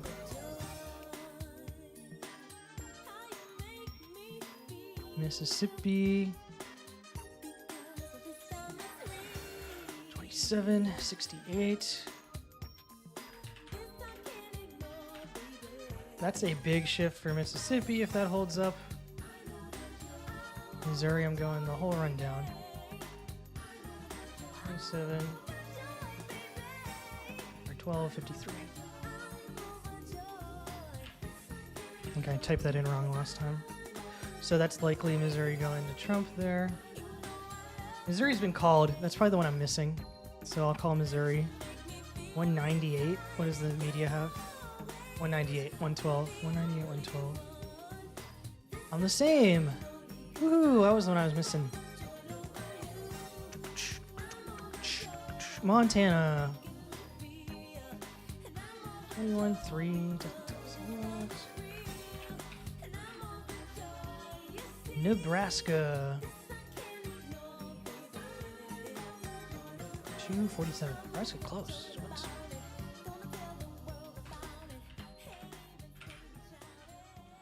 Nebraska 1. D2 44. Nebraska, weird. 244. Nebraska was called for Trump, even though it's -2. Same thing as like Utah, where it's like, okay, eventually that's going to go in favor of Trump. Nebraska 344, 27.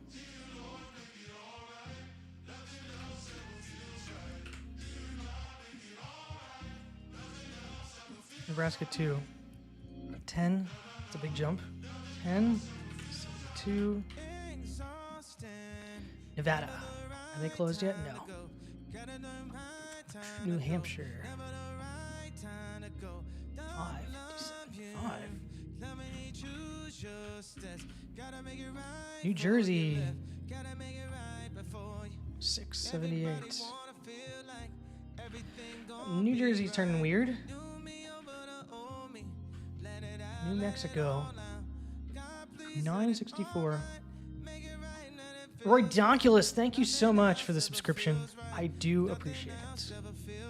Despite the fact that I stream about once every 8 years, I do appreciate it because it's a Prime sub. Yeah, it'll expire at the end of the month. That's the way you should do it, guys. I'm not like really gonna beg for money, but if you do have a Prime sub to drop my way, that would be really cool.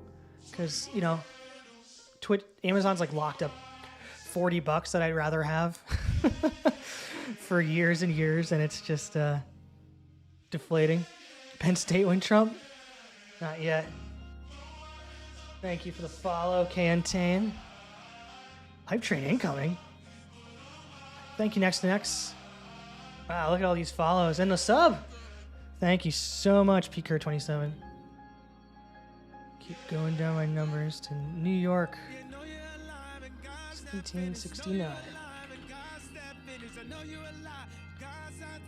North Carolina, 385. Well, it's coming down. It's getting tighter. But the state that's tilting more Harris than the rest, with higher vote total in. Interesting. North Dakota, because that state is critical for Harris at this point. 42, 49. The big flaw of this model, too, is I really highly weight small states, too, but I think Florida being kind of evenly weighted maybe cancels that out. Ohio. 1383.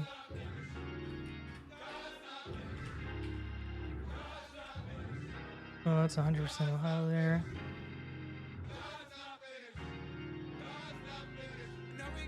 Oklahoma.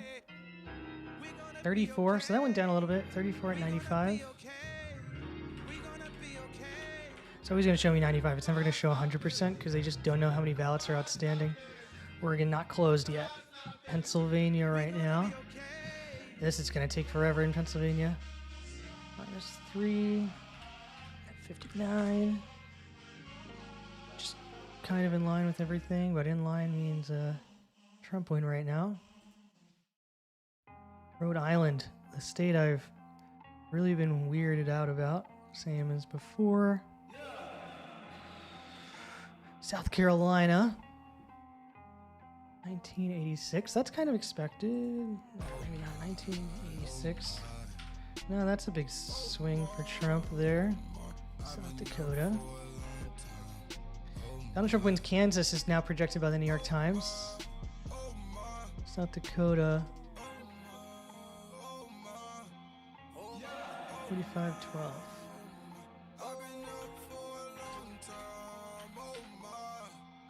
Kansas. We're going with, I have 50% now, so Kansas for Trump. Tennessee, which was an interesting state, 31-94, down a little bit. So the final hour, some states are coming down a little bit. Trump is now projected to win Iowa. The only way like they can call it tonight is if Trump's gonna win. Yeah, if you're a Harris fan, you'd probably be bummed out right now. I don't blame you. If you're a Trump fan, you'd probably be excited. What am I? People who know me in real life know, but I haven't said anything one way or another because I'm an analyst. I'm a professional here. 85% West Virginia, minus 43 and 85%. See, that's going the other way. That's going more Trump. Let's get some 80s. Wisconsin. Minus 1.5 at 56%. Last is Wyoming. Didn't Wyoming close? It did 42-12. Wyoming's the most red state. All right. After my wrap up here, I am seeing things looking good for Trump.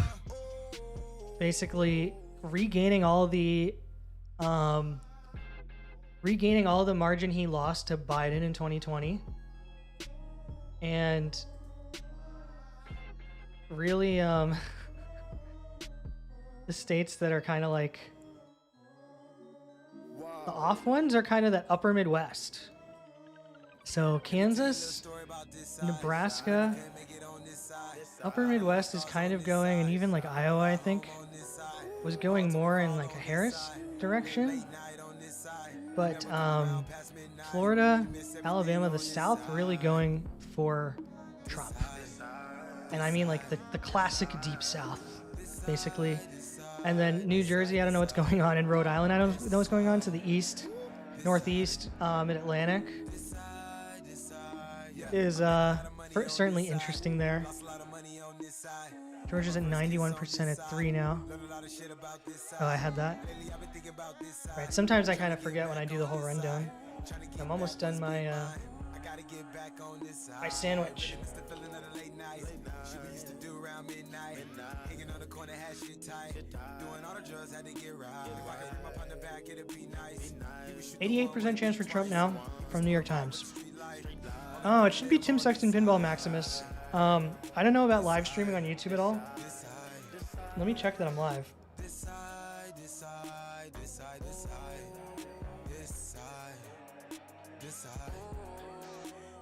It does say I'm live on YouTube.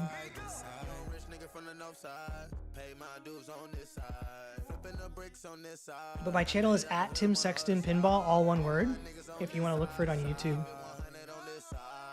I'm definitely still live, and the health of the stream has all looked good. 525 uniques on YouTube have tuned in. Appreciate all of them. My chat on YouTube's not really doing much. It's much more active on Twitch, because I think Twitch is just way more interactive for live streaming, but I figured I'd do it on both. See that Mino just went back to 85%. Something just happened. 3% at this point seems like a big shift.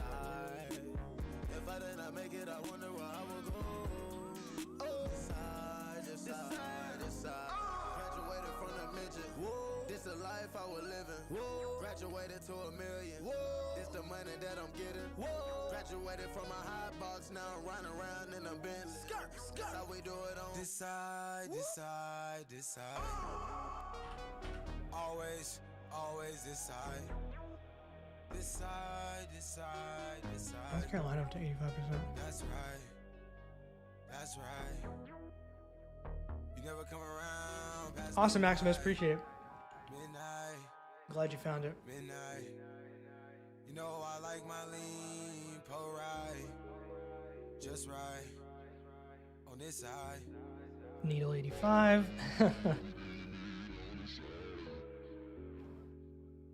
So my thing doesn't say like it's leaning Trump yet, which is interesting. Alaska's obviously at 0. So like anything at 0, Arizona is not leaning yet. California, that's going to Harris. We know that. When do those polls close? 10 p.m. And then Hawaii, Alaska. So our last 4 on mainland states close. Then Nevada should be closed, but there's nothing in yet.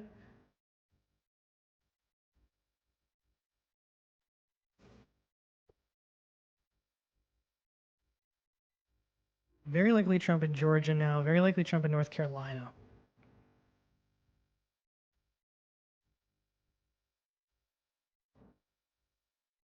Iowa's called. Did I have that?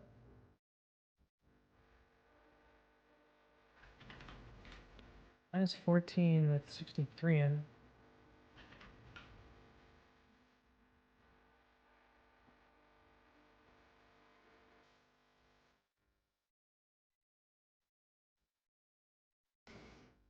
Maryland, 22.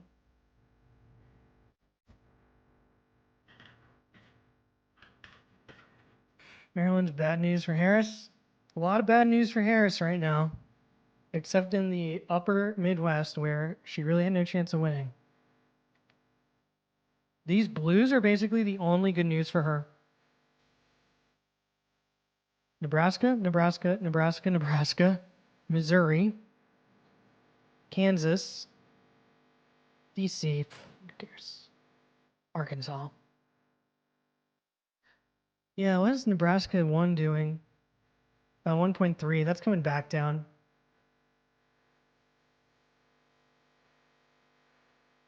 No, wait. That was the same? 45%.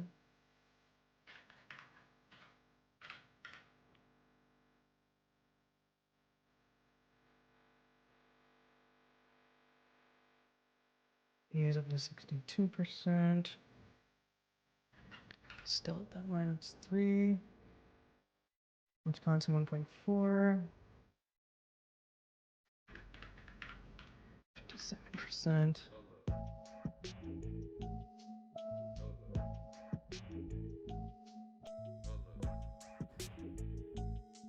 I don't really know how they break down this Nebraska district results. I guess it's kind of like this collar thing. No votes in there. It's all District 1, I guess. Yeah. I mean, it's a... Yeah, very likely Trump winning. I mean, they have a chance of Harris winning.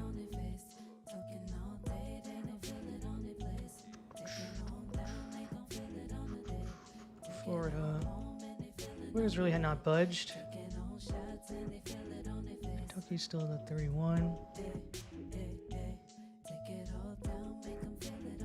It's 19 in Indiana, 86.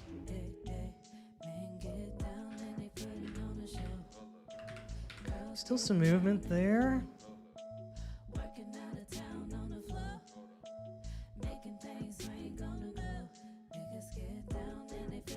A little surprised Trump would have won Fort Wayne. I guess that makes sense. 54 to 43. 55 to 43. It's just so similar.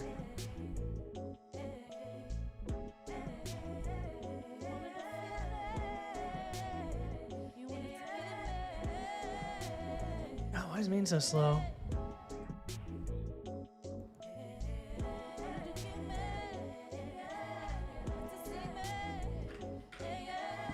My spreadsheet's really laggy. What I predict to happen with Georgia, I'm going to say my official predictions are pretty in line with the needle right now. So I think this very likely Trump is true. Trump is very likely to win Georgia. I don't see Harris getting enough votes in Atlanta. No, wait, what is the Senate? I don't want Senate.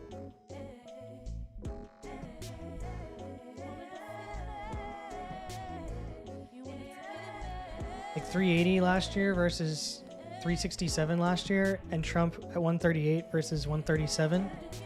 That's Trump already has more votes than he did in Atlanta last year, and Harris has less than Biden did.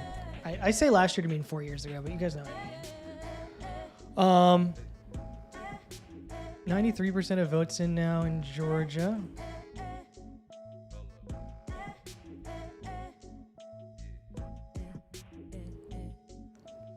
Come on, spreadsheet. 93.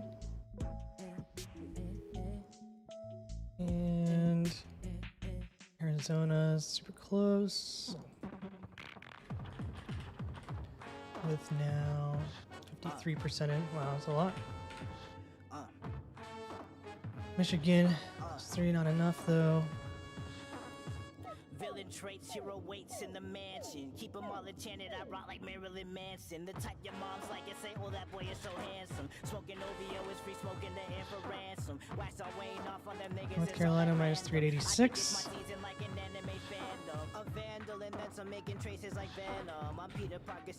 North Carolina is also looking, leaning a lot towards Trump. So Georgia right now, my forecast is 85.7% chance that Trump wins it, which is a likely category. Oh, and then somehow I've called more than are leaning, but that's probably because of like Utah and stuff.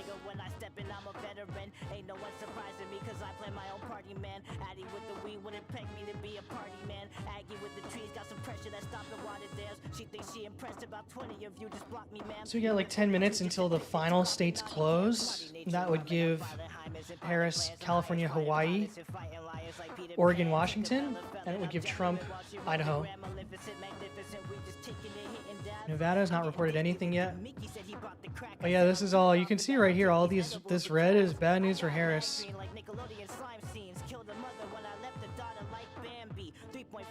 I don't know what's going on in Minnesota. I don't really look at results when they're like 9% now. Yeah. I mean, I just was saying like the urban turnout needs to be super huge for Harris to win, considering Trump just keeps getting more and more votes. He is legitimately pulling the reverse. Grover Cleveland. Where's the needle at now? 82%. It's going back a little bit, which is weird. It was at 88%. Now it's at 82%. Which I don't know why. This thing's much more responsive than me. Maryland 22 at 77. Yeah, see, that's not good for Harris. Illinois 9 at 77. That's really not good for Harris. But Illinois definitely like takes mail-in ballots later. And it's already been called.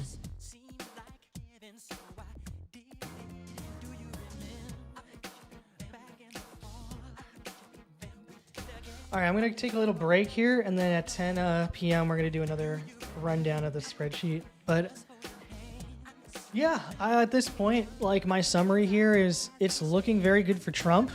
It's not over, but it's getting harder and harder to see avenues where Harris wins, is what I'm seeing.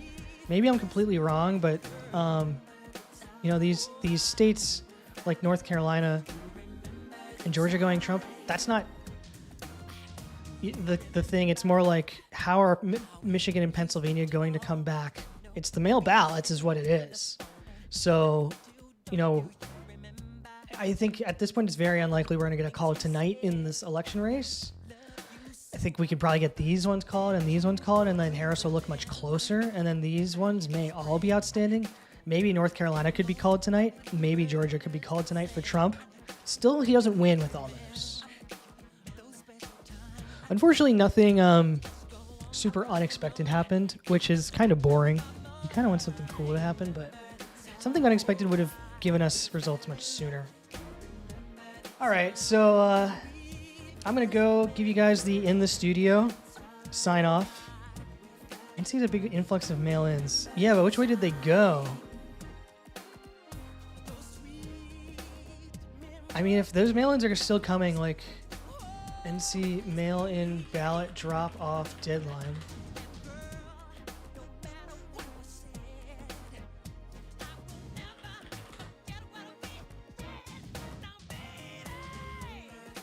See, the mail-in ballots had to be in the mail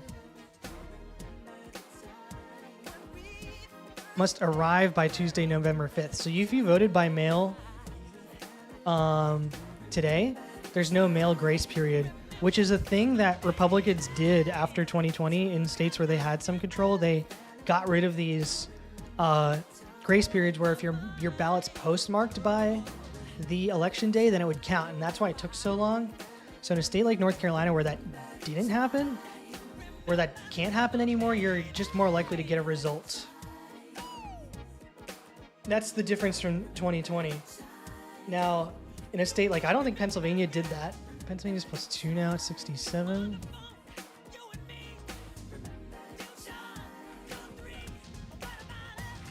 So, Pennsylvania ballot drop off. Postmarked.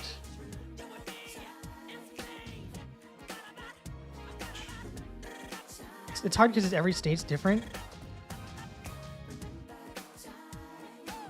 Oh, so postmark is not sufficient. But it...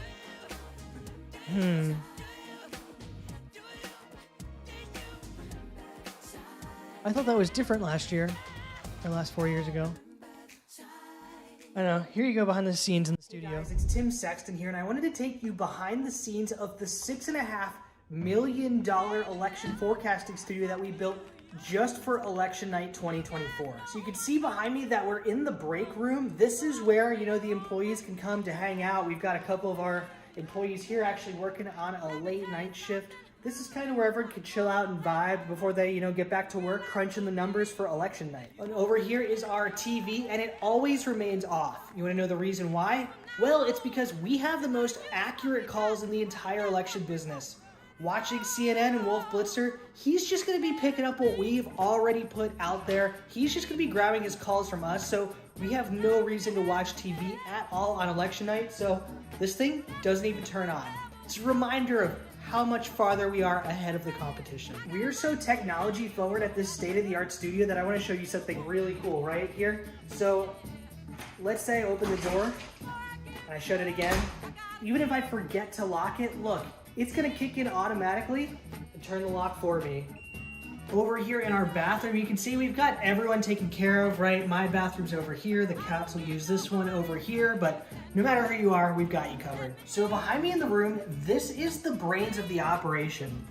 Now this is one of the most powerful supercomputers ever developed for election forecasting. This was developed with the help of IBM, AT&T, MSNBC, and KFC, all came together to put money into this AI-powered machine built by AI and running AI to get up to 12 to 13% accuracy over the competitors in our forecast. Behind me here, this is where we load in all of our intelligence that we have, all of the data we have from the previous elections and from the polls. We put it all in these two areas. So this is all of our intelligence loads into this slot, and then all the polling data loads in up here. So then our election operators are able to use these knobs to adjust what are the election forecasts going to result for us. So, you know, we can put this rinse level up to high, and that might show Trump running the table in a couple states, but then, you know, we put it back down to a casual cycle. That might benefit Harris a little bit more. So we're going to be operating these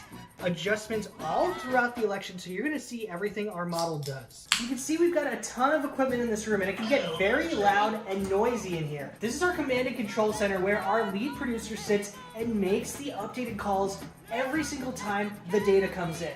How does the data come in, you might ask? Well, that's what these machines back here do. So here you can see we're actually getting some live vote counts coming in. This is part of our test, but you know, this is how operations work. So as these voters return their ballots, you can see their number of votes for each candidate are updating live.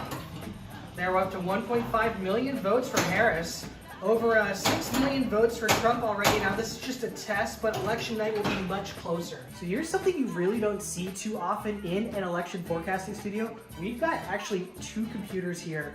One just for chat, that's just monitoring the stream health and the chatters. Then the other one, this is our real command operation center. And plus we are streaming on this one, so it's almost like 3 monitors in one. It takes a lot of time for people to really learn how to master a setup like this. And also in addition, you're seeing the technology. You've got the microphone. You've got the really expensive lighting system, the LED ring light. That's gonna really, you know, blow the budget on most people's production stuff. And those are the things we decided to spring forward building the studio. We knew it had to be the best. It really is so amazing to see how much technology we do have in the studio. Our staff are constantly being monitored. We constantly have the different updates that are coming in. That's another data point that's coming in. Now we're about 165 on blood pressure. That's coming down significantly. That might be a good sign for Harris, but it is early. You really never know what's gonna happen here. Here's my little video. Some calls just came in for the 10 o'clock results. So California went to Harris. We have Washington was called for Harris, and we had Idaho come in for Trump. So make sure I'm updated with these. 179 to 14, 178. So what did Harris pick up as a one-pointer? Main one. Okay, main one into Harris. Alright, so I've been doing my rundown of just like going back to the numbers here. So is California anything in yet? No, of course. Just close. Colorado is next. 1269. That looks pretty good for Harris. Connecticut, 1024. It's weird to see those numbers come down at all away from Harris as in blue states. Delaware is 1495, over 95. Delaware's counted. Illinois 9. Okay, so DC 86, 82. Yeah, that's gonna be this locked in every time. Florida 35 still, and still about the same numbers. The 6 million for Trump. Georgia 393, same. Hawaii's not closed yet. Idaho just closed. Idaho was called for Trump, which I agree with. 30 points, 31 points in the past two elections. Appreciate the follows, subs. I'm trying to get Streamlabs to work so these things actually update. How do you get stream labels to work?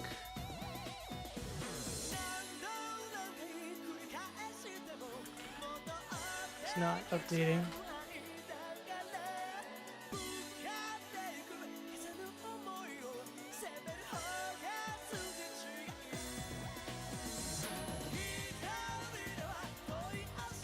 I probably messed this up, which is, yeah, I don't really use this. So like I have this information here. How do I use?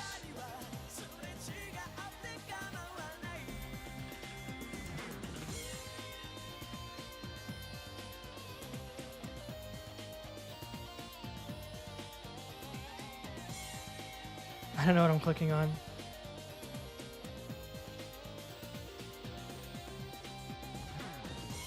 Alright, I'm exiting out of that. I'll figure that out next time, but for now I'm going to hide this newest subscriber box.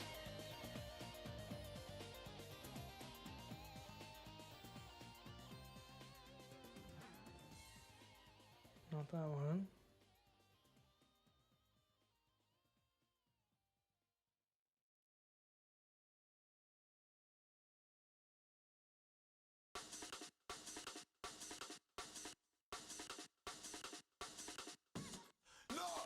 I guess it's just gonna be here. Whoops. Alright. Illinois. 78% in. Very bad sign for Harris. Indiana.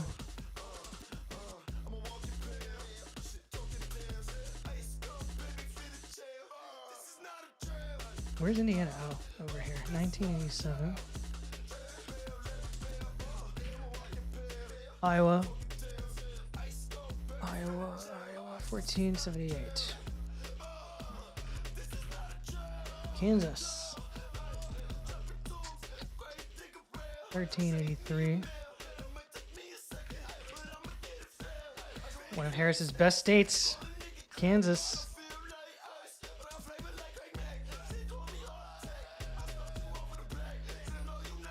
People seem pretty tired.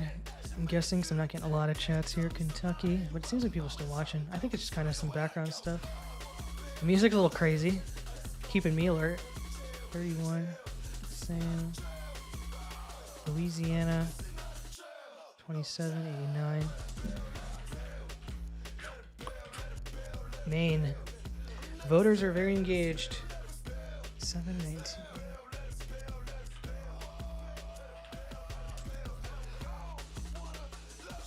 Maine won't be called yet. Maine 1, 3418. Interesting that that's so high. And Maine 2 is 1821. Very split there in Maine.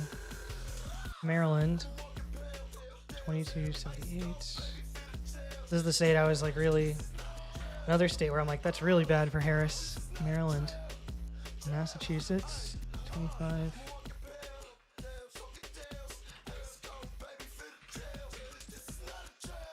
Okay, that's a little bit better than it was. New Jersey 5. Why is New Jersey 5? Wow, that's crazy. New Jersey may... Sorry, I just saw that I had to jump. One of Harris's worst states, New Jersey. I mean, she's got a lot of bad states. Trump lost to Biden, and Harris could not get as many votes as Biden, and Trump got more.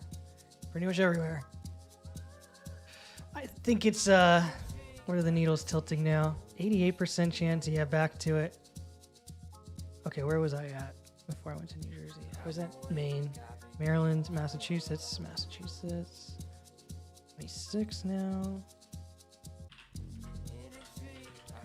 Michigan, 5. Minnesota, it's 2311. Mississippi. This is a good song.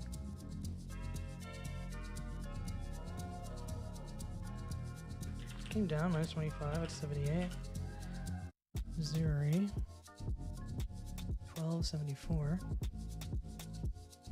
That's interesting. Well, another one of good state for Harris. So there's some information here that's actually looking kind of good for Harris, but mostly it doesn't. Montana.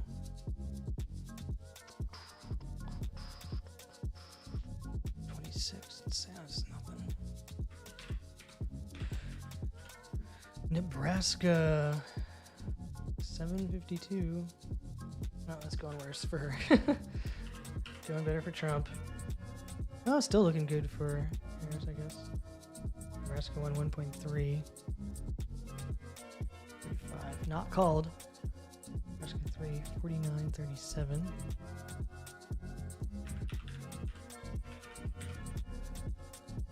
Super Trump, that one. North Dakota 42. Wow, that's huge.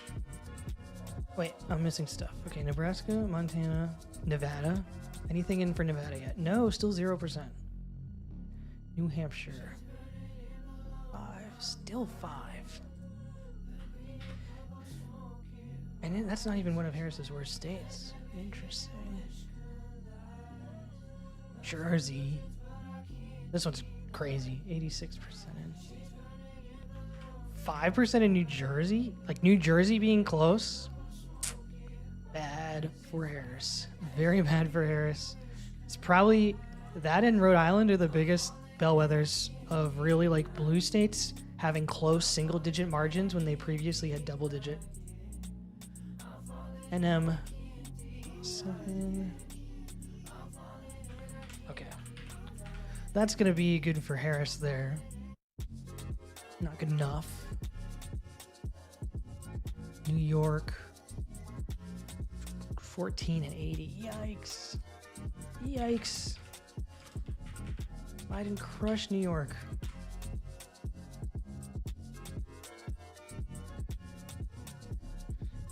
And 88. Leaning Trump there.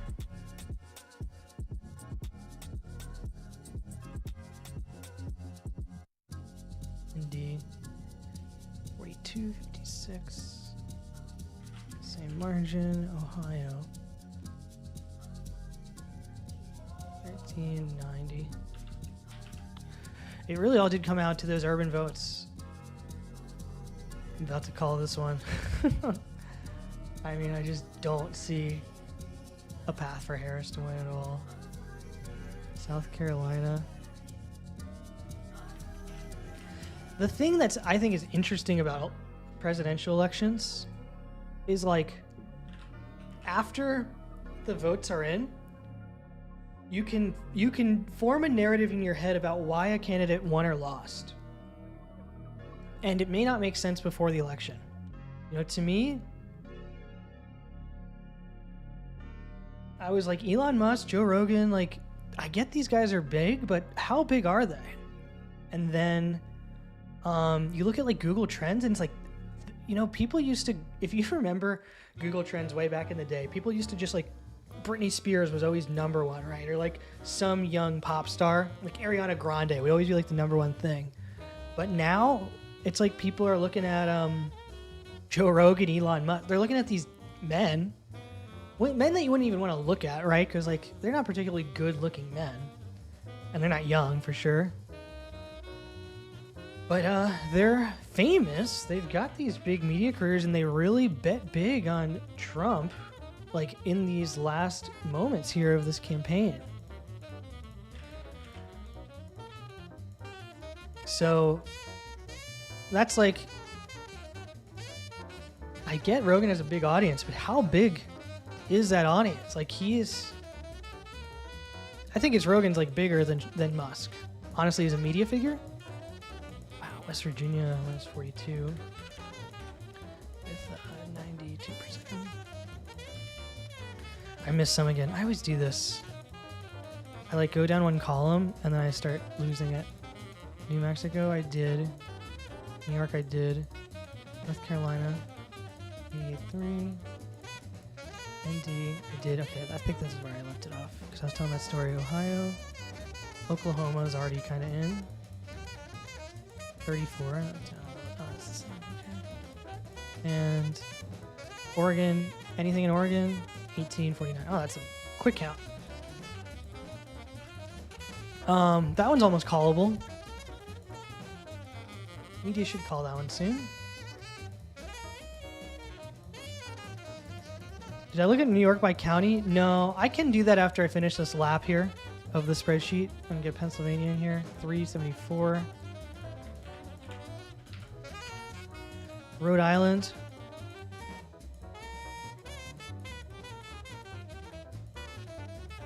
$9.84. That was the state. I mean, it's the same. You rescind your subscription. Your name was never in the bar. It was always Vulgar Tooth, right? Or was I wrong? It just never worked.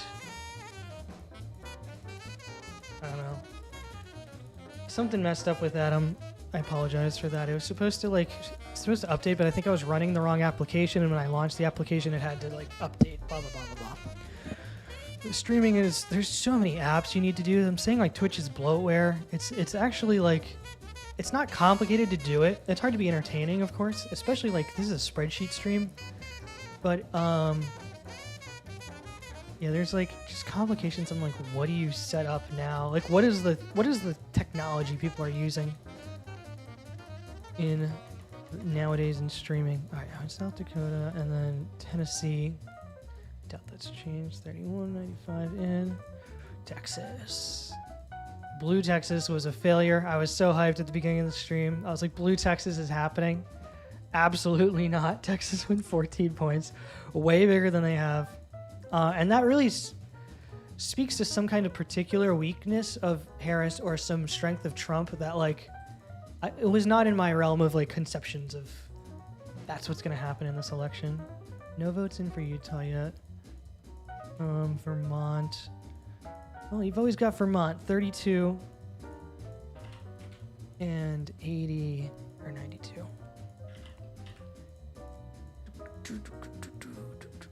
Virginia, 1.7, 82. Virginia will go Harris. but that's yeah, very likely to. Okay. Washington. Anything in for Washington yet? 2441. Yeah, those are quick. 2441. The West likes Harris way more than the East does. I can tell you that.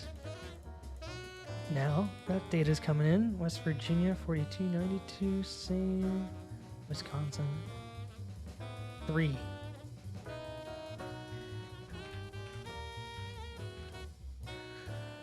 Wyoming, 3154. Stream Elements took a dump and it stopped working. Yeah, pretty much. It like did this whole update and it complained to me, and then yeah, I don't know why Stream Labels doesn't work. How to use Stream Labels. Please don't have a video tutorial. Add Stream Label source. In the label source. Okay, so I think I'm gonna go to Streamlabs again. And I have to like say add source stream labels. And then that'll hopefully do it.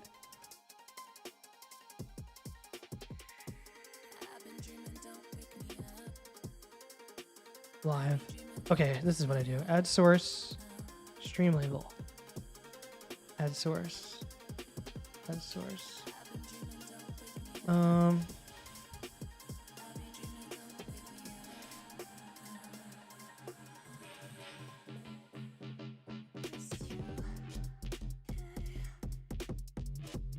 See, why is that wrong though? Where is this coming from? Oh, this is not Notepad capture. Is it Notepad capture?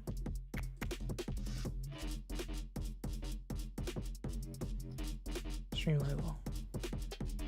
So how do I...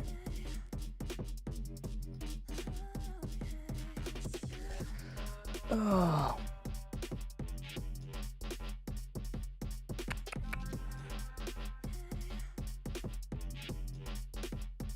I'm looking for it. Someone asked me for something else.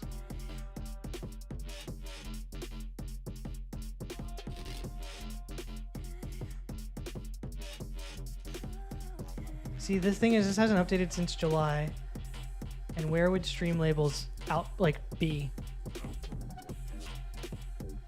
I'm not gonna show you like my whole computer here. See, program files.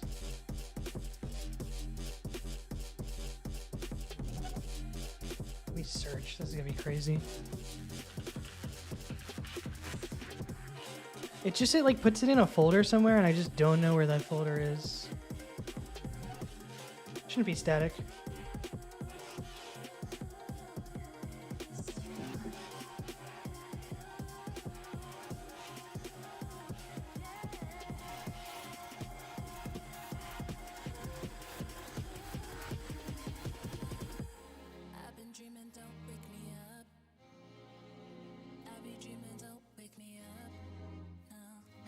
I don't know. Whatever I did before changed, I'm giving up on it.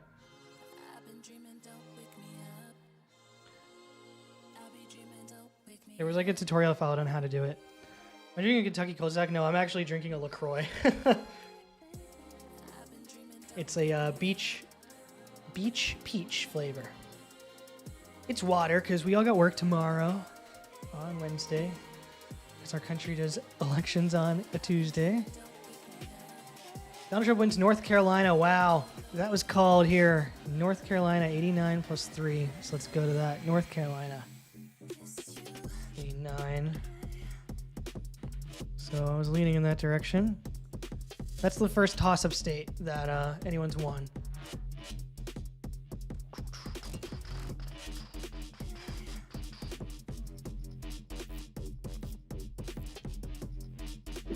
Um...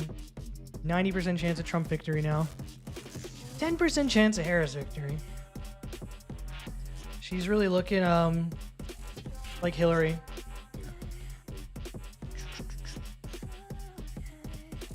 Yeah, this is basically what I'm seeing from Nate Cohn, and Nate Cohn's I respect him a lot. Very good data analyst, and he's really the data engineer behind all this stuff. A lot of vote left in Milwaukee, Detroit, and Philadelphia, but for Harris to win, she would need to outperform Biden's numbers there in 2020, and so far she's underperforming Biden's results just about everywhere in the country. it seemed coming into today that she wouldn't need to outperform Biden because there's no way, right? Trump, he got so many votes in 2020 when he was incumbent. For him to get more votes in 2024, not as incumbent, seemed unlikely. That's not what happened. Trump got more votes in 2024. We can see that. Florida was the first day we saw that. He got 6 million votes compared to 5.6 million a little while ago, but we're seeing everywhere Trump's got more votes. And it was interesting because like the late days of the campaign, there were stories of panic in the Trump campaign and people leaving his rallies, but I think people made up their mind early in this election. And people were more motivated to go to Trump, clearly. That's my read on the situation. The media is going to have a different read on the situation, but there's a couple other things that I think will really come out of the data of the exit polls, which is how much did young people go from Biden to Trump, like overall, and how much was turnout? Because Biden ran a campaign that was very focused on young people, or more so than Hillary's was. And Harris really did not. So that's a thing. But also Trump did. Trump ran. Arizona's surprisingly close. It is very close. But they're saying leans are. Trump ran a campaign focused on young people. And everyone thought like, oh, young men, getting them to turn out's never going to work. But it seems like it worked.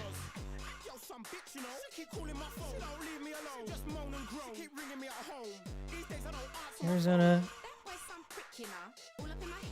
It's been the same. I mean, just nothing's come in. It's the same as I have it for a while. KJ does props. Thank you for the follow.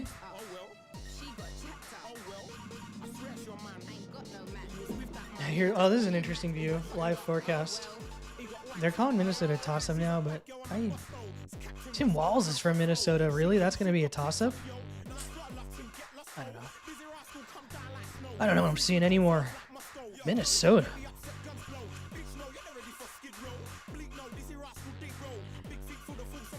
The other thing, the real narrative, though, for the Democrats is this is all going to come back on Biden. Absolutely. Obviously, he didn't drop out. Oh, I missed it. Michigan. Michigan 6.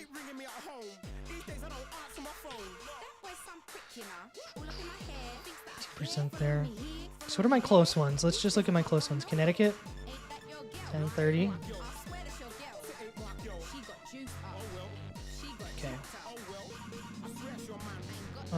Why is California at 0? Let's just put something in. Oh, 2417. Okay. 2417. That makes it make a lot more sense. And is anything like zeros out? Hawaii, Idaho. Let's put Idaho in. Idaho. 1316. Let's get my spreadsheet close up to the end of the race here. Idaho, what else was zeroed out? Hawaii's not closed yet. Nevada? Anything in Nevada? No. It's our big mystery. And Utah. Where's Utah?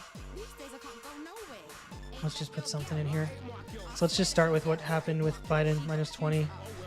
0%. So it leans there, and then we're going to fill out the rest of these at 0%. So Hawaii, we're going to start at 29.46. And Alaska, we're going to start at minus 10. Okay, so that's really the situation here is 257 leaning Trump. Arizona's too close. Connecticut's leaning the other way. Idaho, it's leaning. So what's not leaning? Maine. Let's look at Maine. Maine overall, 625.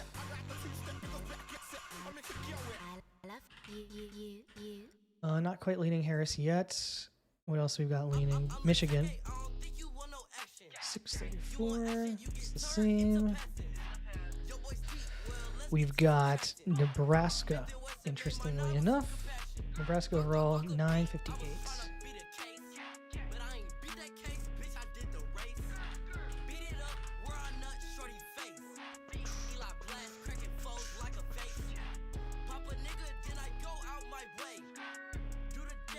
I was thinking of actually having like video coverage on here, but I think this like vibe stream of just looking at the spreadsheet has been fine. And I love the music. You know how to get this music in house. My friend made this playlist. What is this? Nebraska 1006. 4%.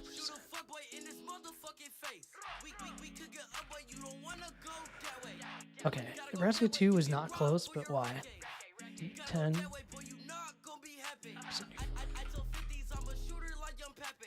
Nevada is not close. Okay, let's put in. Let's keep that at 0. Nevada has to be at 0. Because nothing. Look at this Michigan 7.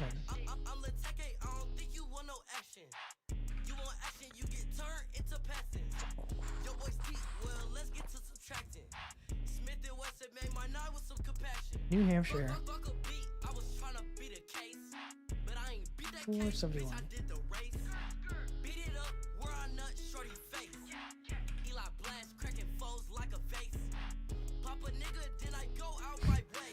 I don't have like an explicit label on the stream, but the music has been explicit.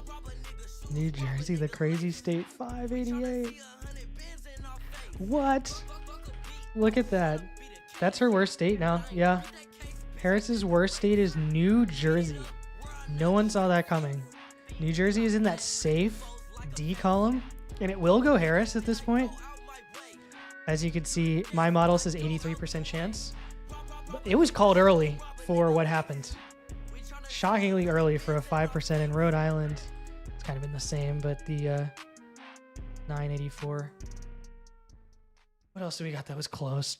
New Hampshire. 471 is in the same. Pennsylvania. 377.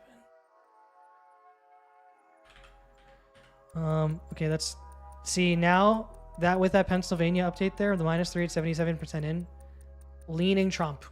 So I'm officially leaning Trump in my model. But honestly, I'm late to the party.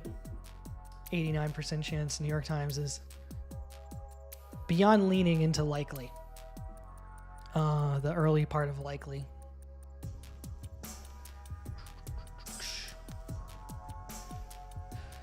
All right. It feels slow, but it's not slow, you know? Main 2. Okay, so Pennsylvania was the one that pushed it over. Let's see the other close ones. Virginia. Virginia, an interesting one. 283. It's another potentially horrible performance by Harris in Virginia. She did better out west, bad out east. Her home state of California. 22. With how much in? 18% in. She should be at 30.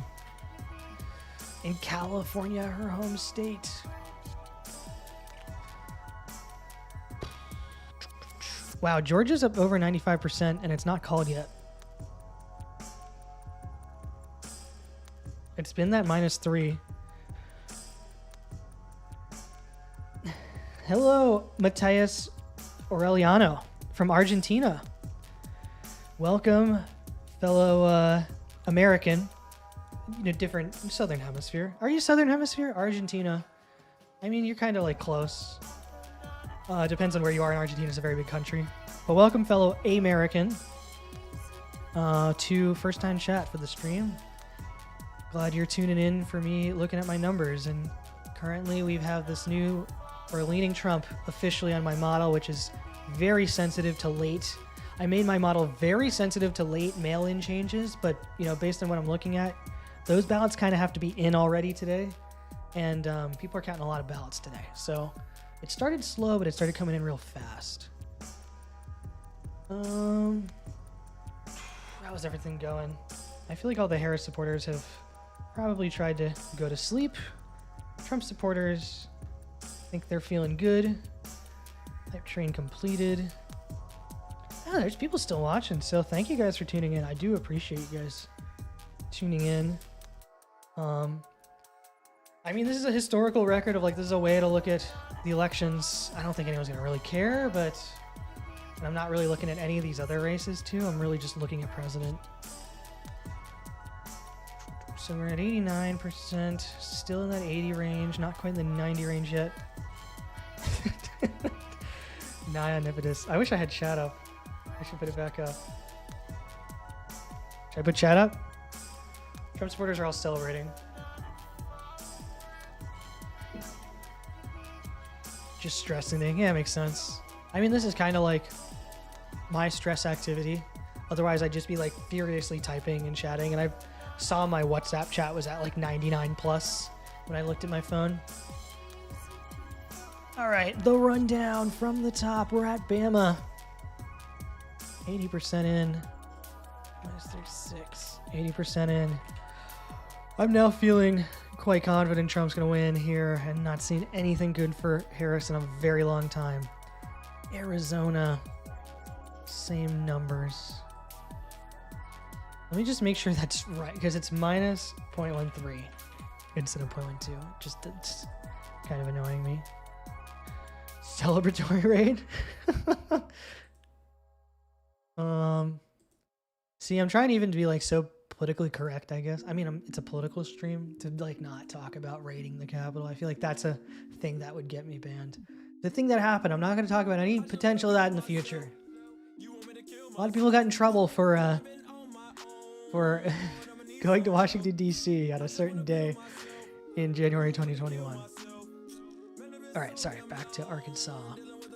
86% in. Lock it in. Nebraska's Harris's best state. Nebraska's are the only states drifting towards Harris. Trump is picking up 3.5 points. At least 2.5 points. Trump really needed to pick up 1.5 points, which I thought was a tall order, but after tonight, I don't think it's tall order anymore. He did it somehow. And we will likely be seeing his second presidential term. Of course, everyone's going to fret about, is he going to pull the FDR? I'm sure that's coming. Colorado 12, that's 70. No, that's fine, actually, for Colorado. Connecticut, though, the East is where I said she was doing bad. 10 at 36%. She needs to be at 20. She's doing real bad. Delaware, Biden's home state, 14. Okay.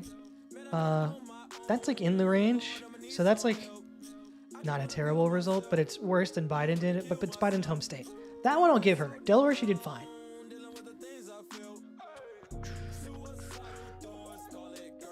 DC, yeah, DC's over, right? 82% in. Florida, 13, stuck at 13 there, 6 million votes. Georgia, over 95%, 2.5 to 2.4. That was 2.4 to 2.4, so Trump got more votes. And she's not going to do it there. I think Georgia's almost ready to be called. Because my model says call Georgia. I'm calling Georgia. 100% there with 95% in. It's not going to go higher than that. -3 at 95%. Like, this is where, what would have to happen? She'd have to come in 40? No, that's not even enough. 60? The remaining ballots? No way. Or there'd have to be some number of ballots outstanding that's just beyond. So Georgia called there for Trump, and I was the first one to call Florida. You can see on the stream I was the first one to call Florida before the media. And it was a sign of things to come. I mean, it went so far to Trump. From -3 to -13, 10 points. And that was, like, we're still saying that's the biggest, but the South and the East went so far to Trump. And the West didn't. But you don't win the election in the West. People live in the East and Midwest and South. And the state of California. All right, Florida, we just saw Georgia. Yeah, we know that's called now by Tim. Georgia's called. Idaho.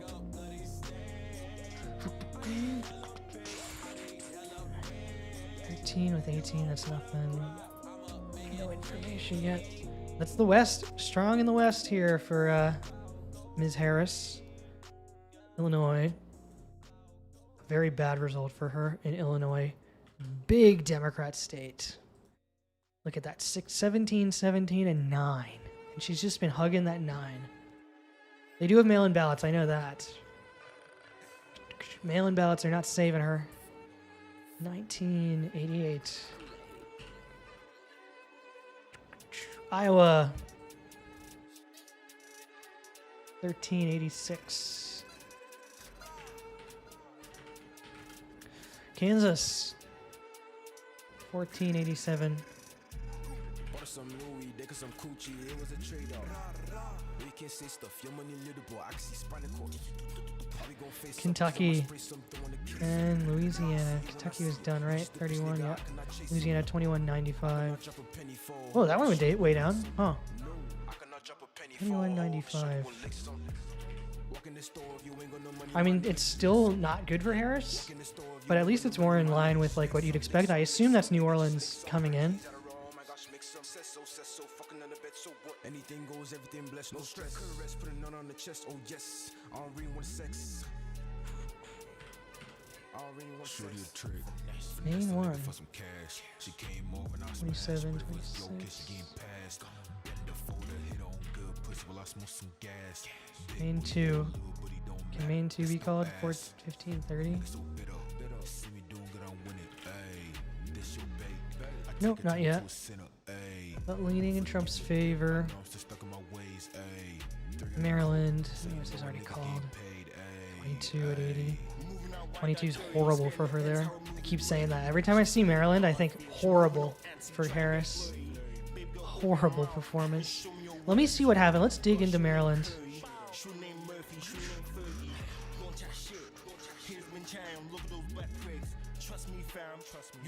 1.44. Biden just got 1.9 to 976. Trump's close and Harris is nowhere close to where she needed to be.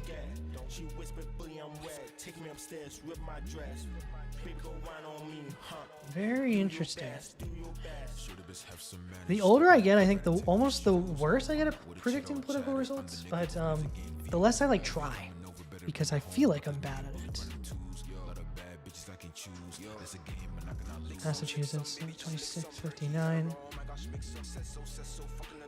That's looking like a horrible result, like a bad result, but not like a Maryland bad. Michigan, R+5. Okay, I guess that's better. 39. But not enough votes will happen in Detroit, Minnesota.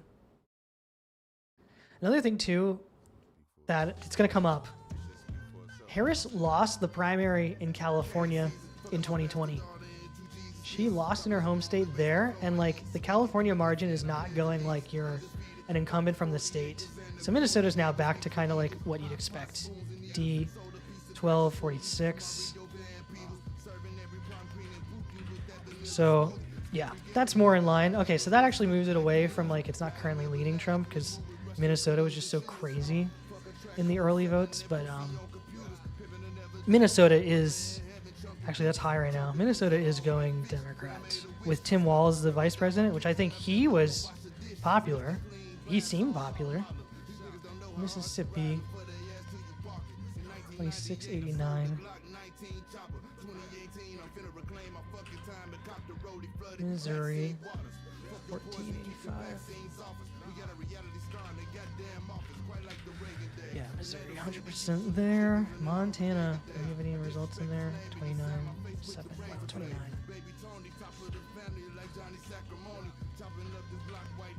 So Montana is just too early to call for me, but it's not too early to call based on history. Nebraska is her the interesting state, 10.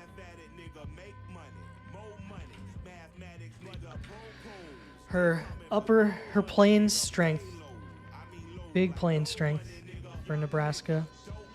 Just such a weird state to kind of like have a surprise performance in. Nebraska 1 is now tilted 5. 56% in. Nebraska 2, D9. Nebraska 3. Man, that Stromboli really powered me through to just kind of grind on this in like a super chill vibes way. Hip hop's good for this time of night.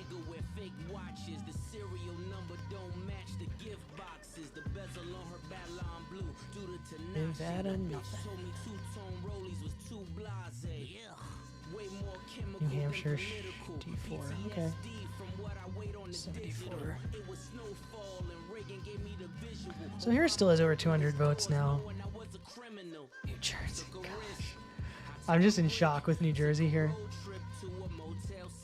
New Jersey, Maryland, Mid-Atlantic, horrible, which Pennsylvania being like that shift.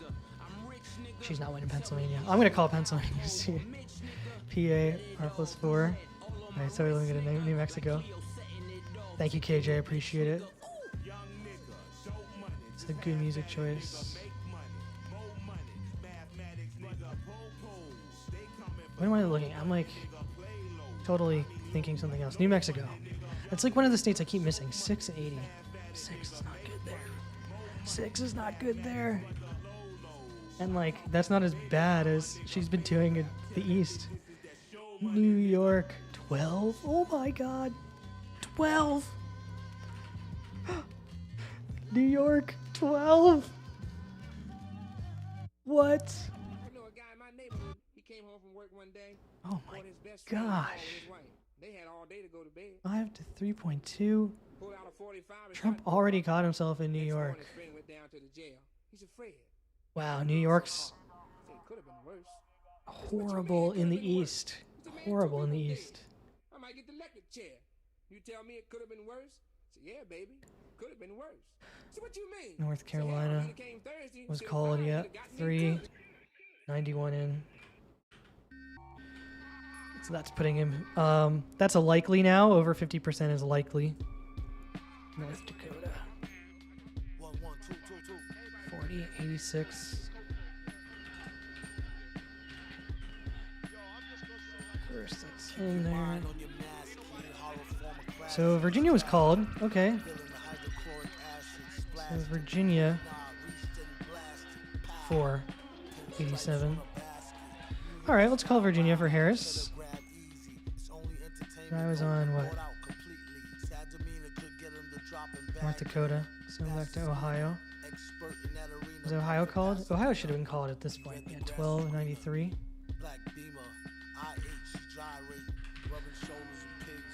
Ohio went the election this time. I was saying early in the stream, everyone used to say wherever Ohio goes, the election goes, but then 2020 was wrong. But people would still say that. Because people just like repeating things they hear. You know, it's fun. I do it. I repeat jokes. And Oregon 12. Whoa! 12? What? So much for her strength in the West. Like I was saying, guys, she lost the primary in her home state, Pennsylvania, 482. Ooh, that is almost likely for Trump. Rhode Island. The one where I was really like, this is bad. Nothing updated. South Carolina, 18. We're at 95% now. South Dakota, 37-29. Tennessee, it's a clear picture of Harris losing. I didn't like officially say like this is my call, but it's like it's my call. Trump is the next president. Trump is the 47th and 45th president of the United States. He pulled off the reverse Grover Cleveland. And if anyone knows of the Chapo Trap House podcast, there is a clip of Matt Christman saying Trump could pull off the reverse Grover Cleveland. And at the time, I didn't believe it. But it's looking like he's done it. He has had non-consecutive terms with increasing vote count in every election, where Grover Cleveland had non-consecutive terms with decreasing vote count in every election. Pretty interesting how something like you learn about in history and you're like, how did he have non-consecutive terms, right? Minus 15 in Texas, dear Lord. How did he have non-consecutive terms? That's like so weird. And it's like, well, it happened again in just like the opposite circumstance. Political engagement. Let's look up Grover Cleveland. I believe it was on a Kush vlog, but he called it the reverse Grover Cleveland. And if you can like find a transcript of a Kush vlog,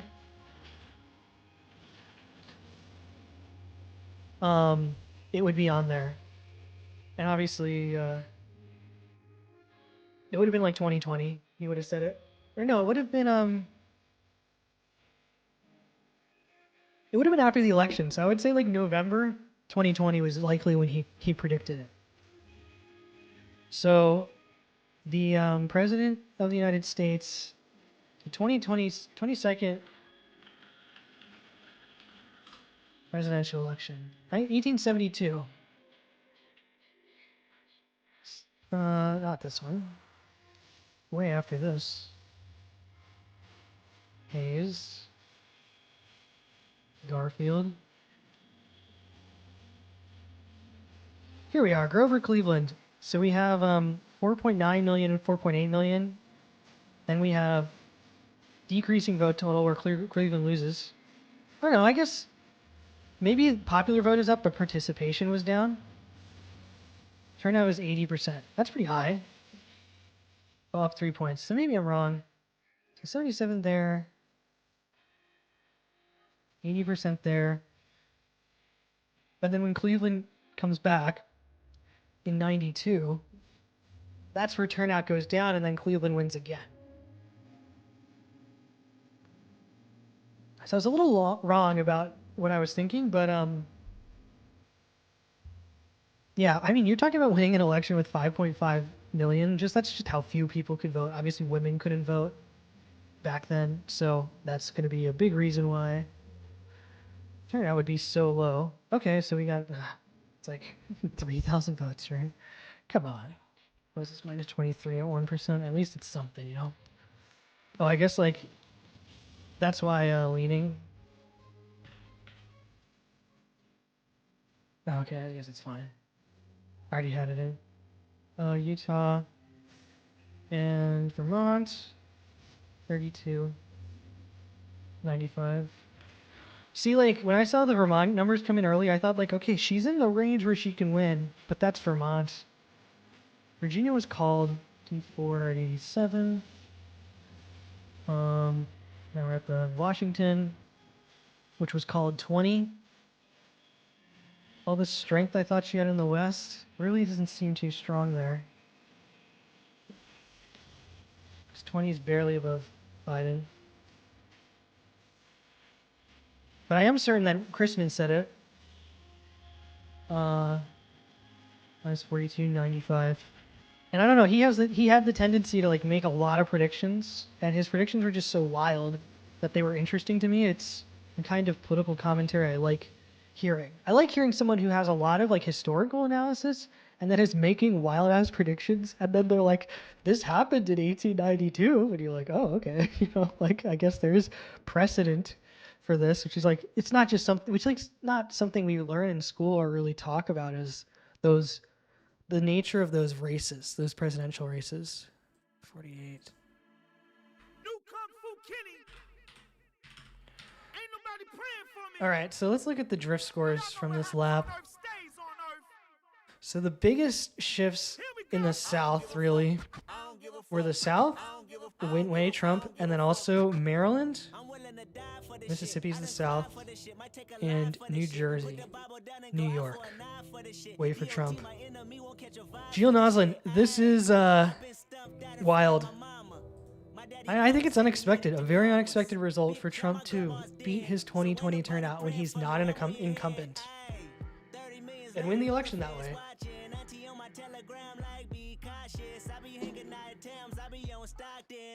The people who bet on him, Elon especially, like they won big this election. Elon spent a lot of money on Twitter and Trump, and this could really be the election that tells people that like people are online now. Like, the world has now fully shifted to online. It was like maybe that was a permanent vortex we went through in 2020 where everyone had to be online. But it's like in the Zoom meeting world where people work from home now, the office building, I would bet against the office building right now and bet on the internet. Anything called North Carolina was called.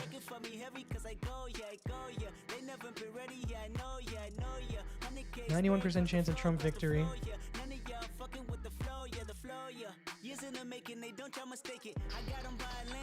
Thanks for the first time chat, Jill Noslin. I believe you're Jerry IC, but I could be wrong.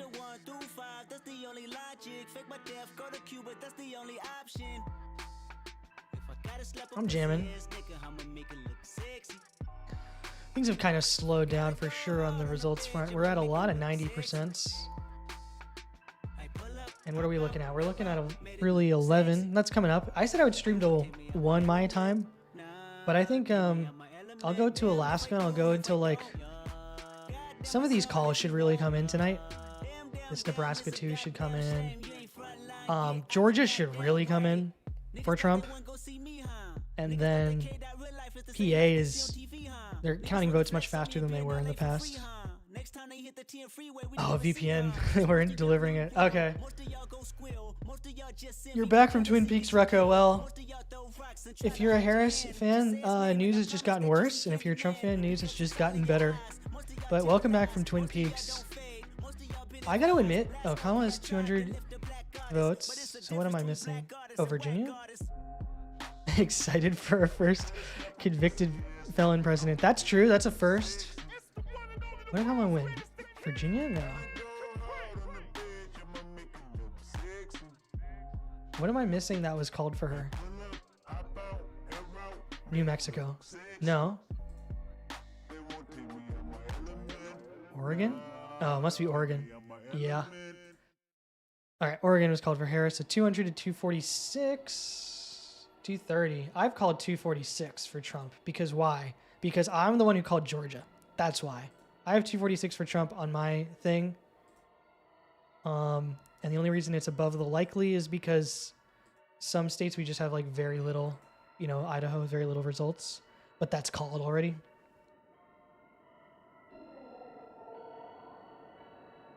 History is always being written, guys. So first convicted felon president, 34 counts, right? Another rundown from the top here. Bama.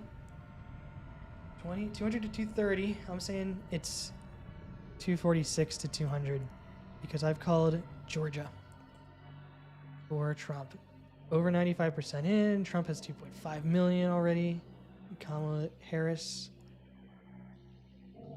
just didn't get enough in Fulton County.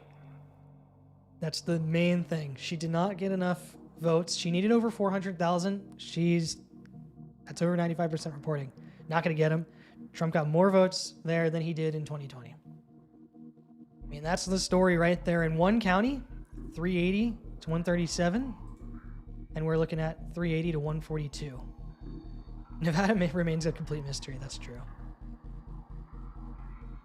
That's the story is Trump ran up the score and Harris did not.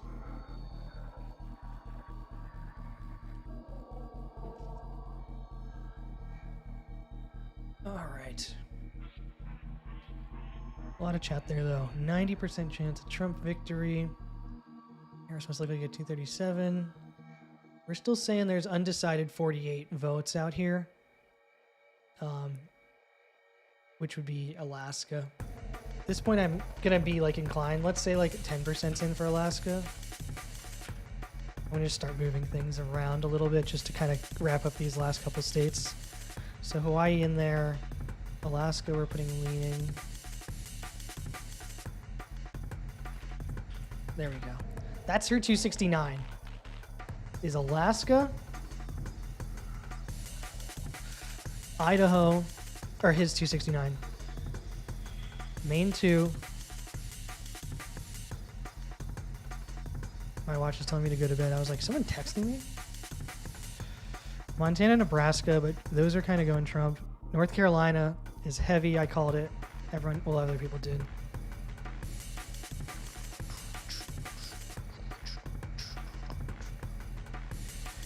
Where are we going to get up to 80 here? New Mexico, 682. That one feels pretty safe to call for Harris. These most competitive states are... I was thinking like, oh, the 7 states narrative is going to be wrong, but it's like the 7 states weren't the narrative. It's like, it's looking like all 7. We have no idea about Nevada. Complete mystery are going to Trump. But okay, we can have some drum and bass. We're gonna skate to one song only. Boom, boom, boom, boom, boom, boom, boom, boom, boom. That might sound a little off because of my like delay on my stream. Michigan 5. That's crazy. Michigan 5 shows you that you have to hold Harris responsible for running a bad campaign or her people.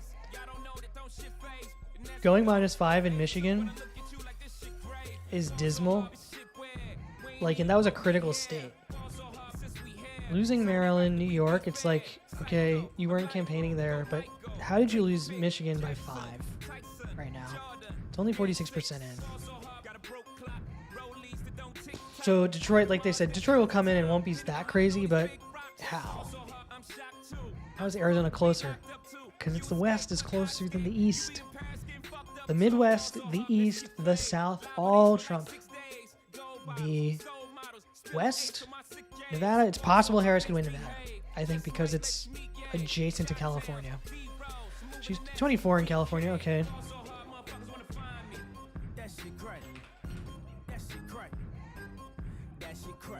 This guy ran for president. She's still way off where she should be in California, but it did go up. All right, another rundown. What do you guys think? Just keep running through the spreadsheet and seeing what's going on. Story is all in these columns here. She's only strong in Missouri, Minnesota, because of walls, Nebraska, and North Carolina, surprisingly strong for an eastern state, in DC, whatever. Arizona's so far strong. Oh, that's 0.38.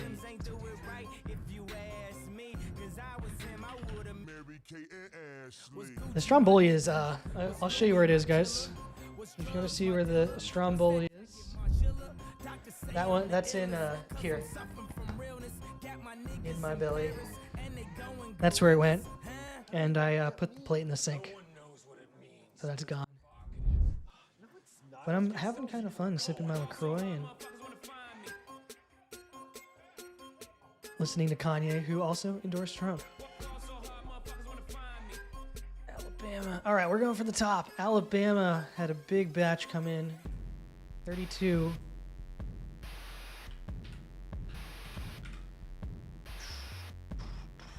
Creamed in Florida. Yeah, Florida was the first one called, and it just beelined to Trump like crazy. That was the first one. Then I'll recap the night for Jill Noslin. The night started off with Florida making a beeline for Trump, and people were like, okay, you know, that's kind of expected.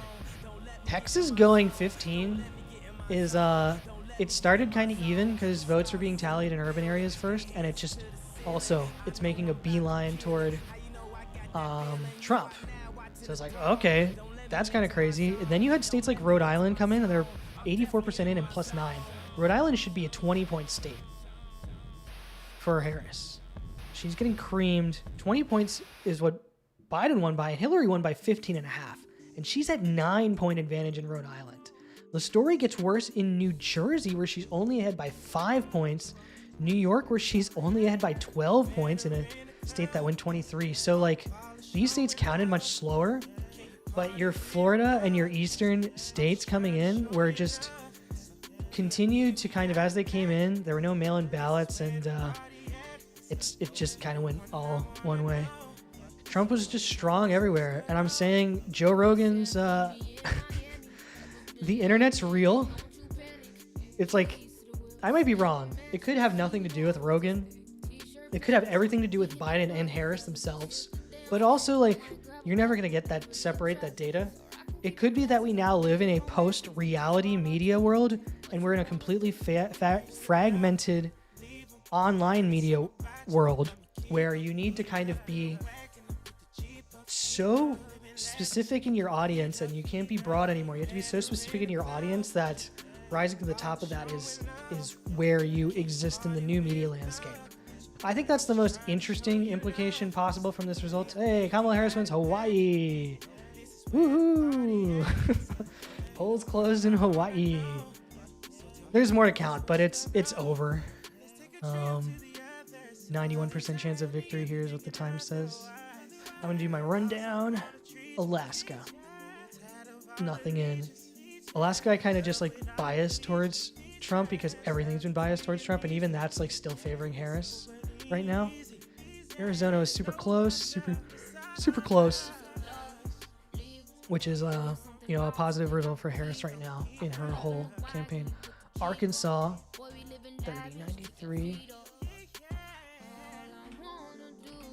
And this is like why she's losing, is she's losing 3 points in deep red states, and that's not just 6 points here in this red state. That's not just contained to the red states. It's the whole East Coast, the whole not the like northeast, but like everything from Rhode Island to Connecticut on down. Horrible losses in New York, New Jersey, Mid-Atlantic. That means Pennsylvania, I'm saying, is guaranteed to go to Trump based on that, because Pennsylvania shares a lot of characteristics with New Jersey and New York. Far more of the population's on the east side of the state. I'm very familiar with the state. I lived there for 20 years. And then in the South, yeah, it was bad. It was going to be bad for her. And then in the Midwest, it's been bad for her, except for Minnesota so far because of the Walls pick. And it's it's at the end of the day, it's Biden's fault because he didn't drop out and there was no primary. And I think in a primary, we can kind of be certain that Harris would have lost again. You live in Moscow, Idaho. I know about Eastern Washington. It just doesn't hold much sway in our state usually. Yeah, that's true. I've heard a lot of like the Pacific Northwest, like Oregon, Washington. It's some very kind of, it's a specific type of conservatives live in the rural areas out there. So they're kind of, I would say they're different than like Southern conservatives, but there's an ideology that would favor Trump in those rural areas. Colorado 1271. Okay, pretty much the same.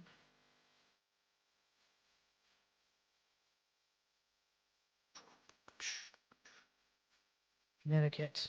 Connecticut is state 8. Oh my God. So bad, dude. So bad. She's tracking at 12 points worse than Biden in Connecticut.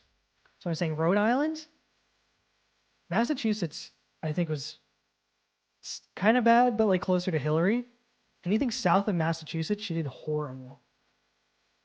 Except for North Carolina for some reason. But maybe that's just a lot of campaigning. Maybe she didn't have enough time, but like, I don't know. Trump did well. Trump had a lot of time. Certainly well known. Delaware. Delaware I wasn't counting so much because it is Biden's home state. He was a senator there. DC, we don't care. 81% now. But that's went down. Florida, just straight beeline to Trump. Georgia, 2. Well, it's down to 2, but that looks like a 3 to me. What's the actual margin here? 2.3.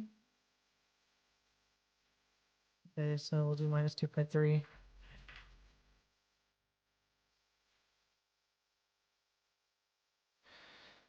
New York Times is lagging my whole machine. Hawaii, any results in? D, no. Sorry about that. Idaho. 20. Oh, wow. That's in. That's a state. Idaho? her biggest state of the night. Huge shift in favor of Harris in Idaho. Oh wait, I'm right. Yeah, it's like that's crazy, you know. Like she had strength in the upper plains. Weird strength in the upper plains. Those states have less population, so they are more subjected to like weird swings. But I don't know, am I wrong?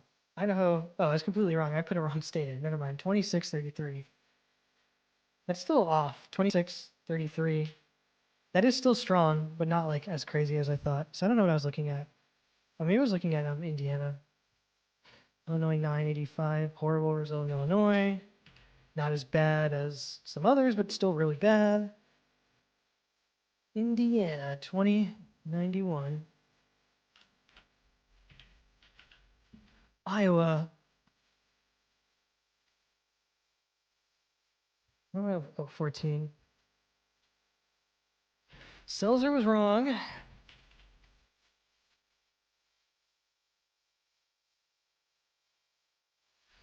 I haven't seen a lot of gentrification, people coming in from places like California in recent years. I mean, that's happened a lot. A lot of people moved out of California to other places. But people thought it was going to be like the more right when people moved to Idaho, but maybe that's more of like Montana. I wonder how the Iowa poll was so good. 18 points off from what she said, right? She said +3 Harris in Iowa. Yeah. So 17 off. And there was a poll that came in Kansas that said -5. That's obviously wrong at this point. There was a poll in Ohio that said -3, which is now -12. And then there was a poll in New Hampshire that said +28 New Hampshire for Harris. So the people voting, not only were they not the people who were being polled by Seltzer, they were also not the people who were being polled by the traditional pollsters because, once again, turnout was just so much higher than anyone could have seen coming. Or anyone did see coming if they had any priors in their models. So where was I talking about? Oh, Indiana. 91. Same. Iowa. Right, I looked at this. I was here, 91. Kansas, yeah, Kansas up at 14 and 88. Ah, Trump's numbers. Kentucky, KY 95% in 31. Okay, that's been the same. Louisiana, I assume it's 22, so different. Oh, that's actually Louisiana shifting by 3.5 points is like average. The polls are getting more useless in the Trump election cycle than ever. That's what's happening. They're kind of like they're missing the moment by so much. Because I think in the 20th century you just had a way more fixed media and fixed electorate, and from those priors was how all polling was developed, and people just have no idea who's going to turn out. Maine 124-30.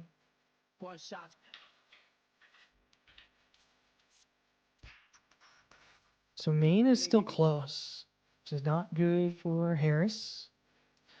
I would say Maine, of all these states, really could be the one because of those like northeastern states that were so bad. Maine could be the one that she loses, even though Mass is basically her best state. Vermont, Mass, but Maine, yeah, I don't know. Maine's a little hard to predict. New Hampshire also she could lose, but she's actually winning pretty well right now. Oh, Nebraska too was called. Nebraska 2 was called for Harris with 8 and 81.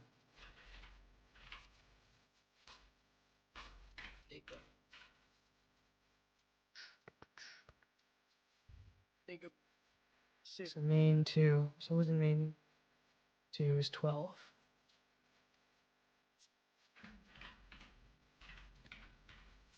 Those were like her chance. Like, if she was doing well, she would have picked up some of those states. But yeah, her Her Maryland is so bad. Massachusetts. Massachusetts is her best, I would say. 27 at 67. But she should be in the 30s. She wants to be in line with Biden. Michigan. R+6. Oh my goodness.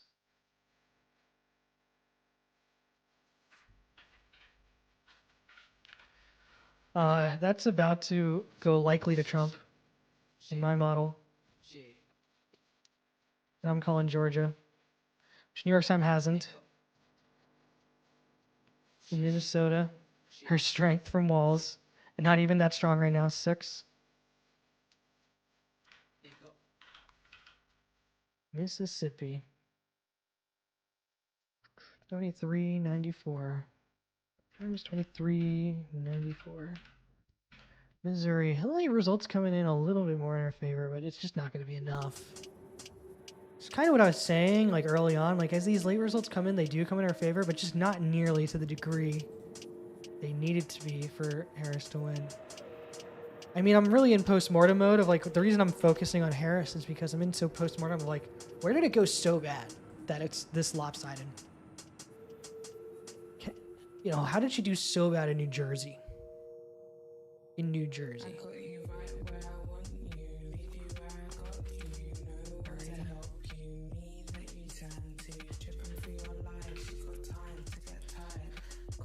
Nebraska, 1366. Okay, this is actually getting worse for her. So that was her strength state, Nebraska, and it's now tilting the other way. Nebraska 1 is 2.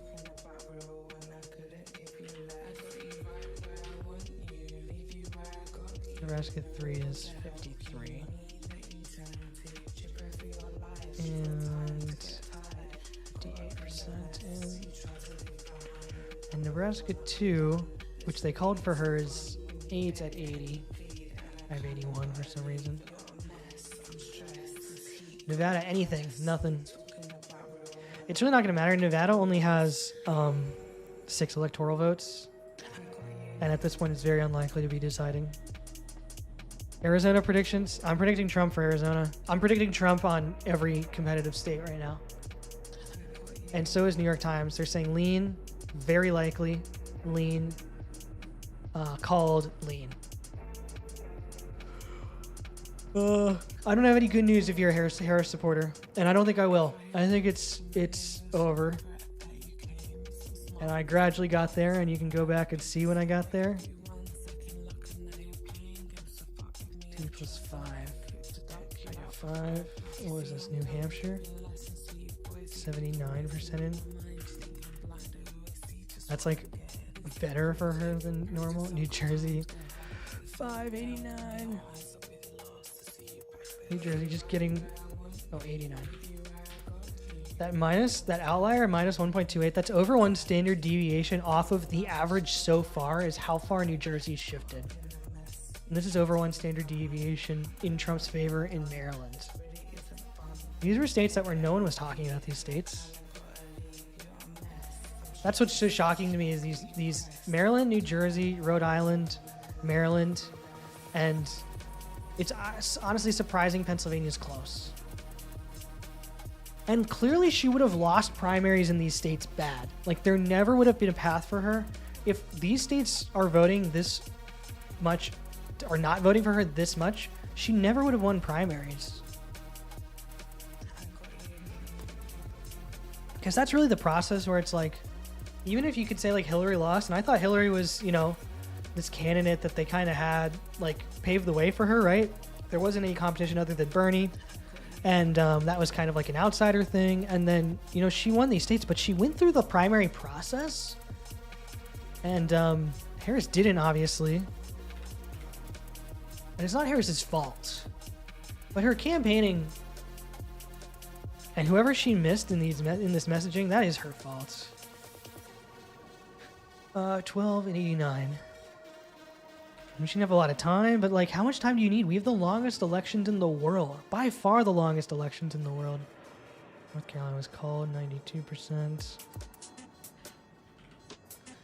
ND. These 40s are crazy.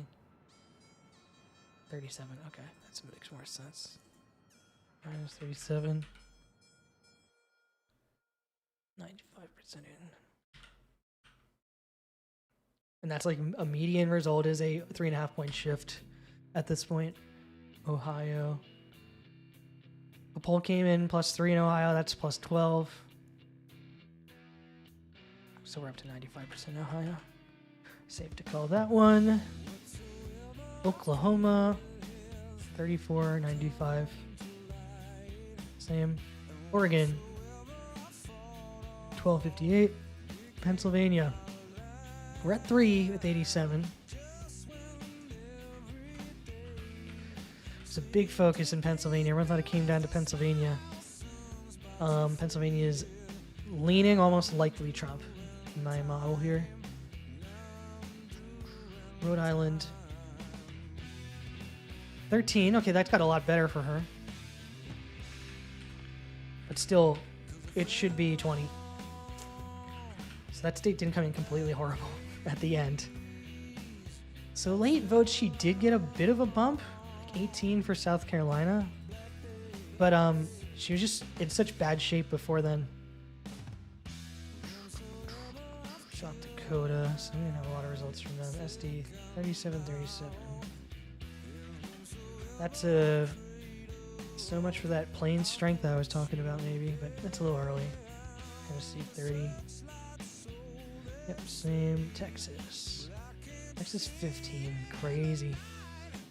Dude, Texas was single-digit margin, 15 right now. We're more than Florida. And I thought those states were kind of crossing in the opposite direction. And this is where I'm saying Texas is the best example that the Rogan sphere is the #1 media sphere in the world. Which is very interesting if you have a career in media or entertainment. Wait, what's going on in Utah? I'm confused. Minus 435. Okay. That's weird. Yeah, that should change. I can't see Harris doing randomly well in Utah at this point. Vermont 32. Still just not good enough there. Virginia. Vermont was a very early state we looked at. D plus 592. Okay. I was saying this the whole time on Virginia. I didn't see there would be any way that Virginia would go to Trump. Washington. Okay, they just called New Mexico for Harris. Makes it look close.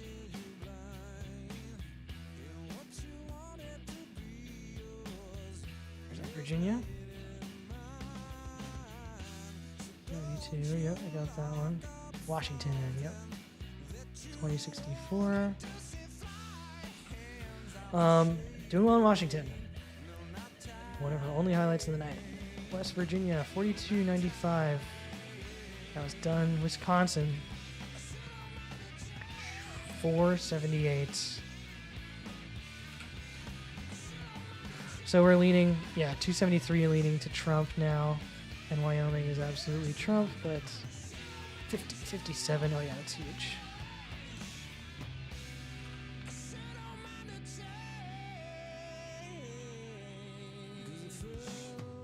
So TBD is just a couple of these. Michigan now 6. She has a better chance of winning Arizona than she does Michigan, Wisconsin, and Pennsylvania now. Just because it's in the West. And Nevada, she has a better chance than Michigan, Pennsylvania, Wisconsin. Georgia did come back a little bit, but you can see it's just not enough. Like, there's a gap of 120,000 votes there. With over 95% in. And Trump is ahead of his vote totals in 2020, and she does not appear to be on pace to do anything ahead of Biden's vote totals.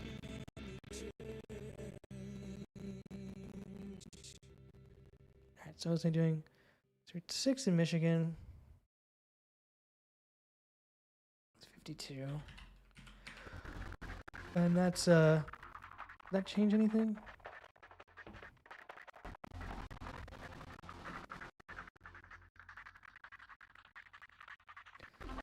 Oh no, it did. Now I'm getting real tired, but it makes sense because this is bedtime and daylight savings time just happened.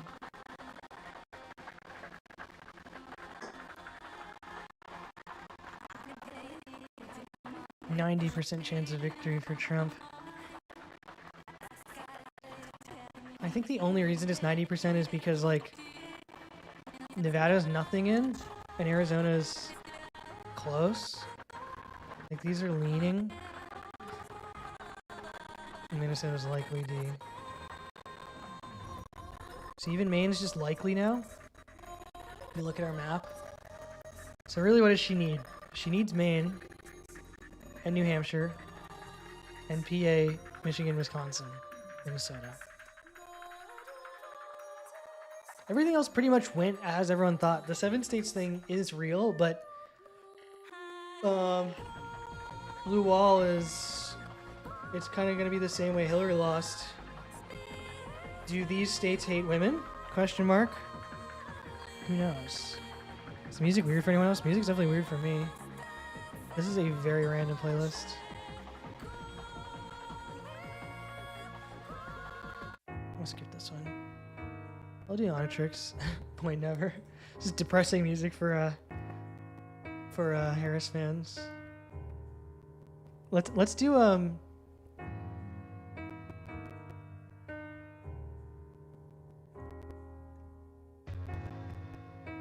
let's really set the vibe here with Onytrix Point Never Radio. We're gonna get real abstract now and also dark in the music.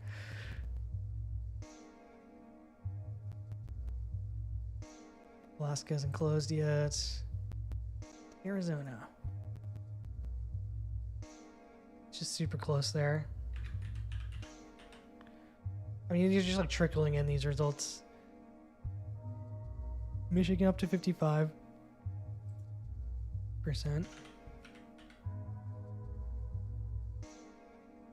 I think it's an appropriate music choice. I mean, other people can come in chat and argue with me, but this seems like an appropriate music choice for this late in the election. Certainly not going to play country, I can tell you that. I can promise you that. I'm a urban boy. I was born Long Island, and then I grew up in the suburbs of Philadelphia. And the suburbs are... There's a couple people in my suburb who thought they were country, but they weren't country. Very many people were going to universities and going to cities after that, which I did. I'm in Chicago now. PA 387. It's the same. And Wisconsin 480. 80.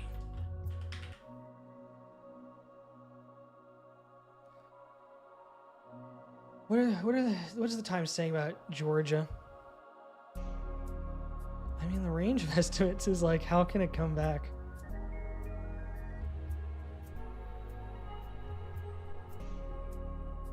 There's just no votes left. A little bit in Savannah.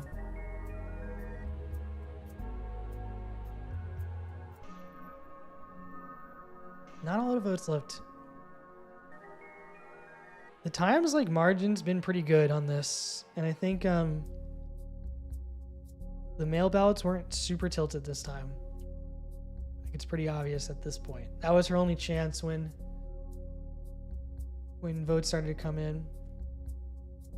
Having those mail-in ballots be super tilted in one direction or another. All right, I'm seeing nothing over here. Let's go to these Maine 2. I care about Maine 2. I hate these like 1. They're just like these little gremlins, basically. Maine 2 is, what was it? 10 and 44.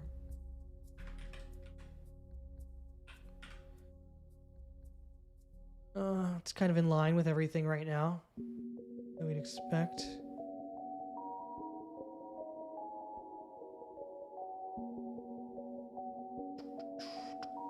Maine 1. What is Maine 1 up to? was called 2232. So boring. Name count faster. Leaning 288 to Trump. New Hampshire 481. New Hampshire takes a while to count. Wow, it's going down for her. But better than Hillary. Minnesota, lean D, likely D. More confident on Maine than they are in Minnesota. D5.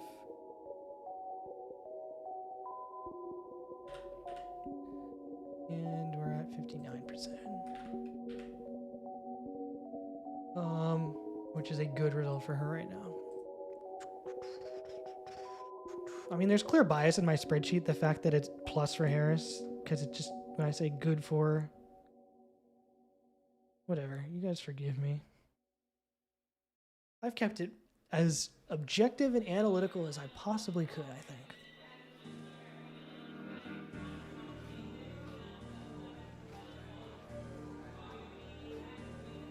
My role here, there's this guy I really like listening to, Mark Blythe. He's a political forecaster or a political economist. Mark Blythe. Scottish American, and he was one of the few guys calling this is going to be a Trump win in 2020. That's kind of how he made his bones. Or 2016, I mean. It's not on his Wikipedia page. But he's something called a political economist. And basically, I don't know a lot of political economists, but political economists, their job is to forecast political outcomes and political trends in countries. And, you know, I don't listen to him super often. Known for global Trumpism. This was, I believe, a book he published, where I think he published this book like right before the 2016 election. Maybe not.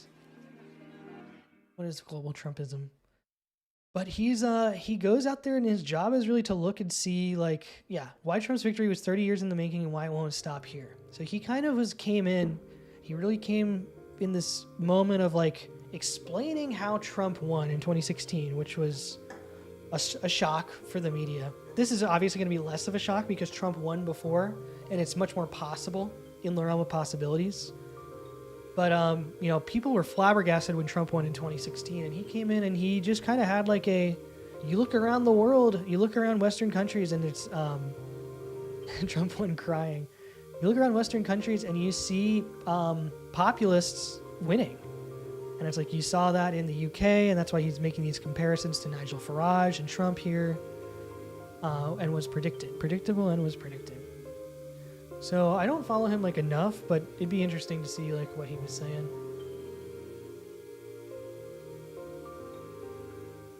Iowa was not -3.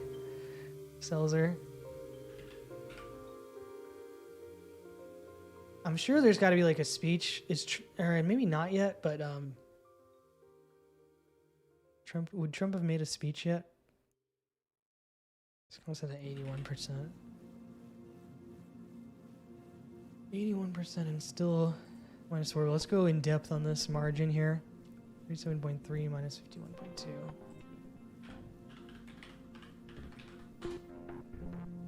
Why is it taking so long? I mean, streaming does use a lot of CPU. So 3.9 there. So this is 81? Okay. So I've called 246 for Trump. I think that just went up. Colin McAlpine votes for spreadsheet. Hey, it's a chill stream. The music has matched the mood of what's happening. Texas went very hard for Trump. Rogan listeners, you can check the Spotify map of Joe Rogan podcast listeners to see who went for what where. We live in the age of internet media, maybe. I don't think we're going back to where we were before. Trump was trending. I mean, you can say it should go for Trump, but Texas was trending away from Trump pretty hard. Like, a long line of what everything else did, and then it went hard for Trump. Like one of the biggest swings for Trump, but not as big as the New York, New Jersey, Mid-Atlantic states, and I'm really believing that that's gonna change stuff in Pennsylvania. 88% in Pennsylvania. So what are we at in Pennsylvania now? Why doesn't it break it down the way I want it to? Another decade till it goes blue. I mean, I think at this point in American politics, the parties will be shifting quickly, constantly.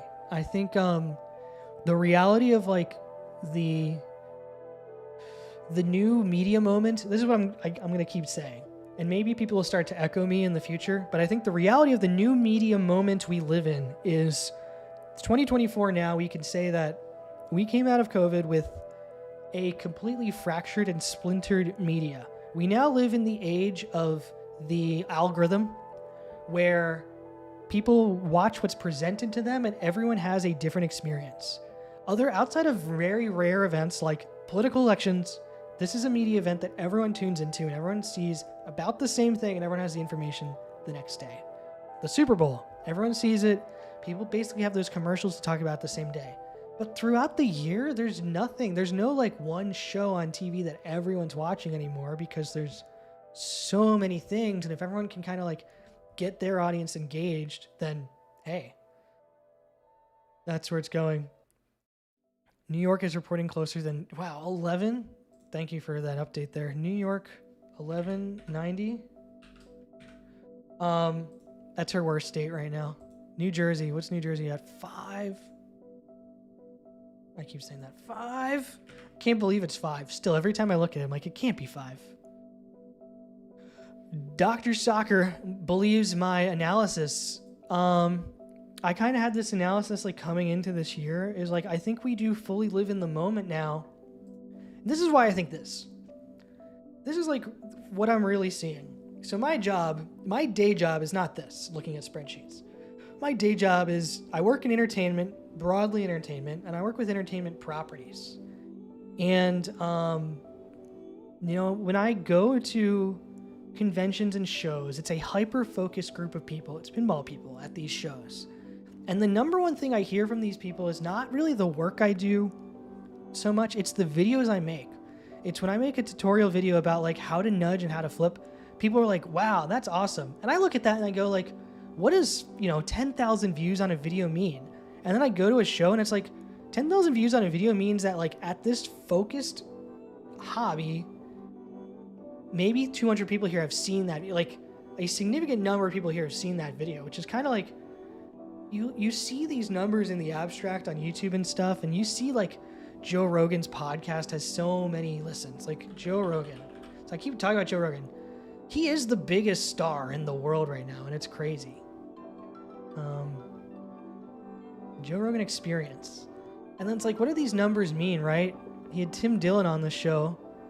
And it's like, I think Tim Dillon's funny, and he had Elon Musk. It doesn't show you like the numbers.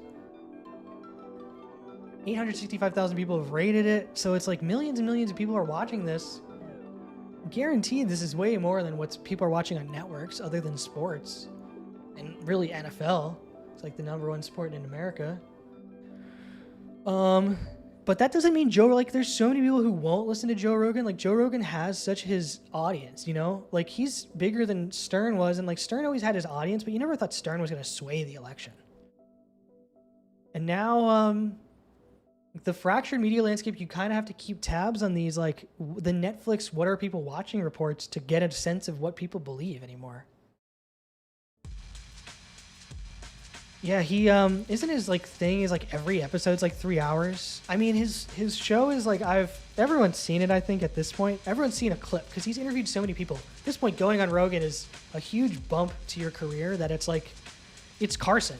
Rogan is Carson now, but in a different format. But it's so long. It's just this very interesting format.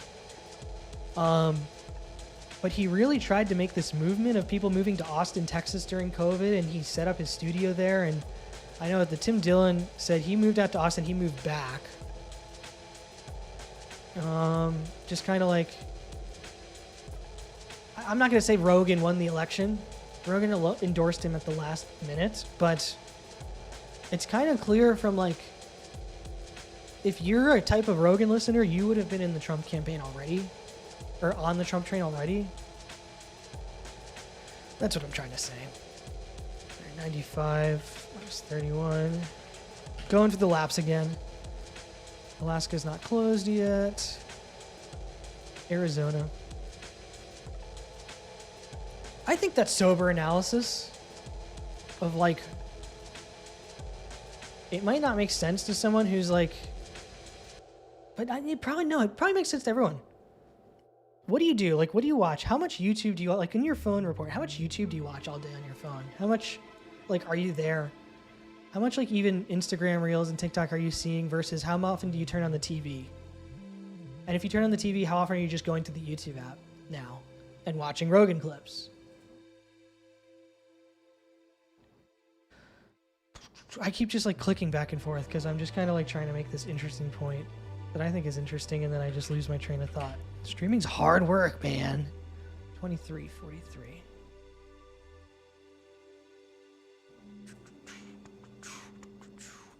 Colorado, 1272. So, people who are smarter than me and people who are dumber than me will have plenty of analysis in the next coming days, because this was an unexpected result. This was not a 50-50 toss-up. I didn't know which way it would go, but it was not a 50-50 toss-up. Yeah, I mean, you can say that now. Colin says, Amy Klobuchar would have been a better candidate for Dems to run than Harris. At this point, obviously what needed to happen was Democrats needed to have a primary. And they needed to have like a really open primary like they had in 2020 to really figure out who the voters wanted. Because the Democratic base of voters we saw in 2020 were, their top issue was, I think it was either defeating Trump or coronavirus, but it was like whatever you polled them, those were the two issues. Is like they don't like Trump. And everyone knows it's very polarized. I'm not telling any tall tales out of school. It's very polarized, but that top issue was defeating Trump.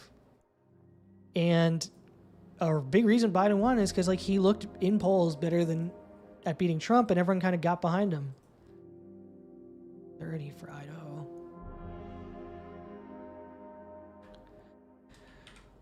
So much for being good in the plains. Illinois. 8. Every time this comes down, I scream. Every time it's a single digit number in this left column, that's how bad Harris did. Single digits in this left column.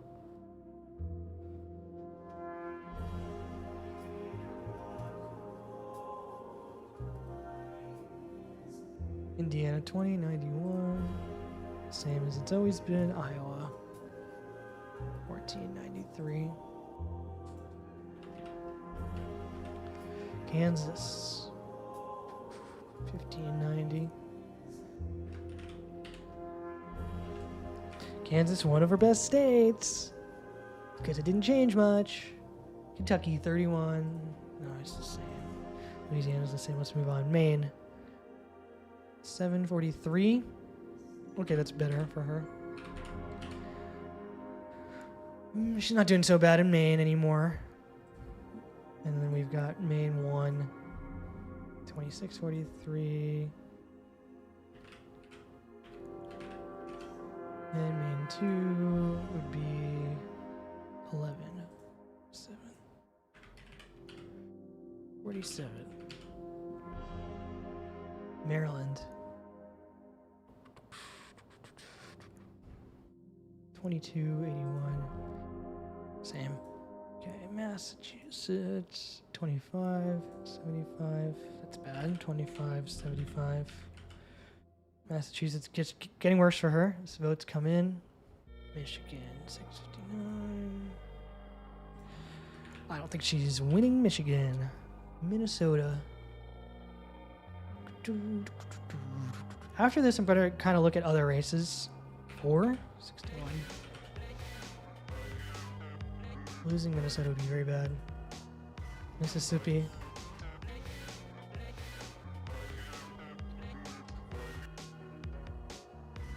23. 95. Missouri. 16. Good state for her, Missouri. Betting market's not showing a very high Trump win probability. Yeah, I would not recommend anyone take Harris at plus right now. I don't see a path for her winning at all. I mean, I kind of called this a long time ago, but at this point on the stream. But I said I'd go to, one, I'm going to go to like at least when Alaska comes in and kind of like, things are obviously slowing down now in the speed that the results are coming in, and we really have our narrative solidified. And the fact that I'm talking about Joe Rogan means my brain has wandered into the territory of like how I'm parsing this surprising result. This was not a 50-50 toss-up. This is going to be called for Trump very soon. And after this lap through the numbers, I'm going to go look at the other races to see how badly Democrats got owned elsewhere. When is the stream over? The stream's going to be over at 2 a.m. Eastern. That's the plan. So I'm just going to keep it going. I know if you guys are out west, you still got kind of the night. But for me, it's hitting midnight here. So I'm going to go at one more hour. And my goal was to go from like 6 to 1, basically a 7-hour stream. Nebraska 3. What am I doing now? 54.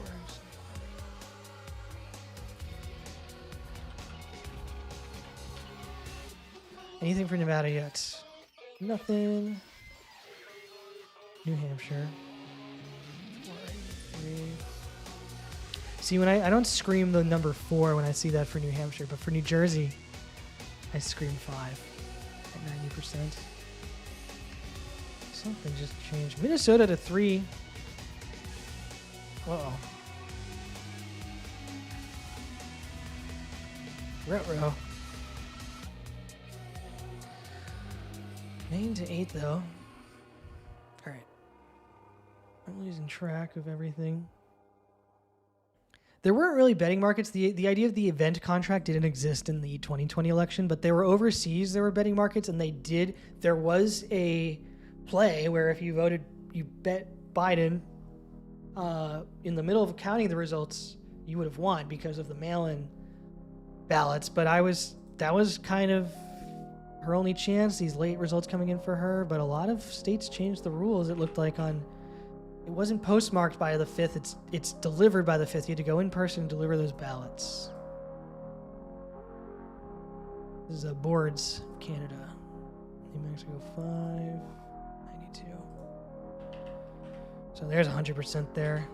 That's where you can call it in my book. New York 11, 89. What? It was 90.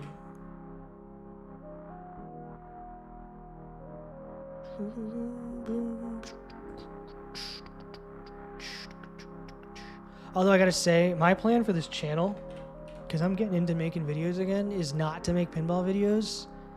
And this is, I think, a good buffer for this is stuff that's not pinball, and it's it's gonna entertain some people, and if you don't want to watch it, you don't have to watch it. Okay, let's out +4. What's the same? Okay. Coda 36.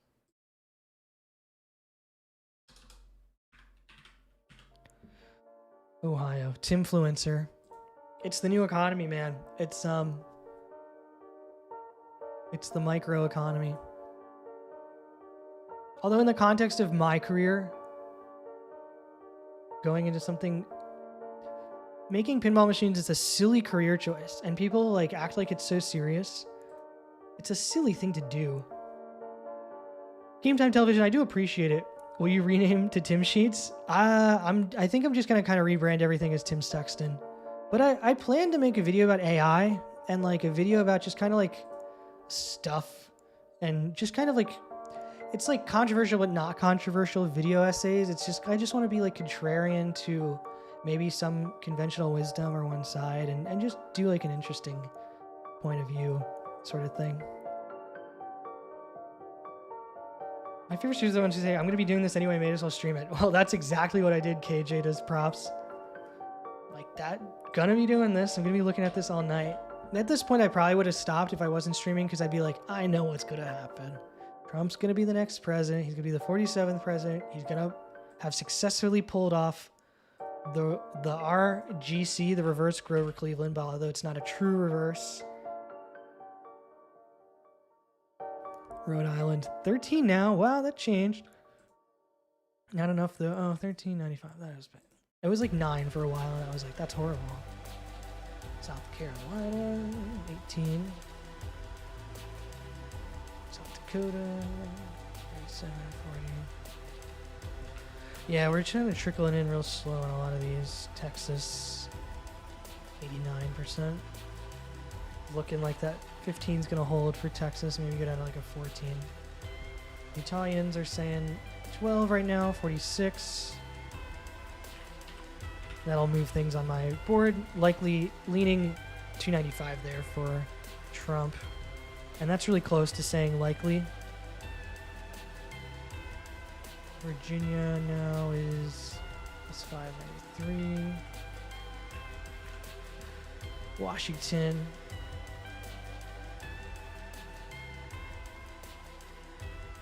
I always keep looking on the right for Washington. 20, 64. Same. What am I looking for next? I'm looking for Wisconsin.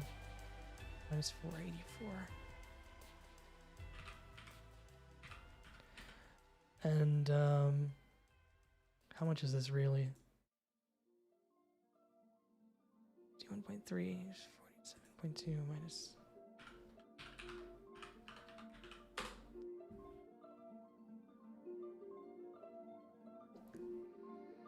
I really gotta say, oh, Snailman went back to Twitch. I guess he saw where the party was.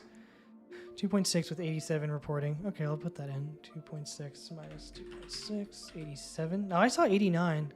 Why did I see 89? 84% here in Wisconsin. Just did that. Pennsylvania, 88. Okay, it's jumping around. 8.2 minus 50.8.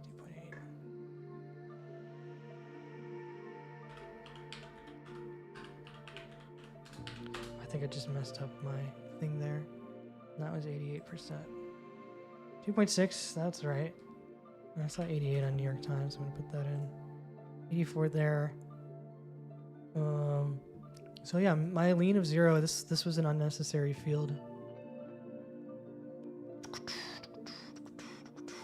I will make my calls before I sign off. I will make like my final calls on everything before I sign off, just kind of based on what's in. So Maine 2, and then Minnesota is the one I wouldn't call here. New Hampshire, likely D, very likely R. I like this very likely for New Hampshire. Seems a little bit close to me, but it's a small state. Does my keyboard have a number pad? Yeah. But was I using the top numbers? I don't even know. I'm very tired now.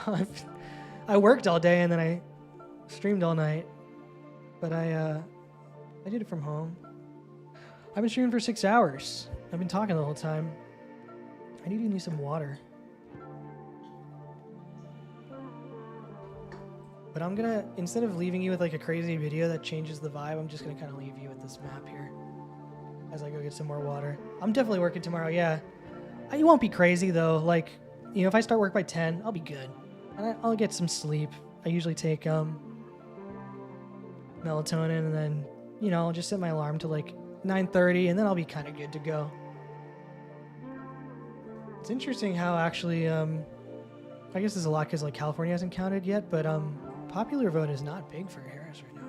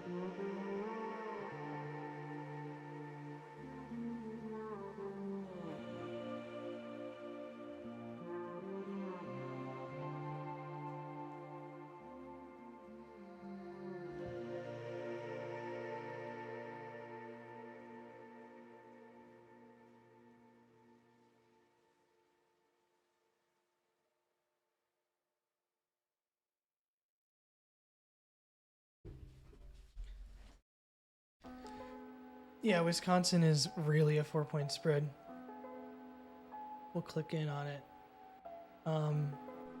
Milwaukee is behind. Madison is counted. Dane County and Green Bay is leaning Republican. So Milwaukee is lagging behind. The urban areas were lagging behind, and initially what looked good for Harris, but then when the urban areas came in, in every city around the country, they just weren't coming in nearly the way they came in for Biden in 2020. So there's over. All right, so let's see what else is going on here. So the Senate. Okay, Republicans won the Senate, and they flipped some stuff. Sherrod Brown lost in Ohio. West Virginia. I think that's just a new... Is that the vacancy of Manchin? Bernie Sanders won. Manchin left. Okay, so they went Republican, but that was kind of like, didn't Manchin go Republican or he went independent or something at the end? Very close there in Senate. Tammy Baldwin losing, though. Michigan. Well, Rogers looks like he's up by a lot. And what else isn't called? Ruben Gallego and Carrie Lake. Neither is Republican. I feel like I've heard about Carrie Lake before. Okay, so Senate secured for Republicans, and the House... AOC won. Carrie Lake is a nut. Yeah, I've definitely heard negative things about Carrie Lake. That was my associated with her. I can't remember what she looks like or what she said or what she's done.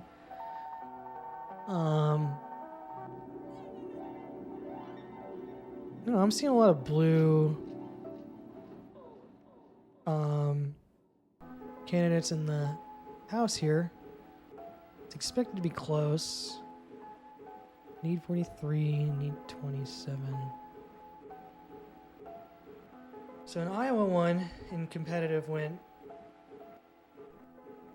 These margins here are looking way better for any of these candidates than Harris's margins looked. I mean, I know it's different because there's gerrymandering and stuff, but like, look at these Republican margins are like 30s, 20s, teens. They're these like 30s, 60s, 50s. So it's not going to look like... I don't see signs of like a total disaster for Democrats, but definitely a big loss. I mean, Senate was kind of expected to go to Republicans. Yeah, Republicans are favored. Democrats need to win 9 uncalled key states. Republicans need to win 4 and have won 4. They just had a much easier time. Ohio was their one. Vermont, look at that popularity. And you know who may have won the election? Who is the most popular senator? I don't know. I mean, for a Senate race to be like that far, it is Vermont, but like, yeah, Vermont did go really heavily in favor of Harris. All right, back to president.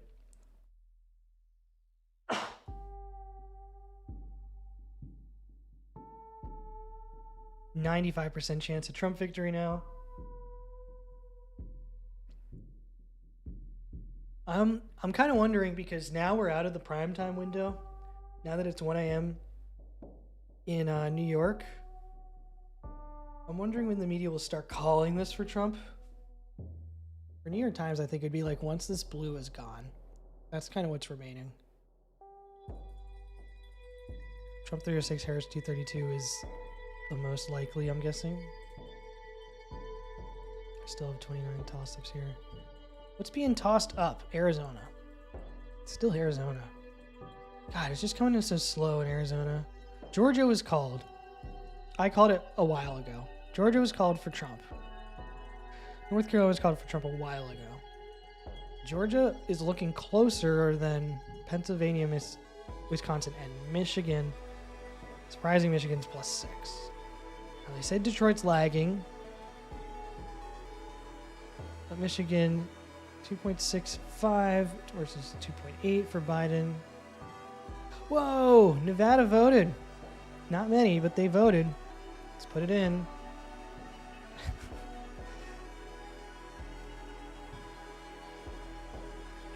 %, baby. Yeah, I hate these early 3% whatever voted. Yeah, no Clark County.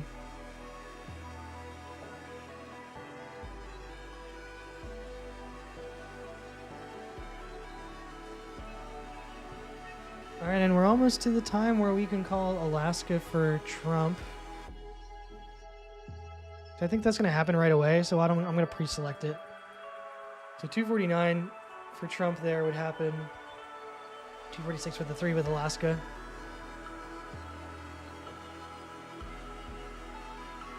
Yeah, I think this is getting less likely. I mean, it's interesting that they're still saying lean, even in Pennsylvania where 92% of the votes are in.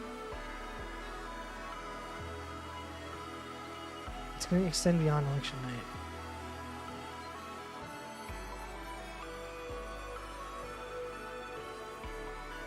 What's the story in Pennsylvania now with 92% in?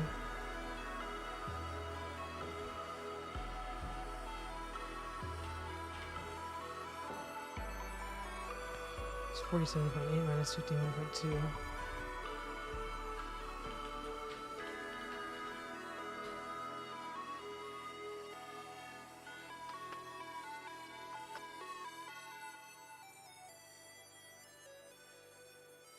.4%. Leaning Trump 85% is what they're saying. Okay, so this this needle looks kind of like it's 75% to me, but maybe it's just like the way they have it. Pittsburgh over 95% in, 89% in. Philadelphia 44. 603. Not even close. 81.4 to 18. Yep. The 3%, 3.5% Trump picked up across the board. Actually, even more. 3.1% weighted. Unweighted, it's almost 5% he picked up across the board. Now, some of that is because some states are throwing the average off, like Montana here. Let's see if I can get anything better for Montana. 1792. That's a lot better.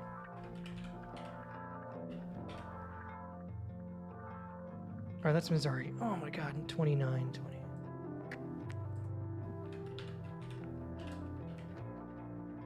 It is better though. And then what else was throwing the average like crazy? It was Nevada. It's 45.5. It's not gonna help anyone. And Arizona just keeps trickling in.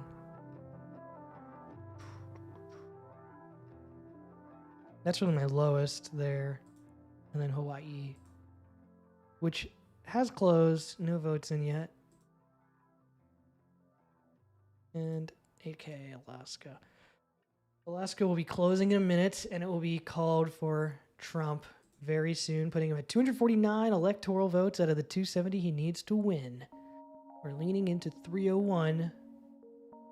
NY Times is saying 306 is what they think. So I have still a few toss-ups that could go to Harris. More would go to Harris. Arizona being one of the biggest. It's a 6-vote toss-up. Leads Trump. I just don't feel like updating these tiny vote tallies. But I'll do it. And change anything. June 63.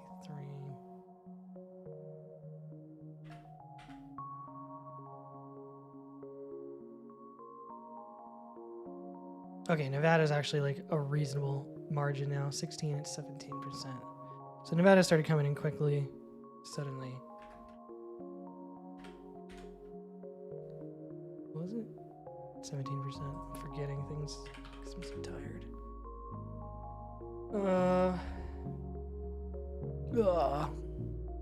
Yeah, much more close. Nebraska 1, 571. Same. Minnesota just keeps what's going on in Minnesota. 2 is 65.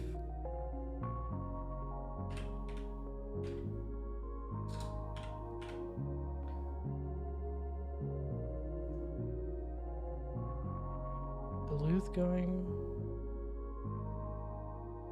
Wow.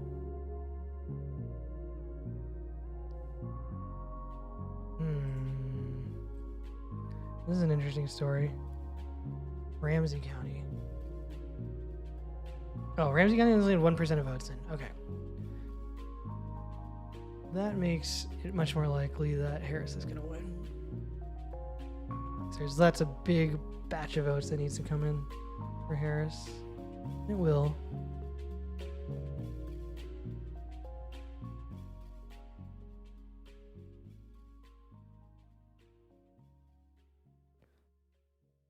And it will.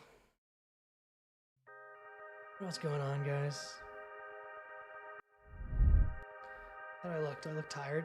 There's the camera. There's my light. There's the camera. There's some pinball machines behind me.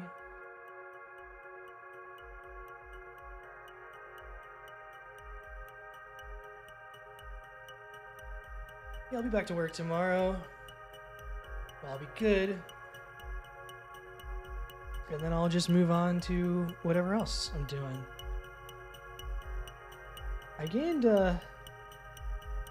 727 views on this stream in my analytics. It's kind of started to trickle down. YouTube has some nice analytics. The average viewer is 5 minutes tune in. I don't know if that's good or not. 11 likes. Appreciate that, guys. And what happened on Twitch? 804 followers. People have been following me. Appreciate that. There was a hype train, which was, I think it was like the babiest hype train ever, but it was a hype train. And didn't see Alaska coming yet. That's kind of what I'm waiting for. And then I'm going to probably look at my summary of, you know, how's the night going to go? How's the rest of the night going to go? I think this is going to get called around 3 a.m. for Donald Trump. I put Alaska in for Trump already. It would be kind of shocking if Harris won. It wouldn't be enough for her to win. Trump's already likely at 269. Arizona is just like, it's taking its time. Oh, Nevada's okay. It's interesting. Okay, it went to +3. With what, 68% in? 68% in. So it passed Michigan. So that's actually another state for her that's kind of in the average line. Utah right now. Let's see if Utah is still like that. 1651.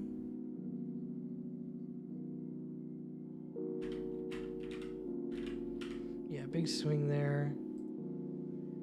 What else was coming in crazy in Harris's favor was Nebraska 1, 571. It's the same. Nebraska 3 is 54. Same. 76 now.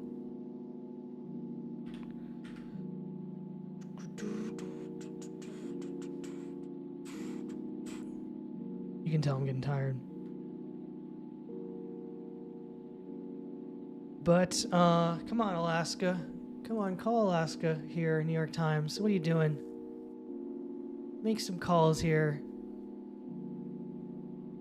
You really can't call these three. It's kind of crazy. I mean, you want to get up to this 85%. New Hampshire, I think New Hampshire you can call. Let's look at mine. So, New Hampshire, 3 at 88%.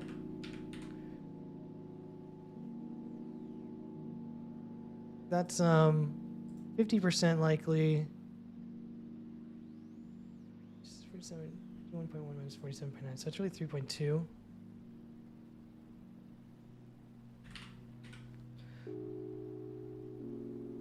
And yeah, I just don't expect really Trump to come back. So I'm gonna not wait for Alaska I'm going to do my rundown here of how the rest of the night's going to go. Okay. So, in the state, from all my undecideds, in the state of Arizona, we're going to remain undecided. Everything else here, we've already predicted down to Maine. Now, Maine right now, D plus 7 at 54. I still can't make a call on that. I still can't make a call on that. Maine 1 was called for Harris. Maine 2, 11 and 51. Still, it's possible Harris wins. I can't make a call on that. Michigan, R plus 6 at 64. Up to 64%. Still, I can't make a call on that only because it's 64%, but it's looking kind of crazy. Minnesota 2 at 65%. I'm also not going to make a call on that. So I guess I'm stuck where the media is. And Nebraska 1. Oh, that's called. I'll call it.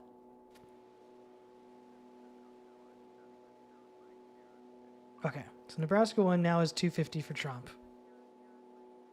And is Alaska called yet? Alaska will be called soon. Nevada, which has just been updating, 68%, kind of where we were, and -3.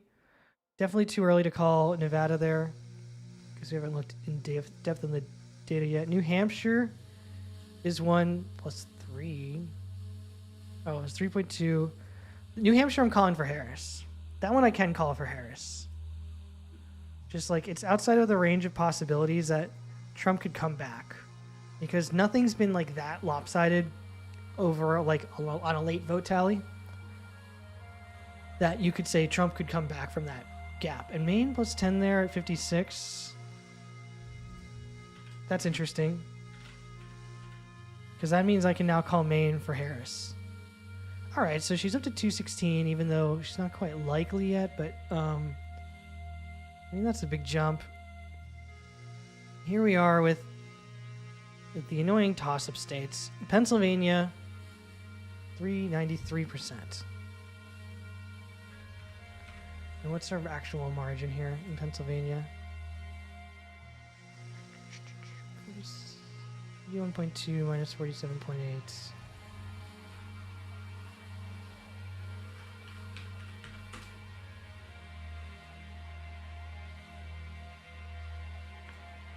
Pennsylvania, just look, I'm at 97%. Is the opposite. 8 minus.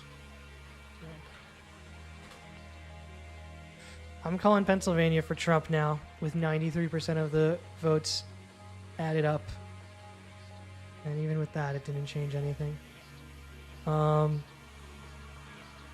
269 for Trump there. And then let's look at Wisconsin as our final state. And if I can call Wisconsin, 85% in,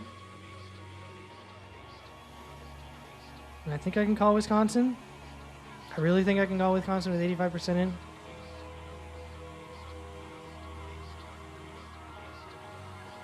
That Milwaukee vote's not going to come in for Harris. No way. 47.2 minus 51.4. It's even worse than Pennsylvania.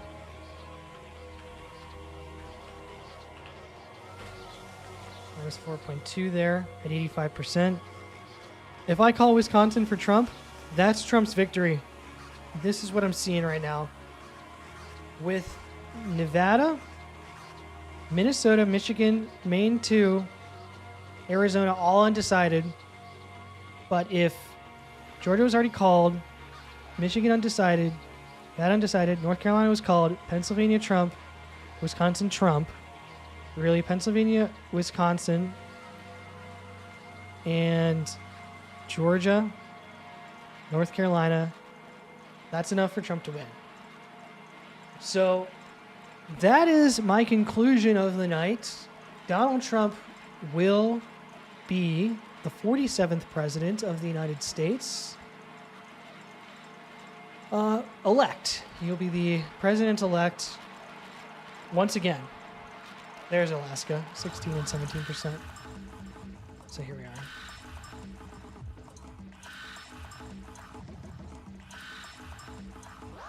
This is really weird music.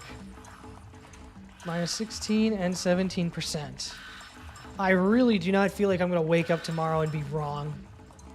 I'm 295 leaning Trump, 275 likely Trump, 279 called Trump. Harris leaning 216, 214, 216. Harris can pick up Minnesota.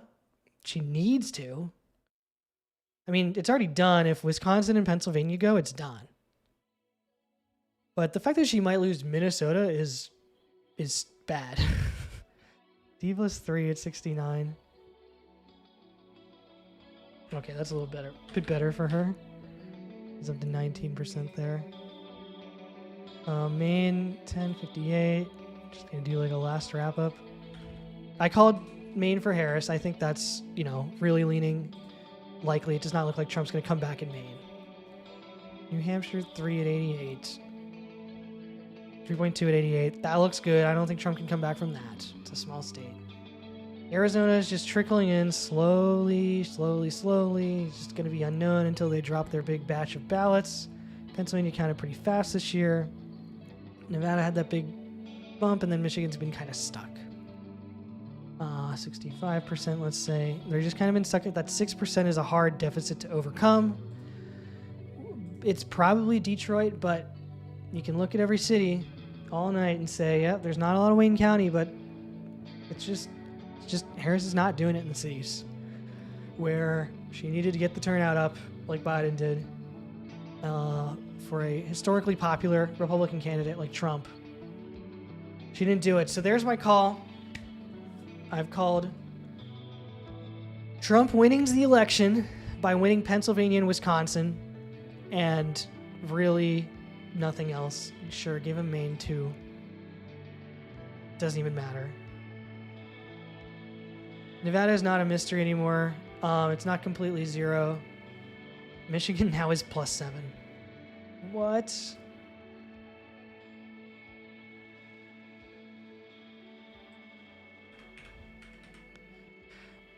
Michigan's starting to look less like a mystery now as well.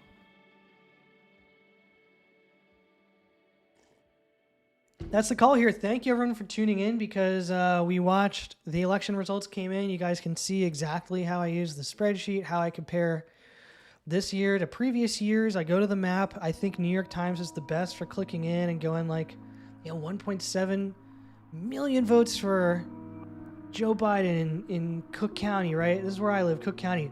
1.2 million versus 549. There's been the story everywhere. Trump's already almost passed his results in Cook County, and Harris is not even close to Biden's results in 2020. We're seeing that replicated in a place like Chicago, in a deeply blue state. In California, I suspect, 71%. What does that look like? Oh, that's from before. So 71% for Harris there. 65% right now in LA County for Harris, and there's no tilt. I had this whole thing set up for this remaining lean. The lean was not a factor. Here, it came in kind of straight. It came in looking like turnout would be high, which would benefit Harris, but instead the urban turnout was low. The rural turnout was high. And therefore, Trump wins the election, and Senate, I think, is going to be too early. I mean, it's not too early. Republicans won the Senate, but a House seems way too early to call, because that's really going to come down to a lot of random seats and stuff in these races that are look at this Iowa seat that's within 500 votes for Iowa District 1. That's going to come down to recounts and stuff like that. So you'll never know, but a lot of these narrowly wins are good for Democrats right now, I'm seeing.